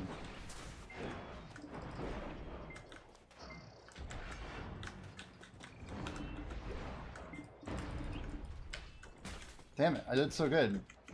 Until I didn't. The 1v3. We couldn't get the KO on the first guy. I see a lot of blue.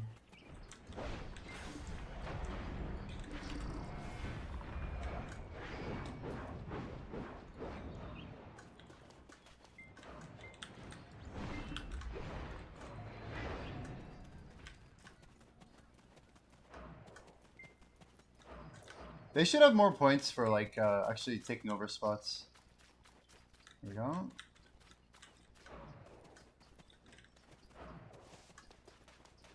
We just got a back cap one.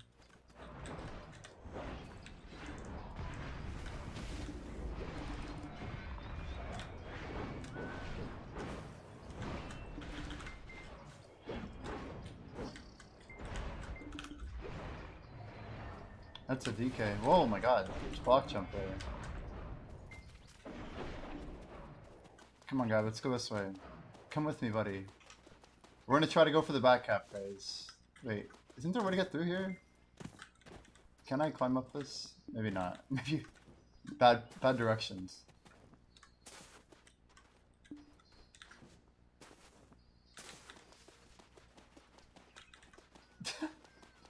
Okay, wrong direction.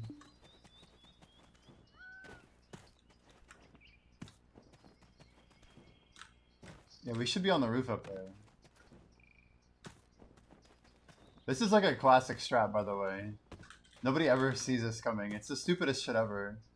You shouldn't be able to cap one from here.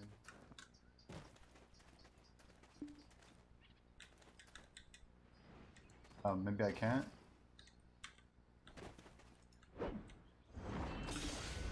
Oh, he got me. Are we cooked? We have a lot of gear.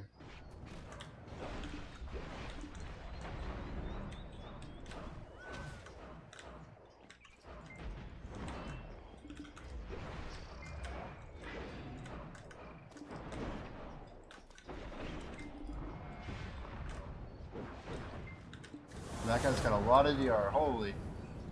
Or evasion. It's like their whole guild's right there, dude. It's like 30 people. Where's my team? We're like all on the first node, getting farmed or something. Let's go behind the Zerker. We got a little Z action here.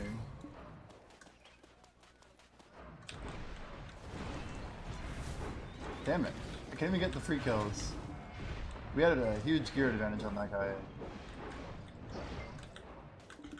Re-CC if we can, but...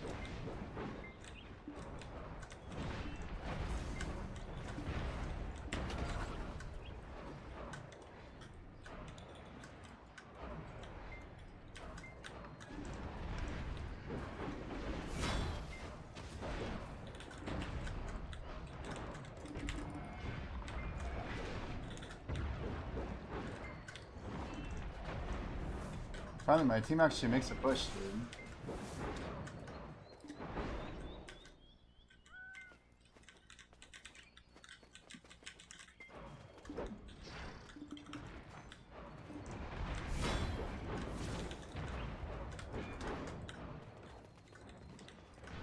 Oh shit. We got.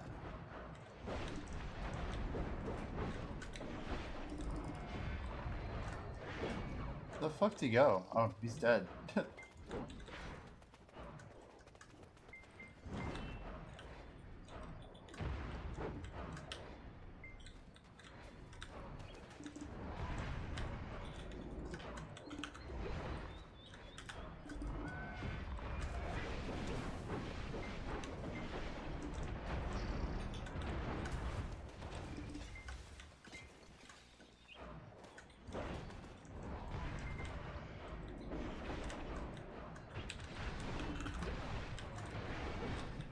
No, I'm dead. I'm dead. Bad spot. T for the PvP. I don't get to see this from you when I view. Yeah, we don't do it too much, do we? Trying to get some more gameplay in here, you know? There's an event right now. It's like the best time to do this. We have some of the gear to do it too.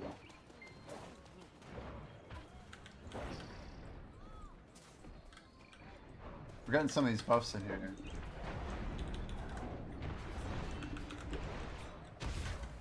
Gotta be careful behind us.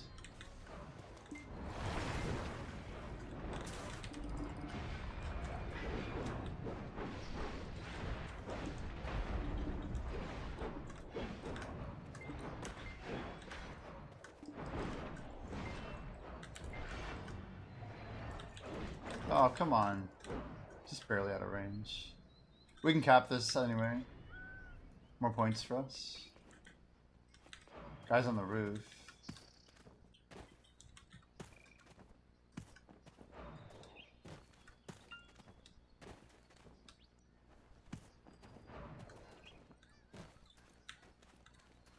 We're a little behind.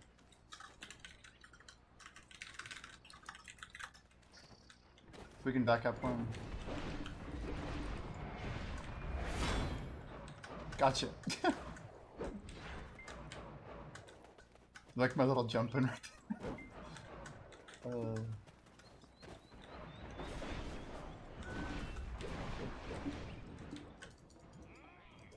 Stupid vacuum.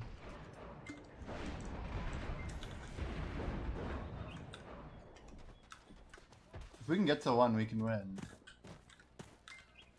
Oh, we got one. Oh no, but we're behind. No, what are we gonna lose on here?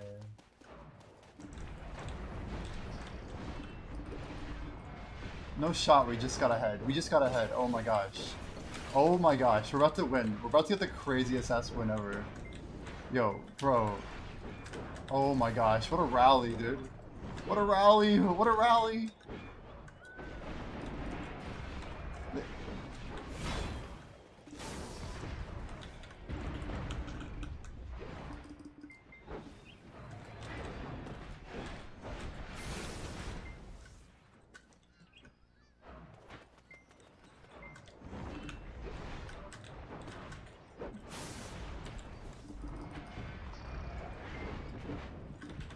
Wow, that hurt.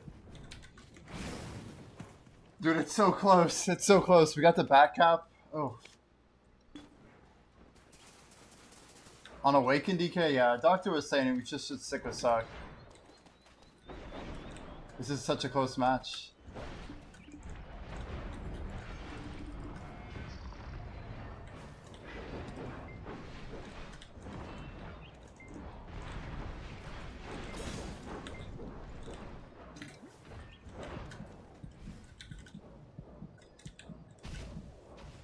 Don't let them get the free kill, you know?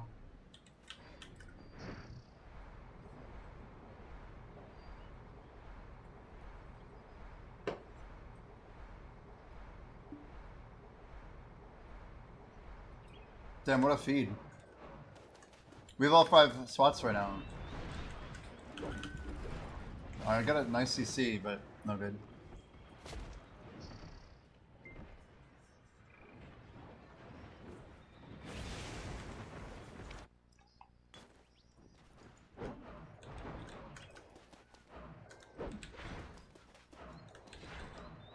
Yeah, I'll have to heal him just to die.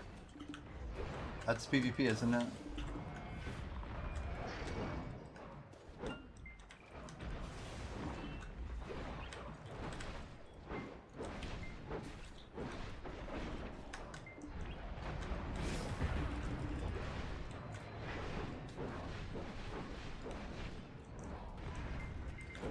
Dude, it's so hard to see with the clipping here.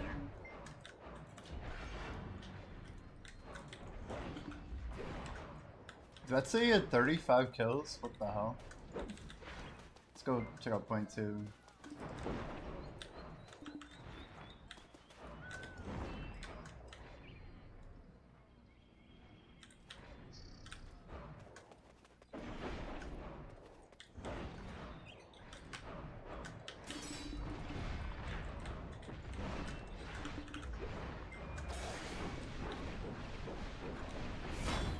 Gotcha.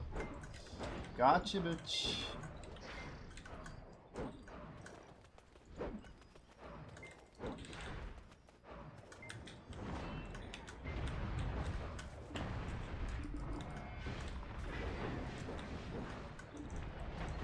That's the shy, right?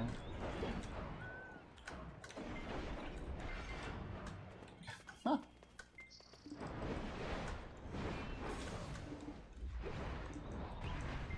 I don't have, let's see, the evasion's pretty rough here.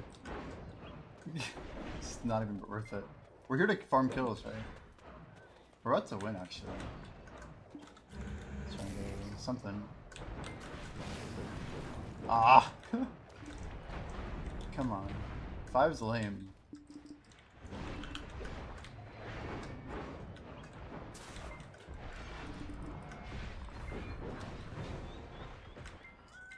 Whatever.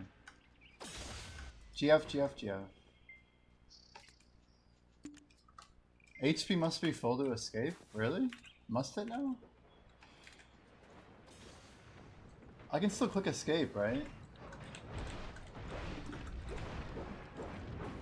As if these kills counted, you know? Pretty sick match. Couple good W's.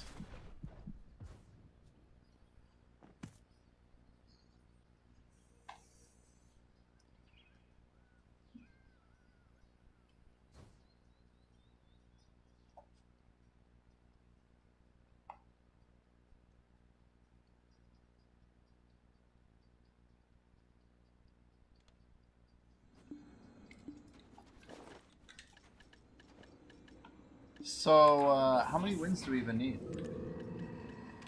Okay. Do we know how many wins it is?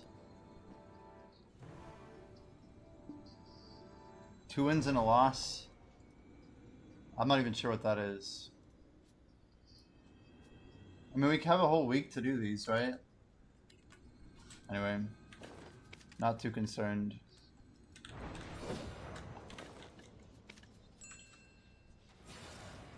Loss is only 10. That's cool.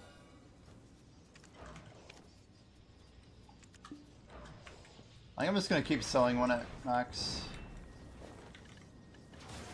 Seems kind of free.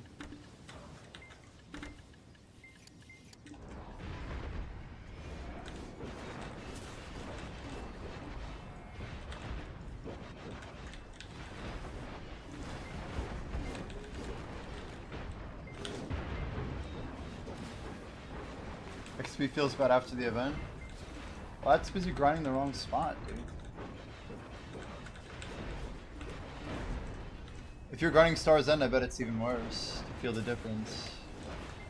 Because you're not running native XP boost, right?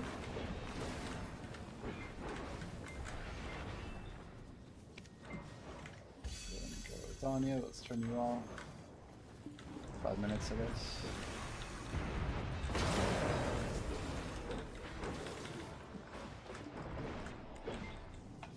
Doctor, the secret is the chocolates. Make sure you get those chocolates moving.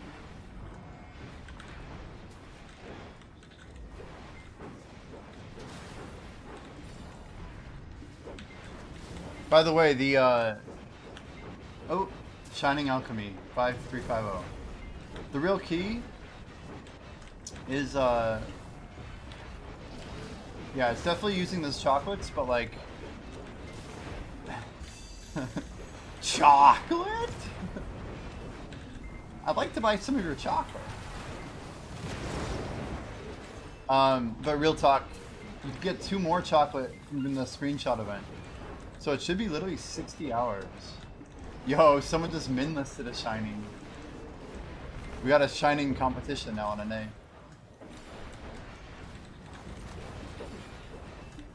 Oof, popped one, realized you had no glue. Yikes.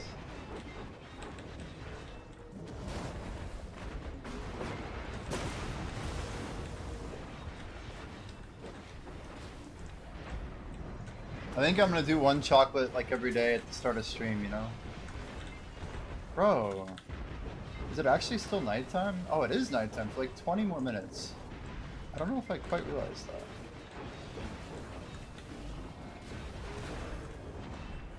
Yeah, you think someone will buy it for 2 on NA? Maybe someone will. It just seems like such a waste of money. And you're just buying someone's RNG, like, I don't know, such a weird way to spend money. Yeah, I saw, there's 2 of them there. There's 2.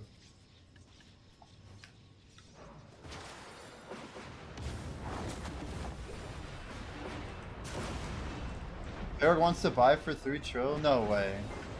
What? Actual?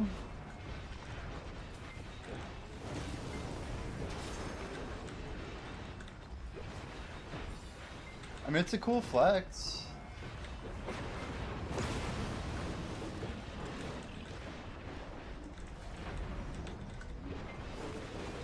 I mean, the cool thing of buying it, I guess, is you can just make a bunch of Splendids for profit, or I don't know. I don't actually know. Used market's already cooked anyway. What are your Splendids at today? You guys have them sitting at like 250 yet?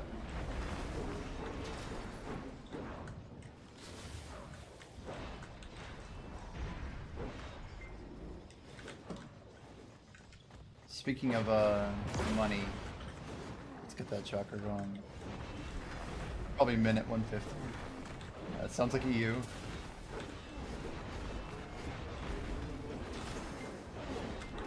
Ooh, he said so on stream. Life is more than destruction here as well. Our lives are like 350.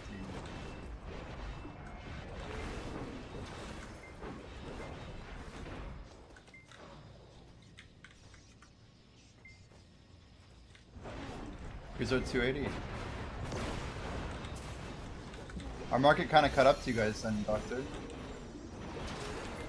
As you can see here. We're pretty close. 2 at 316, 316. Pretty close.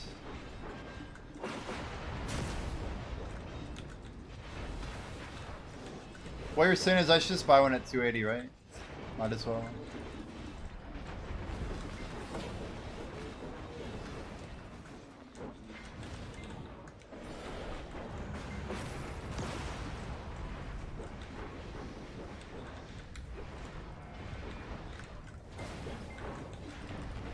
$26.7. 267, 267. 6.7.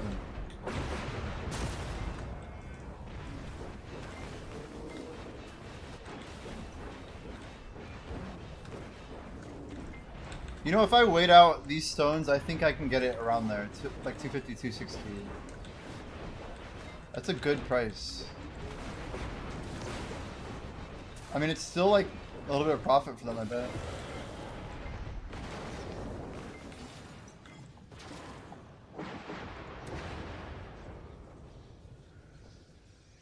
I sent my screenshot to Choice, by the way. Check this out.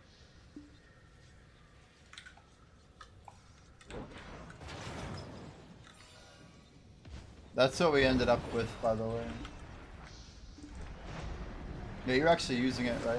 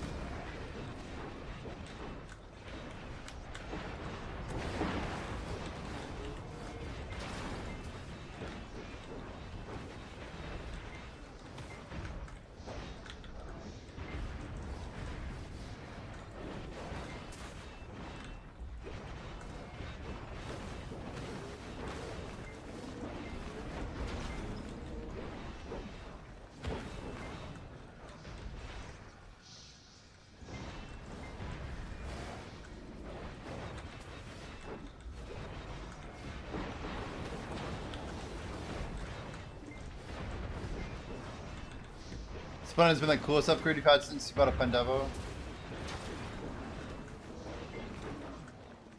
Yeah, it seems like my experience with it,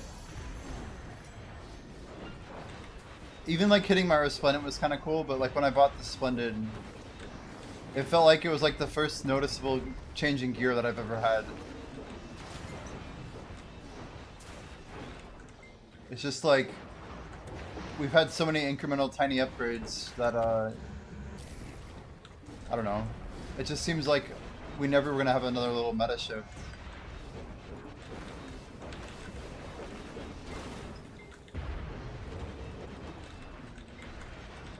Hey, I just got out of RBF.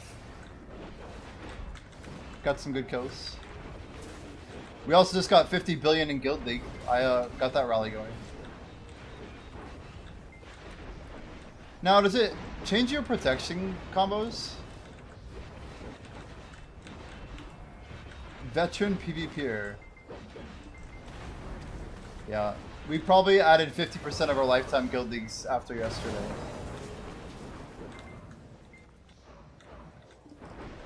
So I would think that a faster attack speed could be bad for super armor comboing. Because we don't have that much protection. I feel like that could be a little bit overwhelming. Ah, too slow.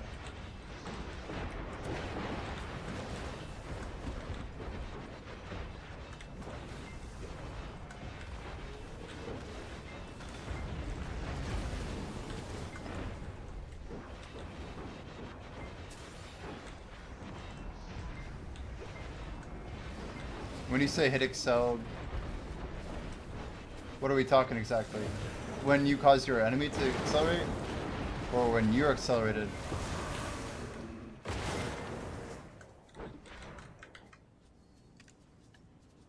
Two shinings. Wait, so there's actually gonna be 3 shinings on NA at the same time. Just a giant meme, I guess, right? I didn't realize that there were 3 now.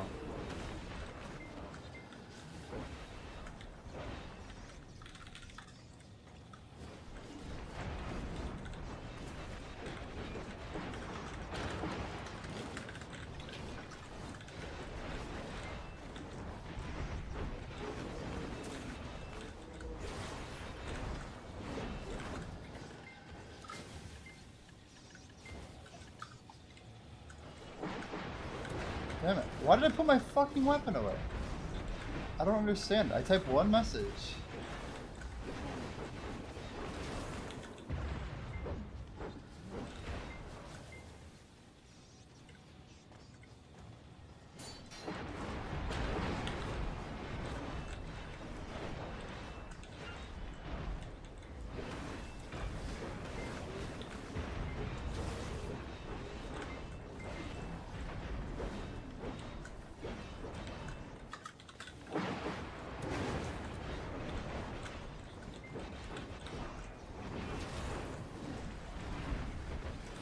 Yeah, Wheel seems like it has such a short protection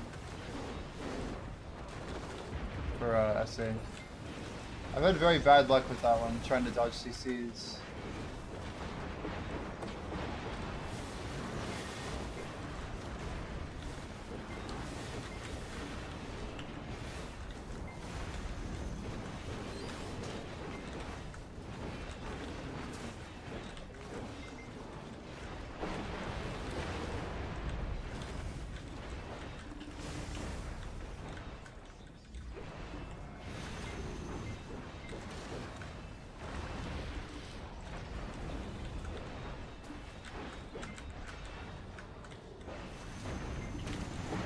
I still like the idea that you have to spend, like, I don't know.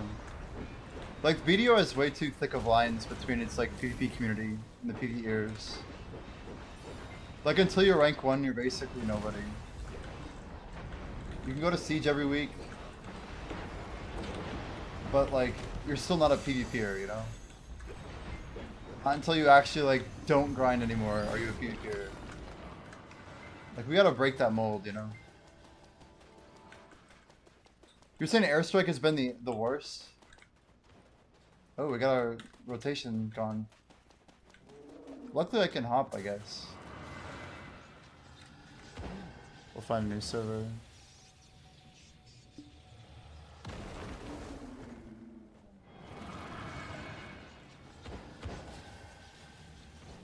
Well, no more Ashes of Creation. That's kind of nice.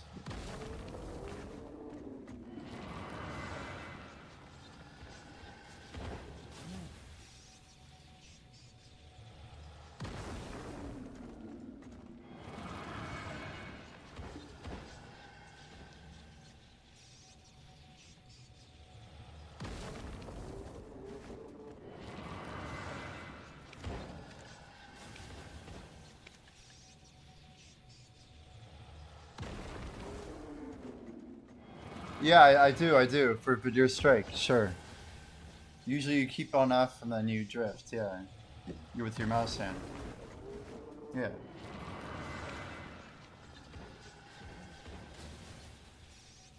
He's cleared, but I don't know. I don't trust this market.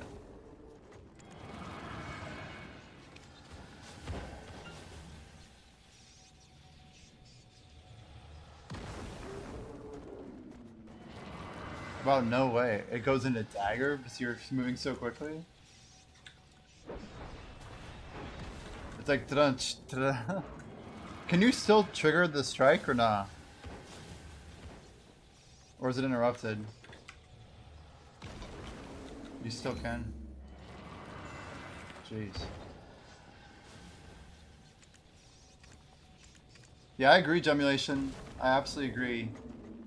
The terrain's really bad. You don't have like any line of sight. You can't do any like mid-range attacks. It favors like long range, like tower griefing, like casters on the roofs, or like people who are close range, but no like mid range. The terrain sucks balls. I've never been a fan of. We need more open terrain, I think, for good fighting. It should honestly be on like a cycle, and they should have good rewards for all cycles, you know?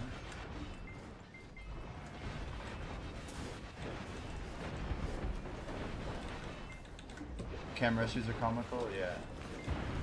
Yep, all the clipping and stuff, it's not fun. Not a fan. Let's get out of here.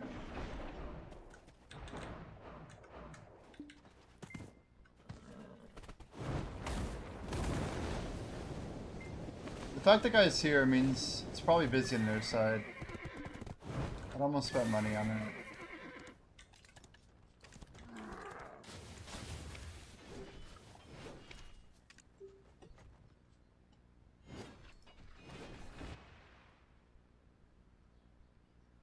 Yeah, I can't help but agree, man. Can't help but agree.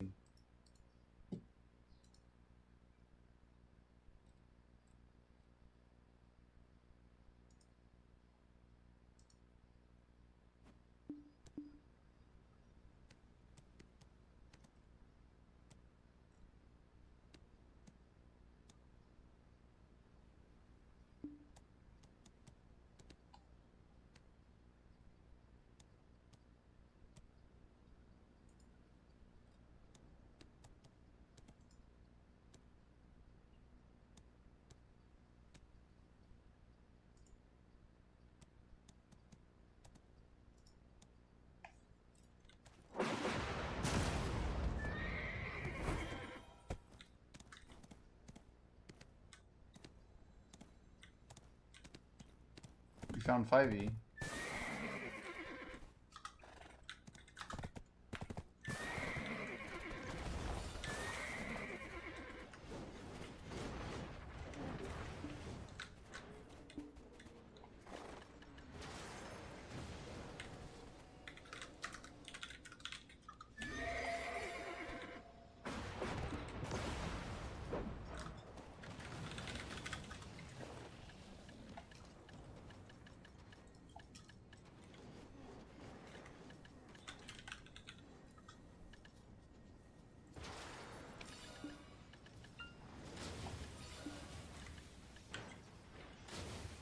I'm afraid to pop it.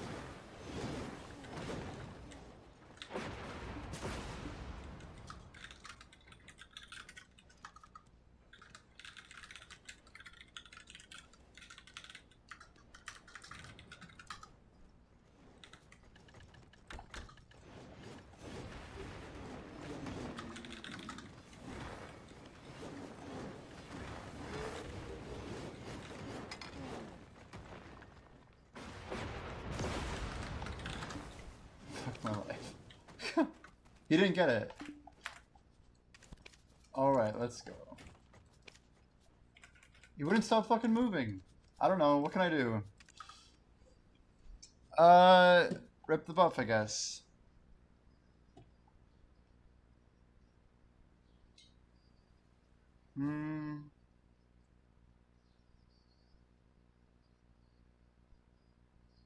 Yeah, I had it a couple weeks ago. I don't have it on me, Cubic. I sold my Alkstone, you know.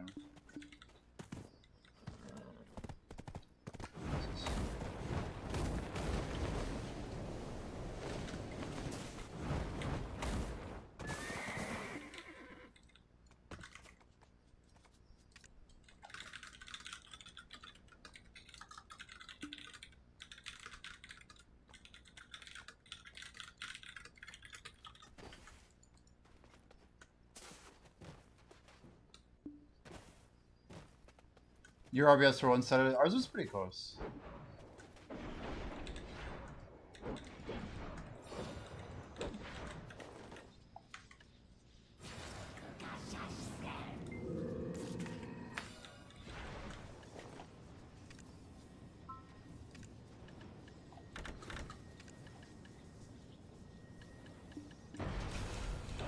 Could pop another.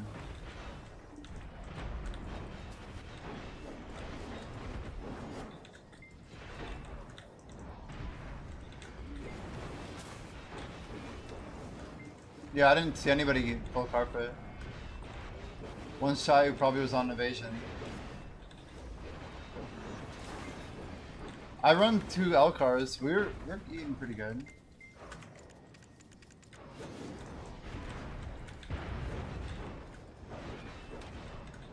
I could probably go a little bit more into the offensive world. Doctor, would you change much on this? Oh, I do have a DR on here. I didn't know that. I was using a DR. I probably should be full damage, huh? Man, I would do a lot more damage. I didn't even notice. I didn't even legitimately know I was using that. Makes sense why I felt a little tankier, though. I was tankier.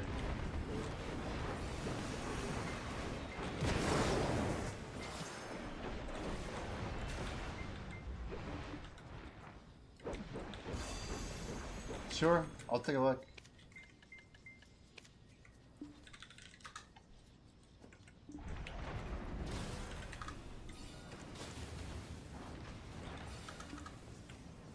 Fucking market, dude. This is so bullshit.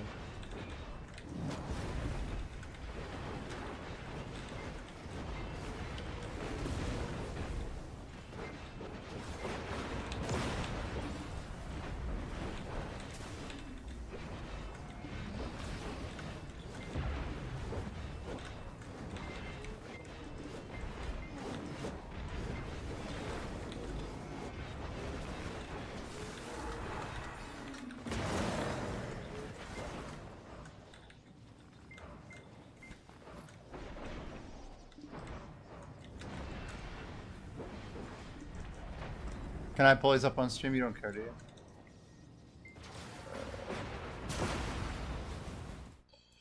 Alright, he's got here. Really mackless, huh? Is your full blast? You have double accuracy. So you think it's better to use the accuracy over like Visionary Elcar, huh? Because you got more upfront AP?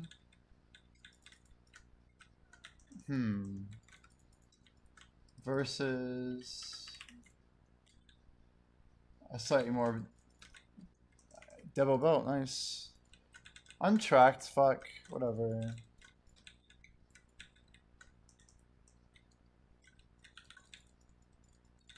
Now, do you just get a crap ton more accuracy? That's the idea?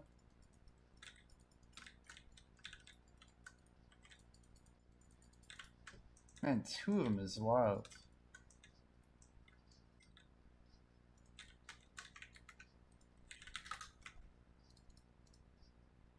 So you're running Jindon all accuracy. Not all accuracy, just ginned on accuracy.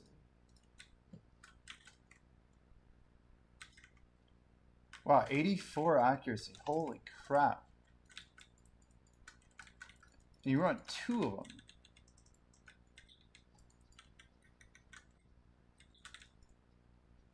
Wow, what a crazy trade-off.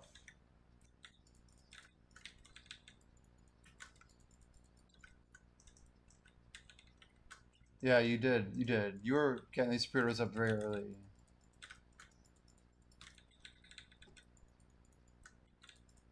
Two's wild, but very impressive. What is a Han over the Jin? Is it just less AP removal? Maybe I should pick one up for PvP.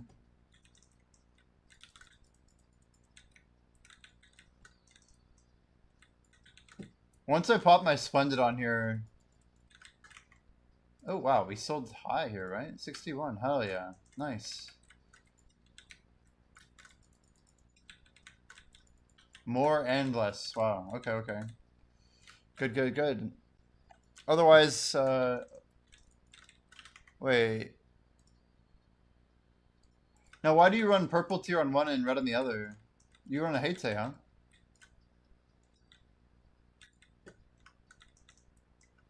Any idea on the what the trade-off really is about?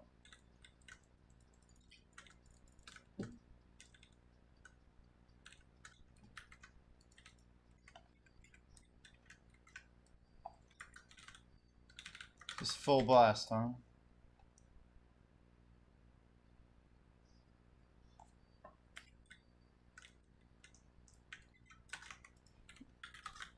Bongaga.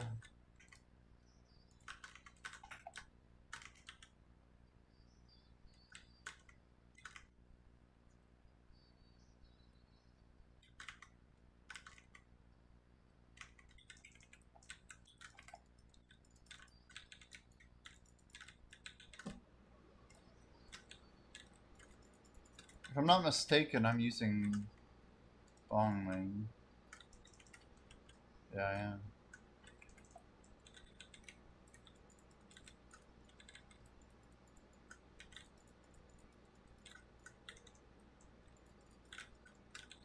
You never mess with any DR yet?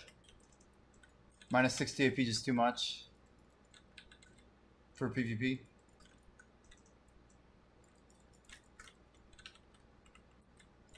There were a couple spots I didn't close out a kill that I probably would have without the defense.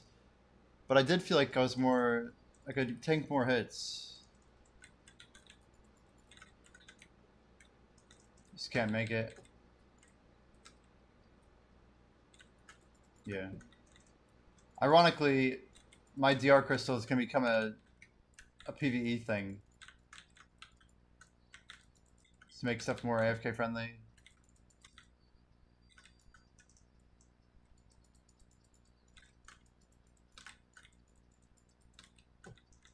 Yeah, it's crazy.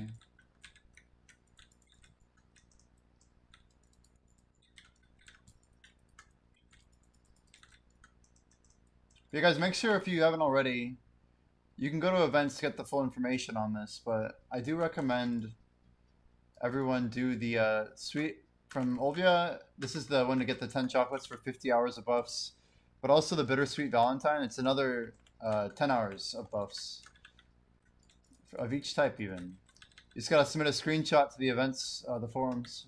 Only takes like 2 minutes. Are there really 7 RBFs running right now?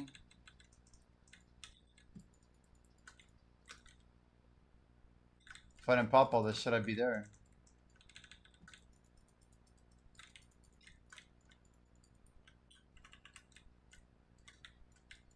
Are there really 7 running right now? Whoa, look at that. That's like 200 people. No shot, I forgot to move my camera back. Thank you. Thank you, thank you. I legit forgot. At least 2 minutes ago I forgot. Let's turn around tracker again. I missed the Debo Bell, by the way, not in tracker, but we got another draw.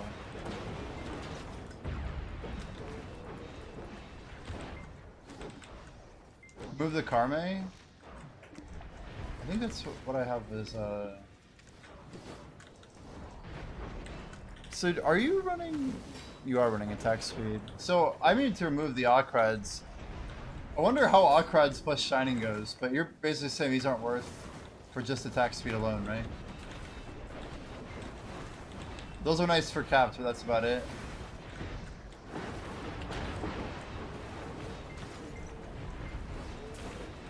Yeah, I gotta make the corrupted. I forgot about the upgraded corrupteds. That's 6 more AP I'm missing. And what is my priority to make that shit? I'm close. We have 40 out of 60. But I need 600 magical. That's my bottleneck. I'm pre-ordering both of them right now. I just don't really care too much. But hey, 6 AP, 6 AP. I need to make my heralding still.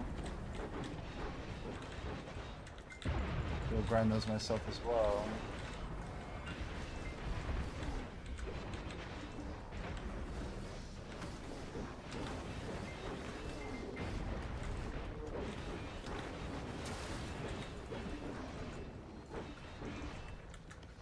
Nice build though. Thank you for sharing, Doctor. So you said one more tanky, one more blasty, huh?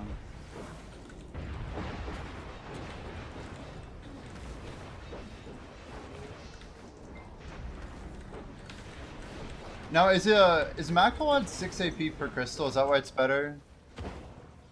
You still run Spirit, but you don't have Spirit Corrupted. Yeah, what do I have here? Karma? Yeah. So you swapped out one Karma, right? Yeah, you did. And you have 2 Viper.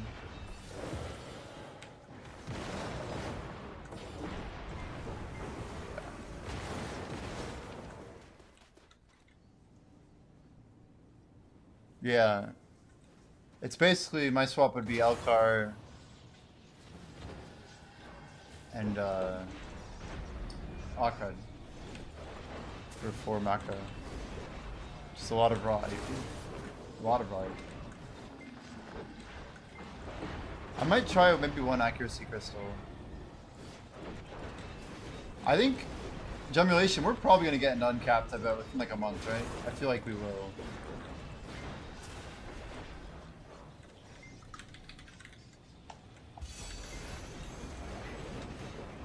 That could be pretty fun, actually.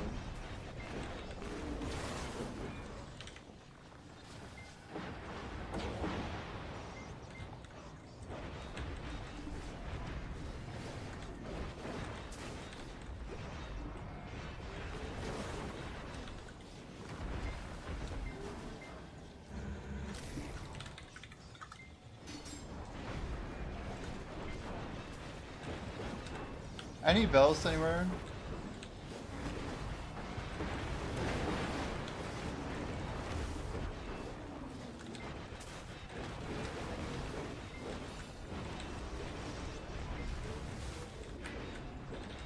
Dear God.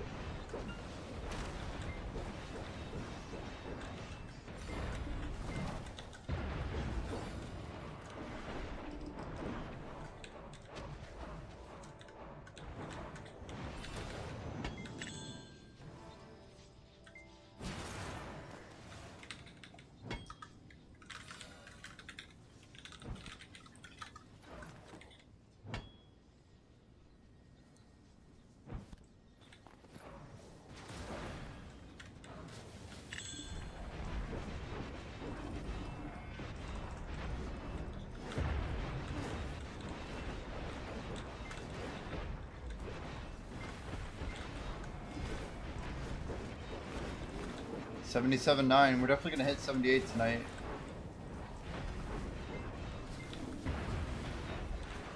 We can do about a week's worth. We should be pushing about 85 this week. It's crazy.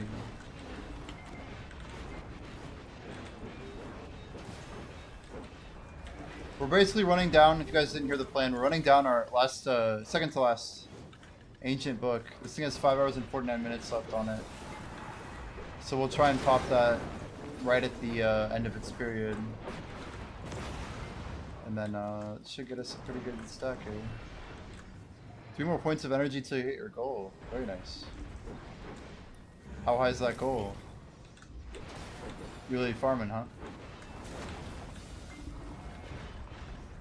I need to have a title somewhere. Here it is.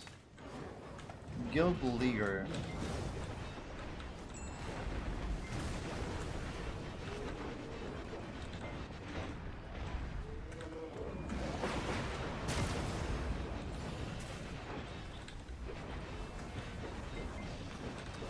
Alright, the big question. Essence of Dawn. Dude, there's some weird queue find issue I have, and I don't know why. Yo, W, let's go. We sold all of ours at 69.5. Oh yeah. Every day closer to Saturday is scary.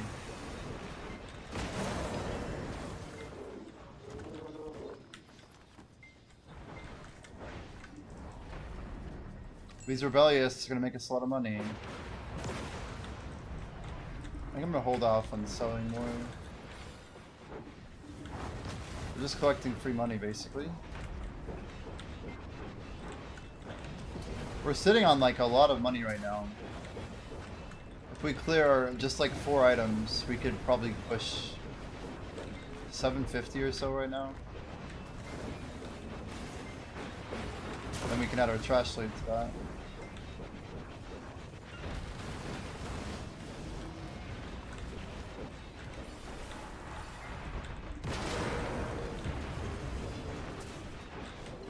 With some decent merching, I think we can have over 1 trillion in our storage and a splendid by the end of this challenge.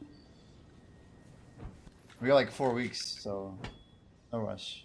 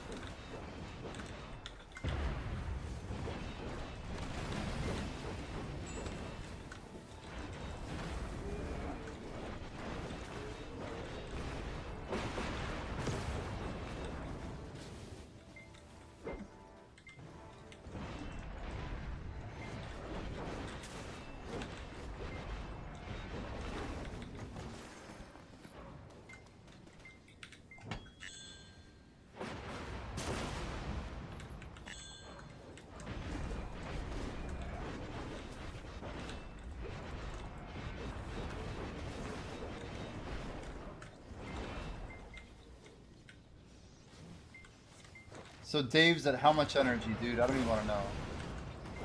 Save like 10 million energy? 402. Oh, 497. You're going for 500, aren't you? Heck yeah, man. Smart to farm that. That stuff adds up over time.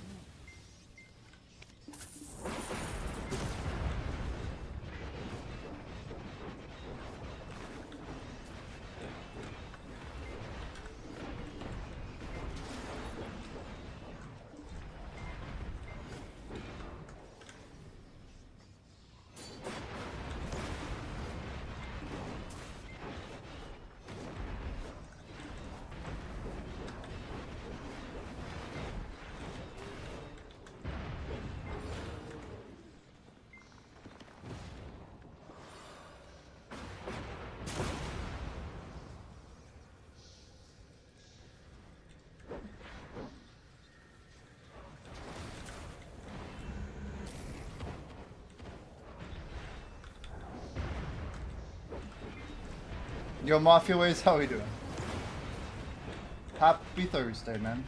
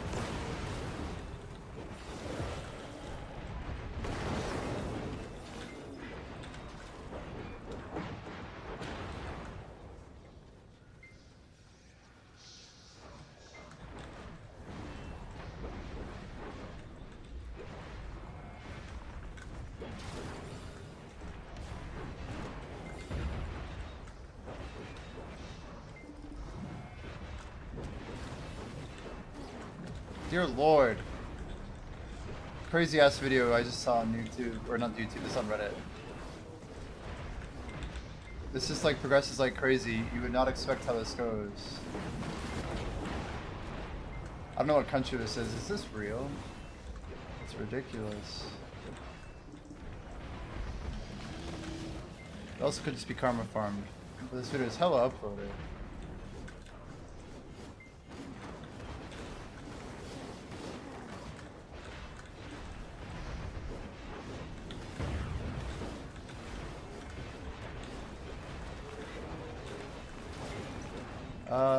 Should we launch it?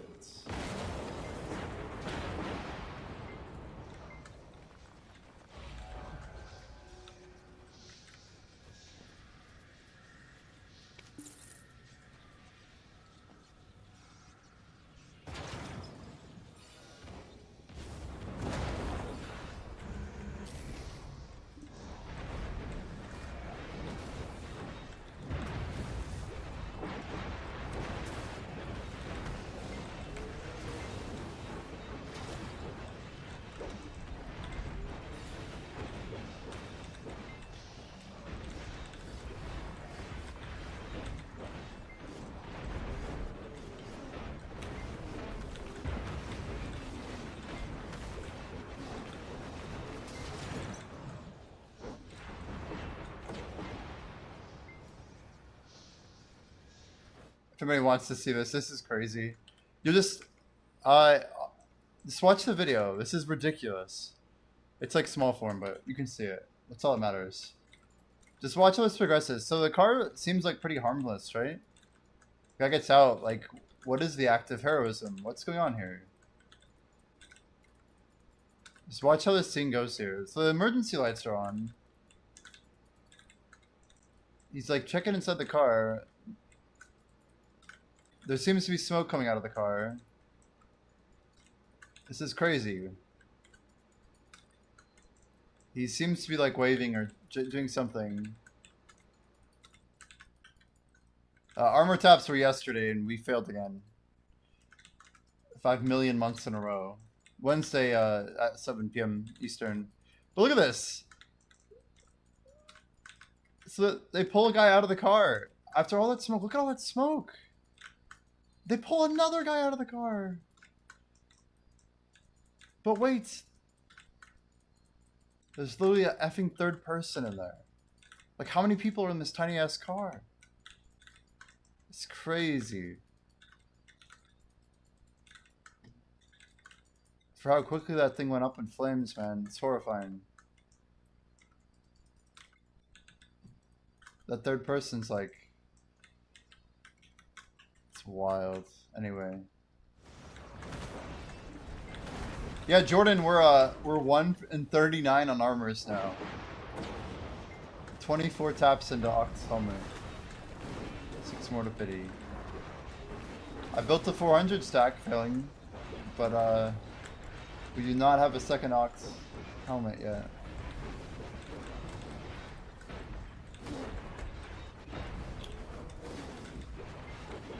They've been pretty brutal overall.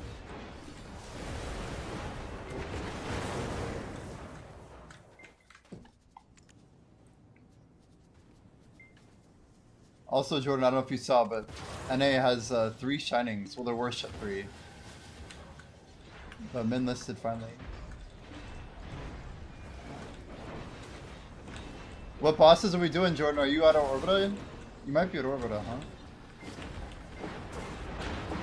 Or close?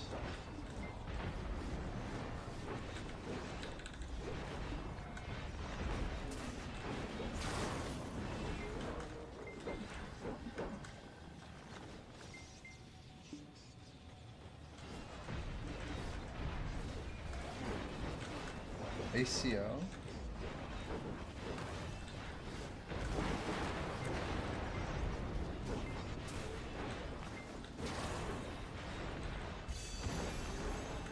You're not doing Jordine or Rozalka? You're not doing Tenebrom or Cardian? EGE Cardian.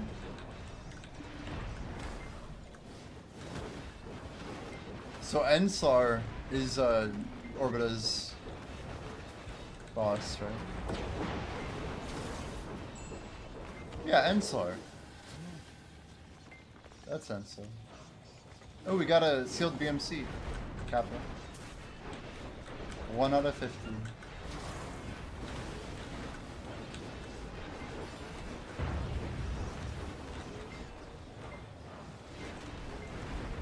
Yeah, you're good.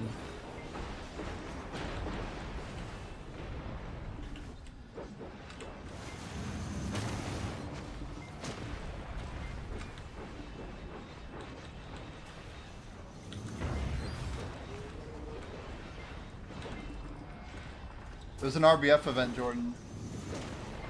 It's very popular tonight.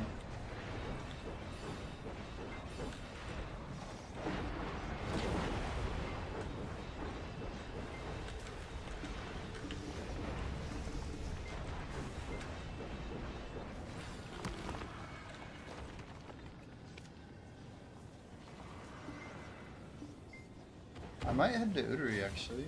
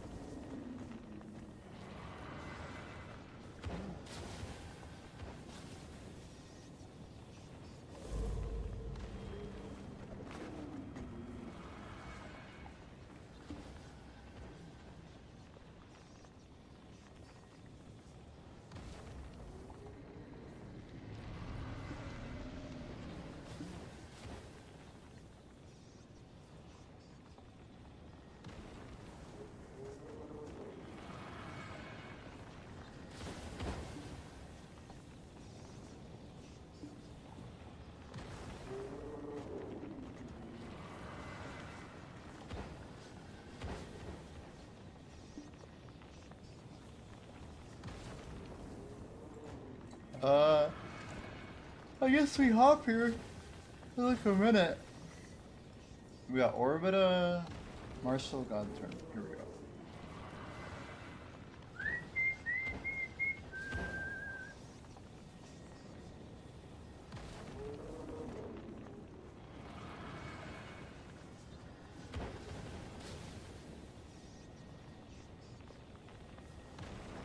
Let's just go. Not gonna risk it.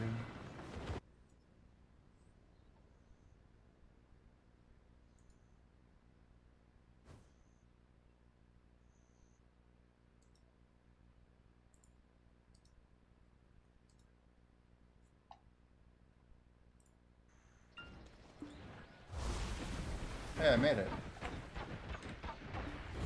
And I'm dead. So Zethian streams about 5 to 9 hours a day, it looks like. What's he doing? Where's Zethian at? Stars End. A lot of Stars End. He's got a BDO DX Racer, that's cool. He's just chilling. That's great.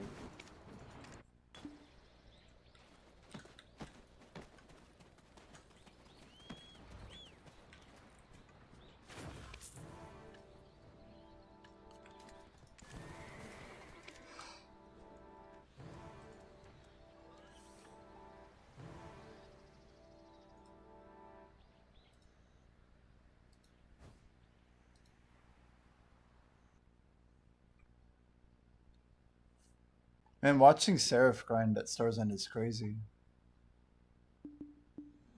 Movement's nuts. All classes are not created equal. We got any taps available? Not really. Everything's all split out. Could do some like Gamba. Thursday seems like a bad day to Gamba.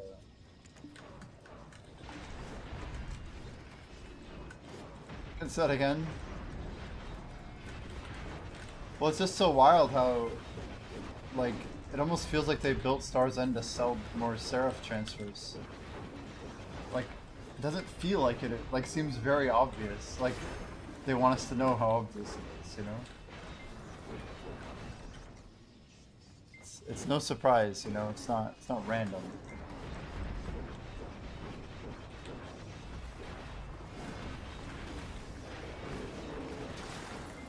For some reason, doesn't let me do his Alkaline 4 DP showing with red. The server server buffs don't count. Are you including server buffs in your gear score? So you can't use them. So you need one more point maybe. If you're relying on red buff, for example.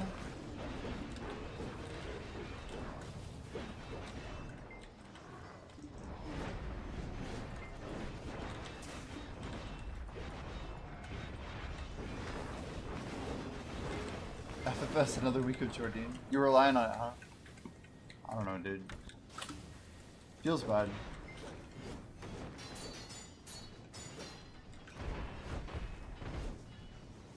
Resume? No, it's on, it's on.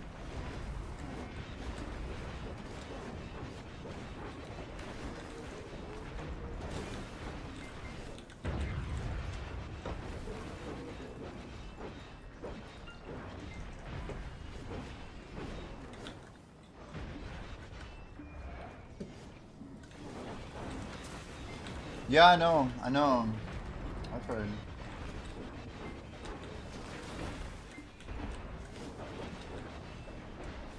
No modifiers.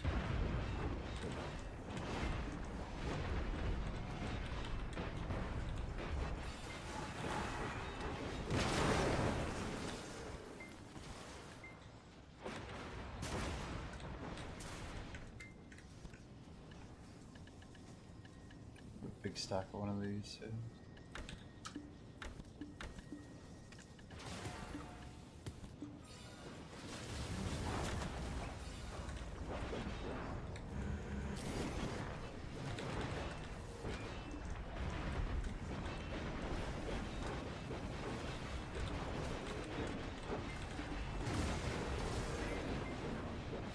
Seed flow is down attack, but not the main skill. What the hell?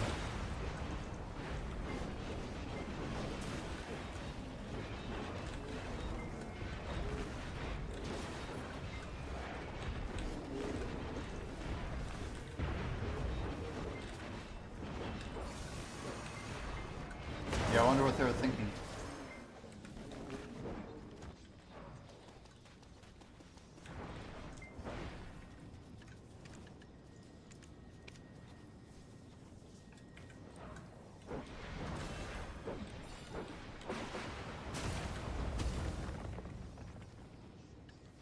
Huh. Free AP scroll.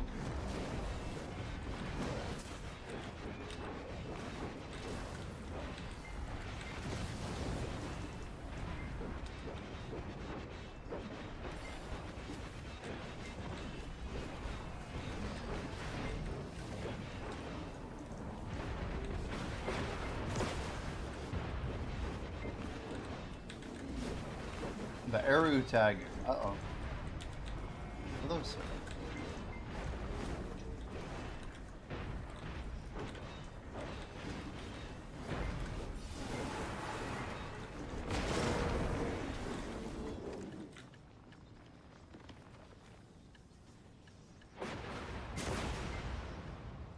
Do we still have a, where's our, like, knowledge buff? Is it down here? Where is knowledge? Oh, it's included in Blessing of Fortune now. Interesting. That's good.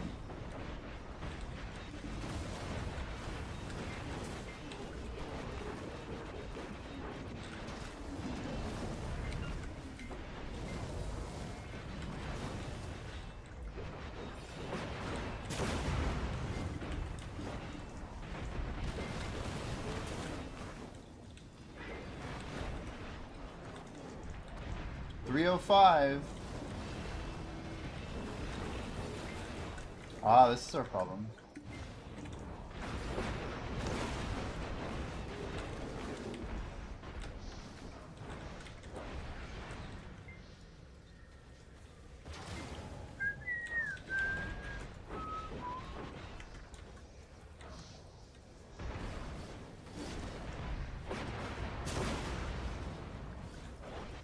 People have too much gear.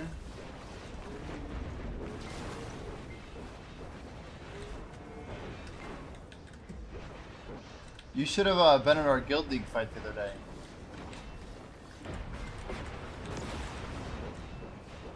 These guys were like Sausins. It was very interesting. It's amazing we got someone to sign up at 2 in the morning, but you know. We got our 50 bill. Guild's happy. This is crazy though.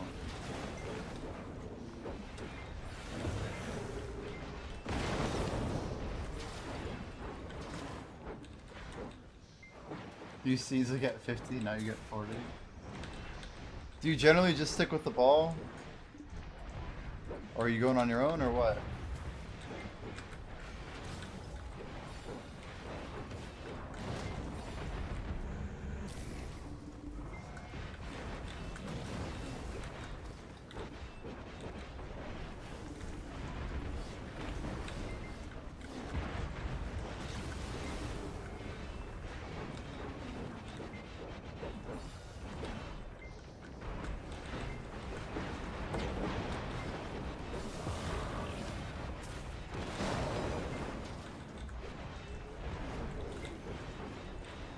Gotcha.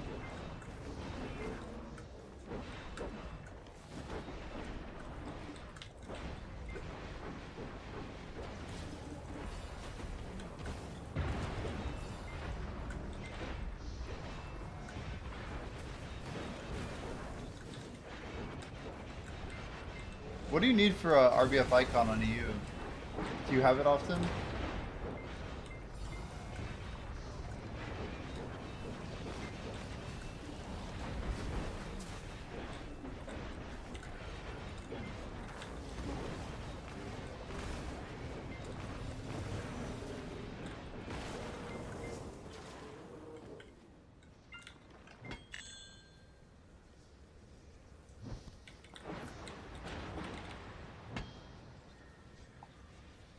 Wow, 11k. You have 11k?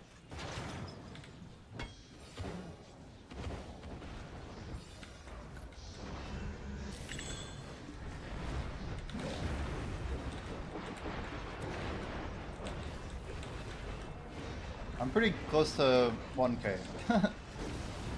But I don't do much RBF. Most of the RBF I did, I was probably lower gear score. 2017, 440 gear score, you know? Good times. You 13.6.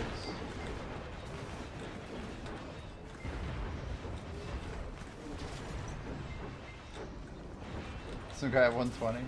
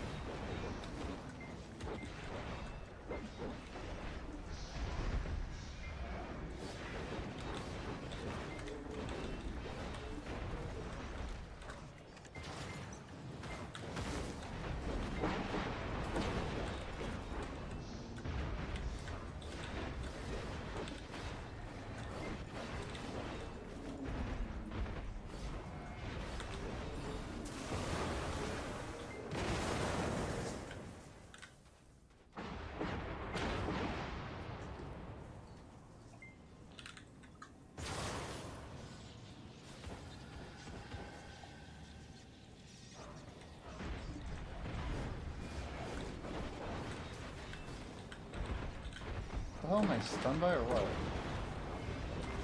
The character's like locked up so long.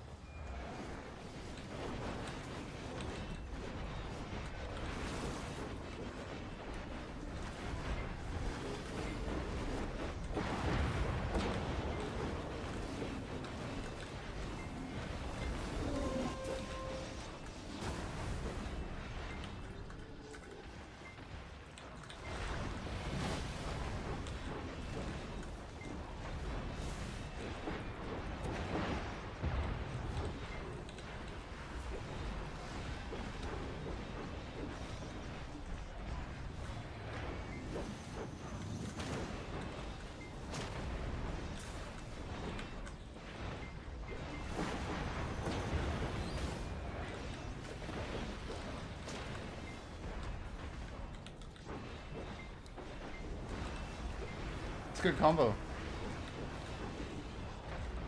Video strike was pretty hard there.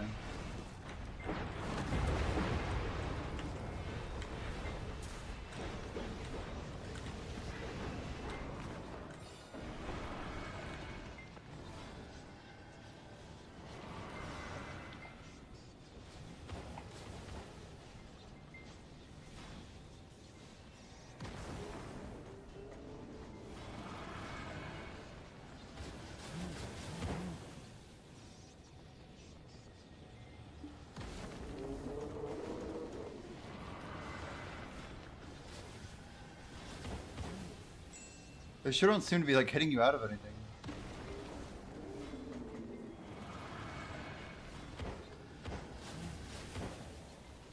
You like phantasmal snare into the wall? Is that what that is?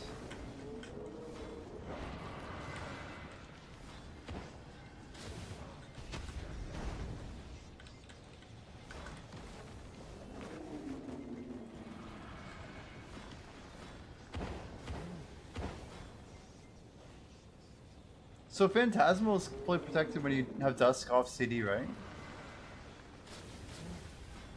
The whole duration, or including the jump back?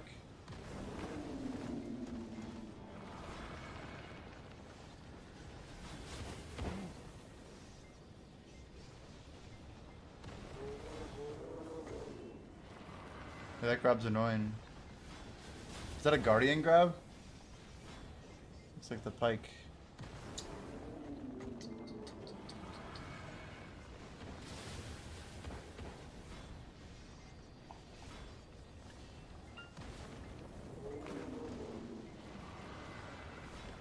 Always iframe if you use it from the hotbar.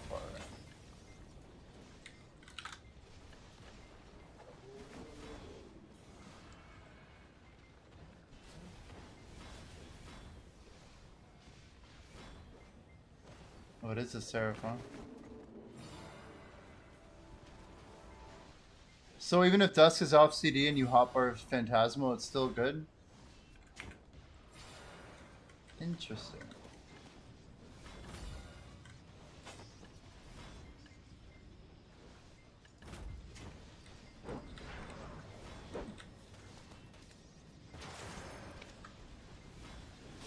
One minute.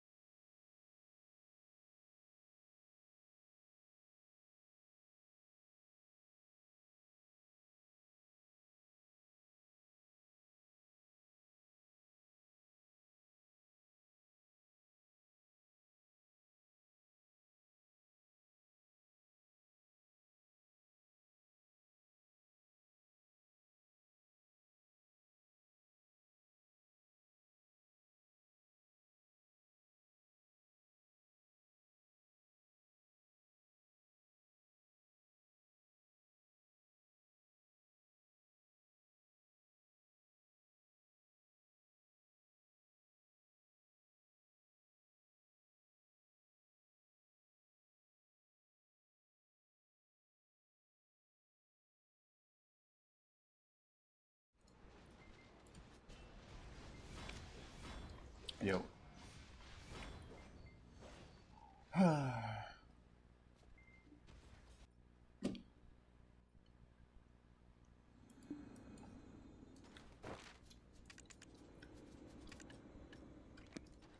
Yeah, I don't know. I don't feel super great today. What do we do? What do we do? Surely AI music is not the play. Good food? It was alright. It's alright. Man, I need music, man. Everything feels overplayed. You were feeling it? Hell yeah.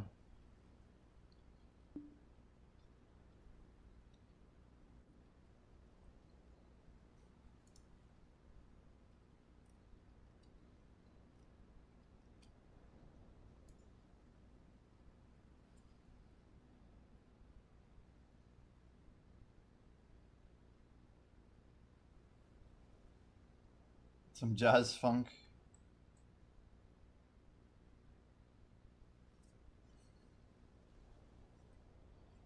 I may just go, I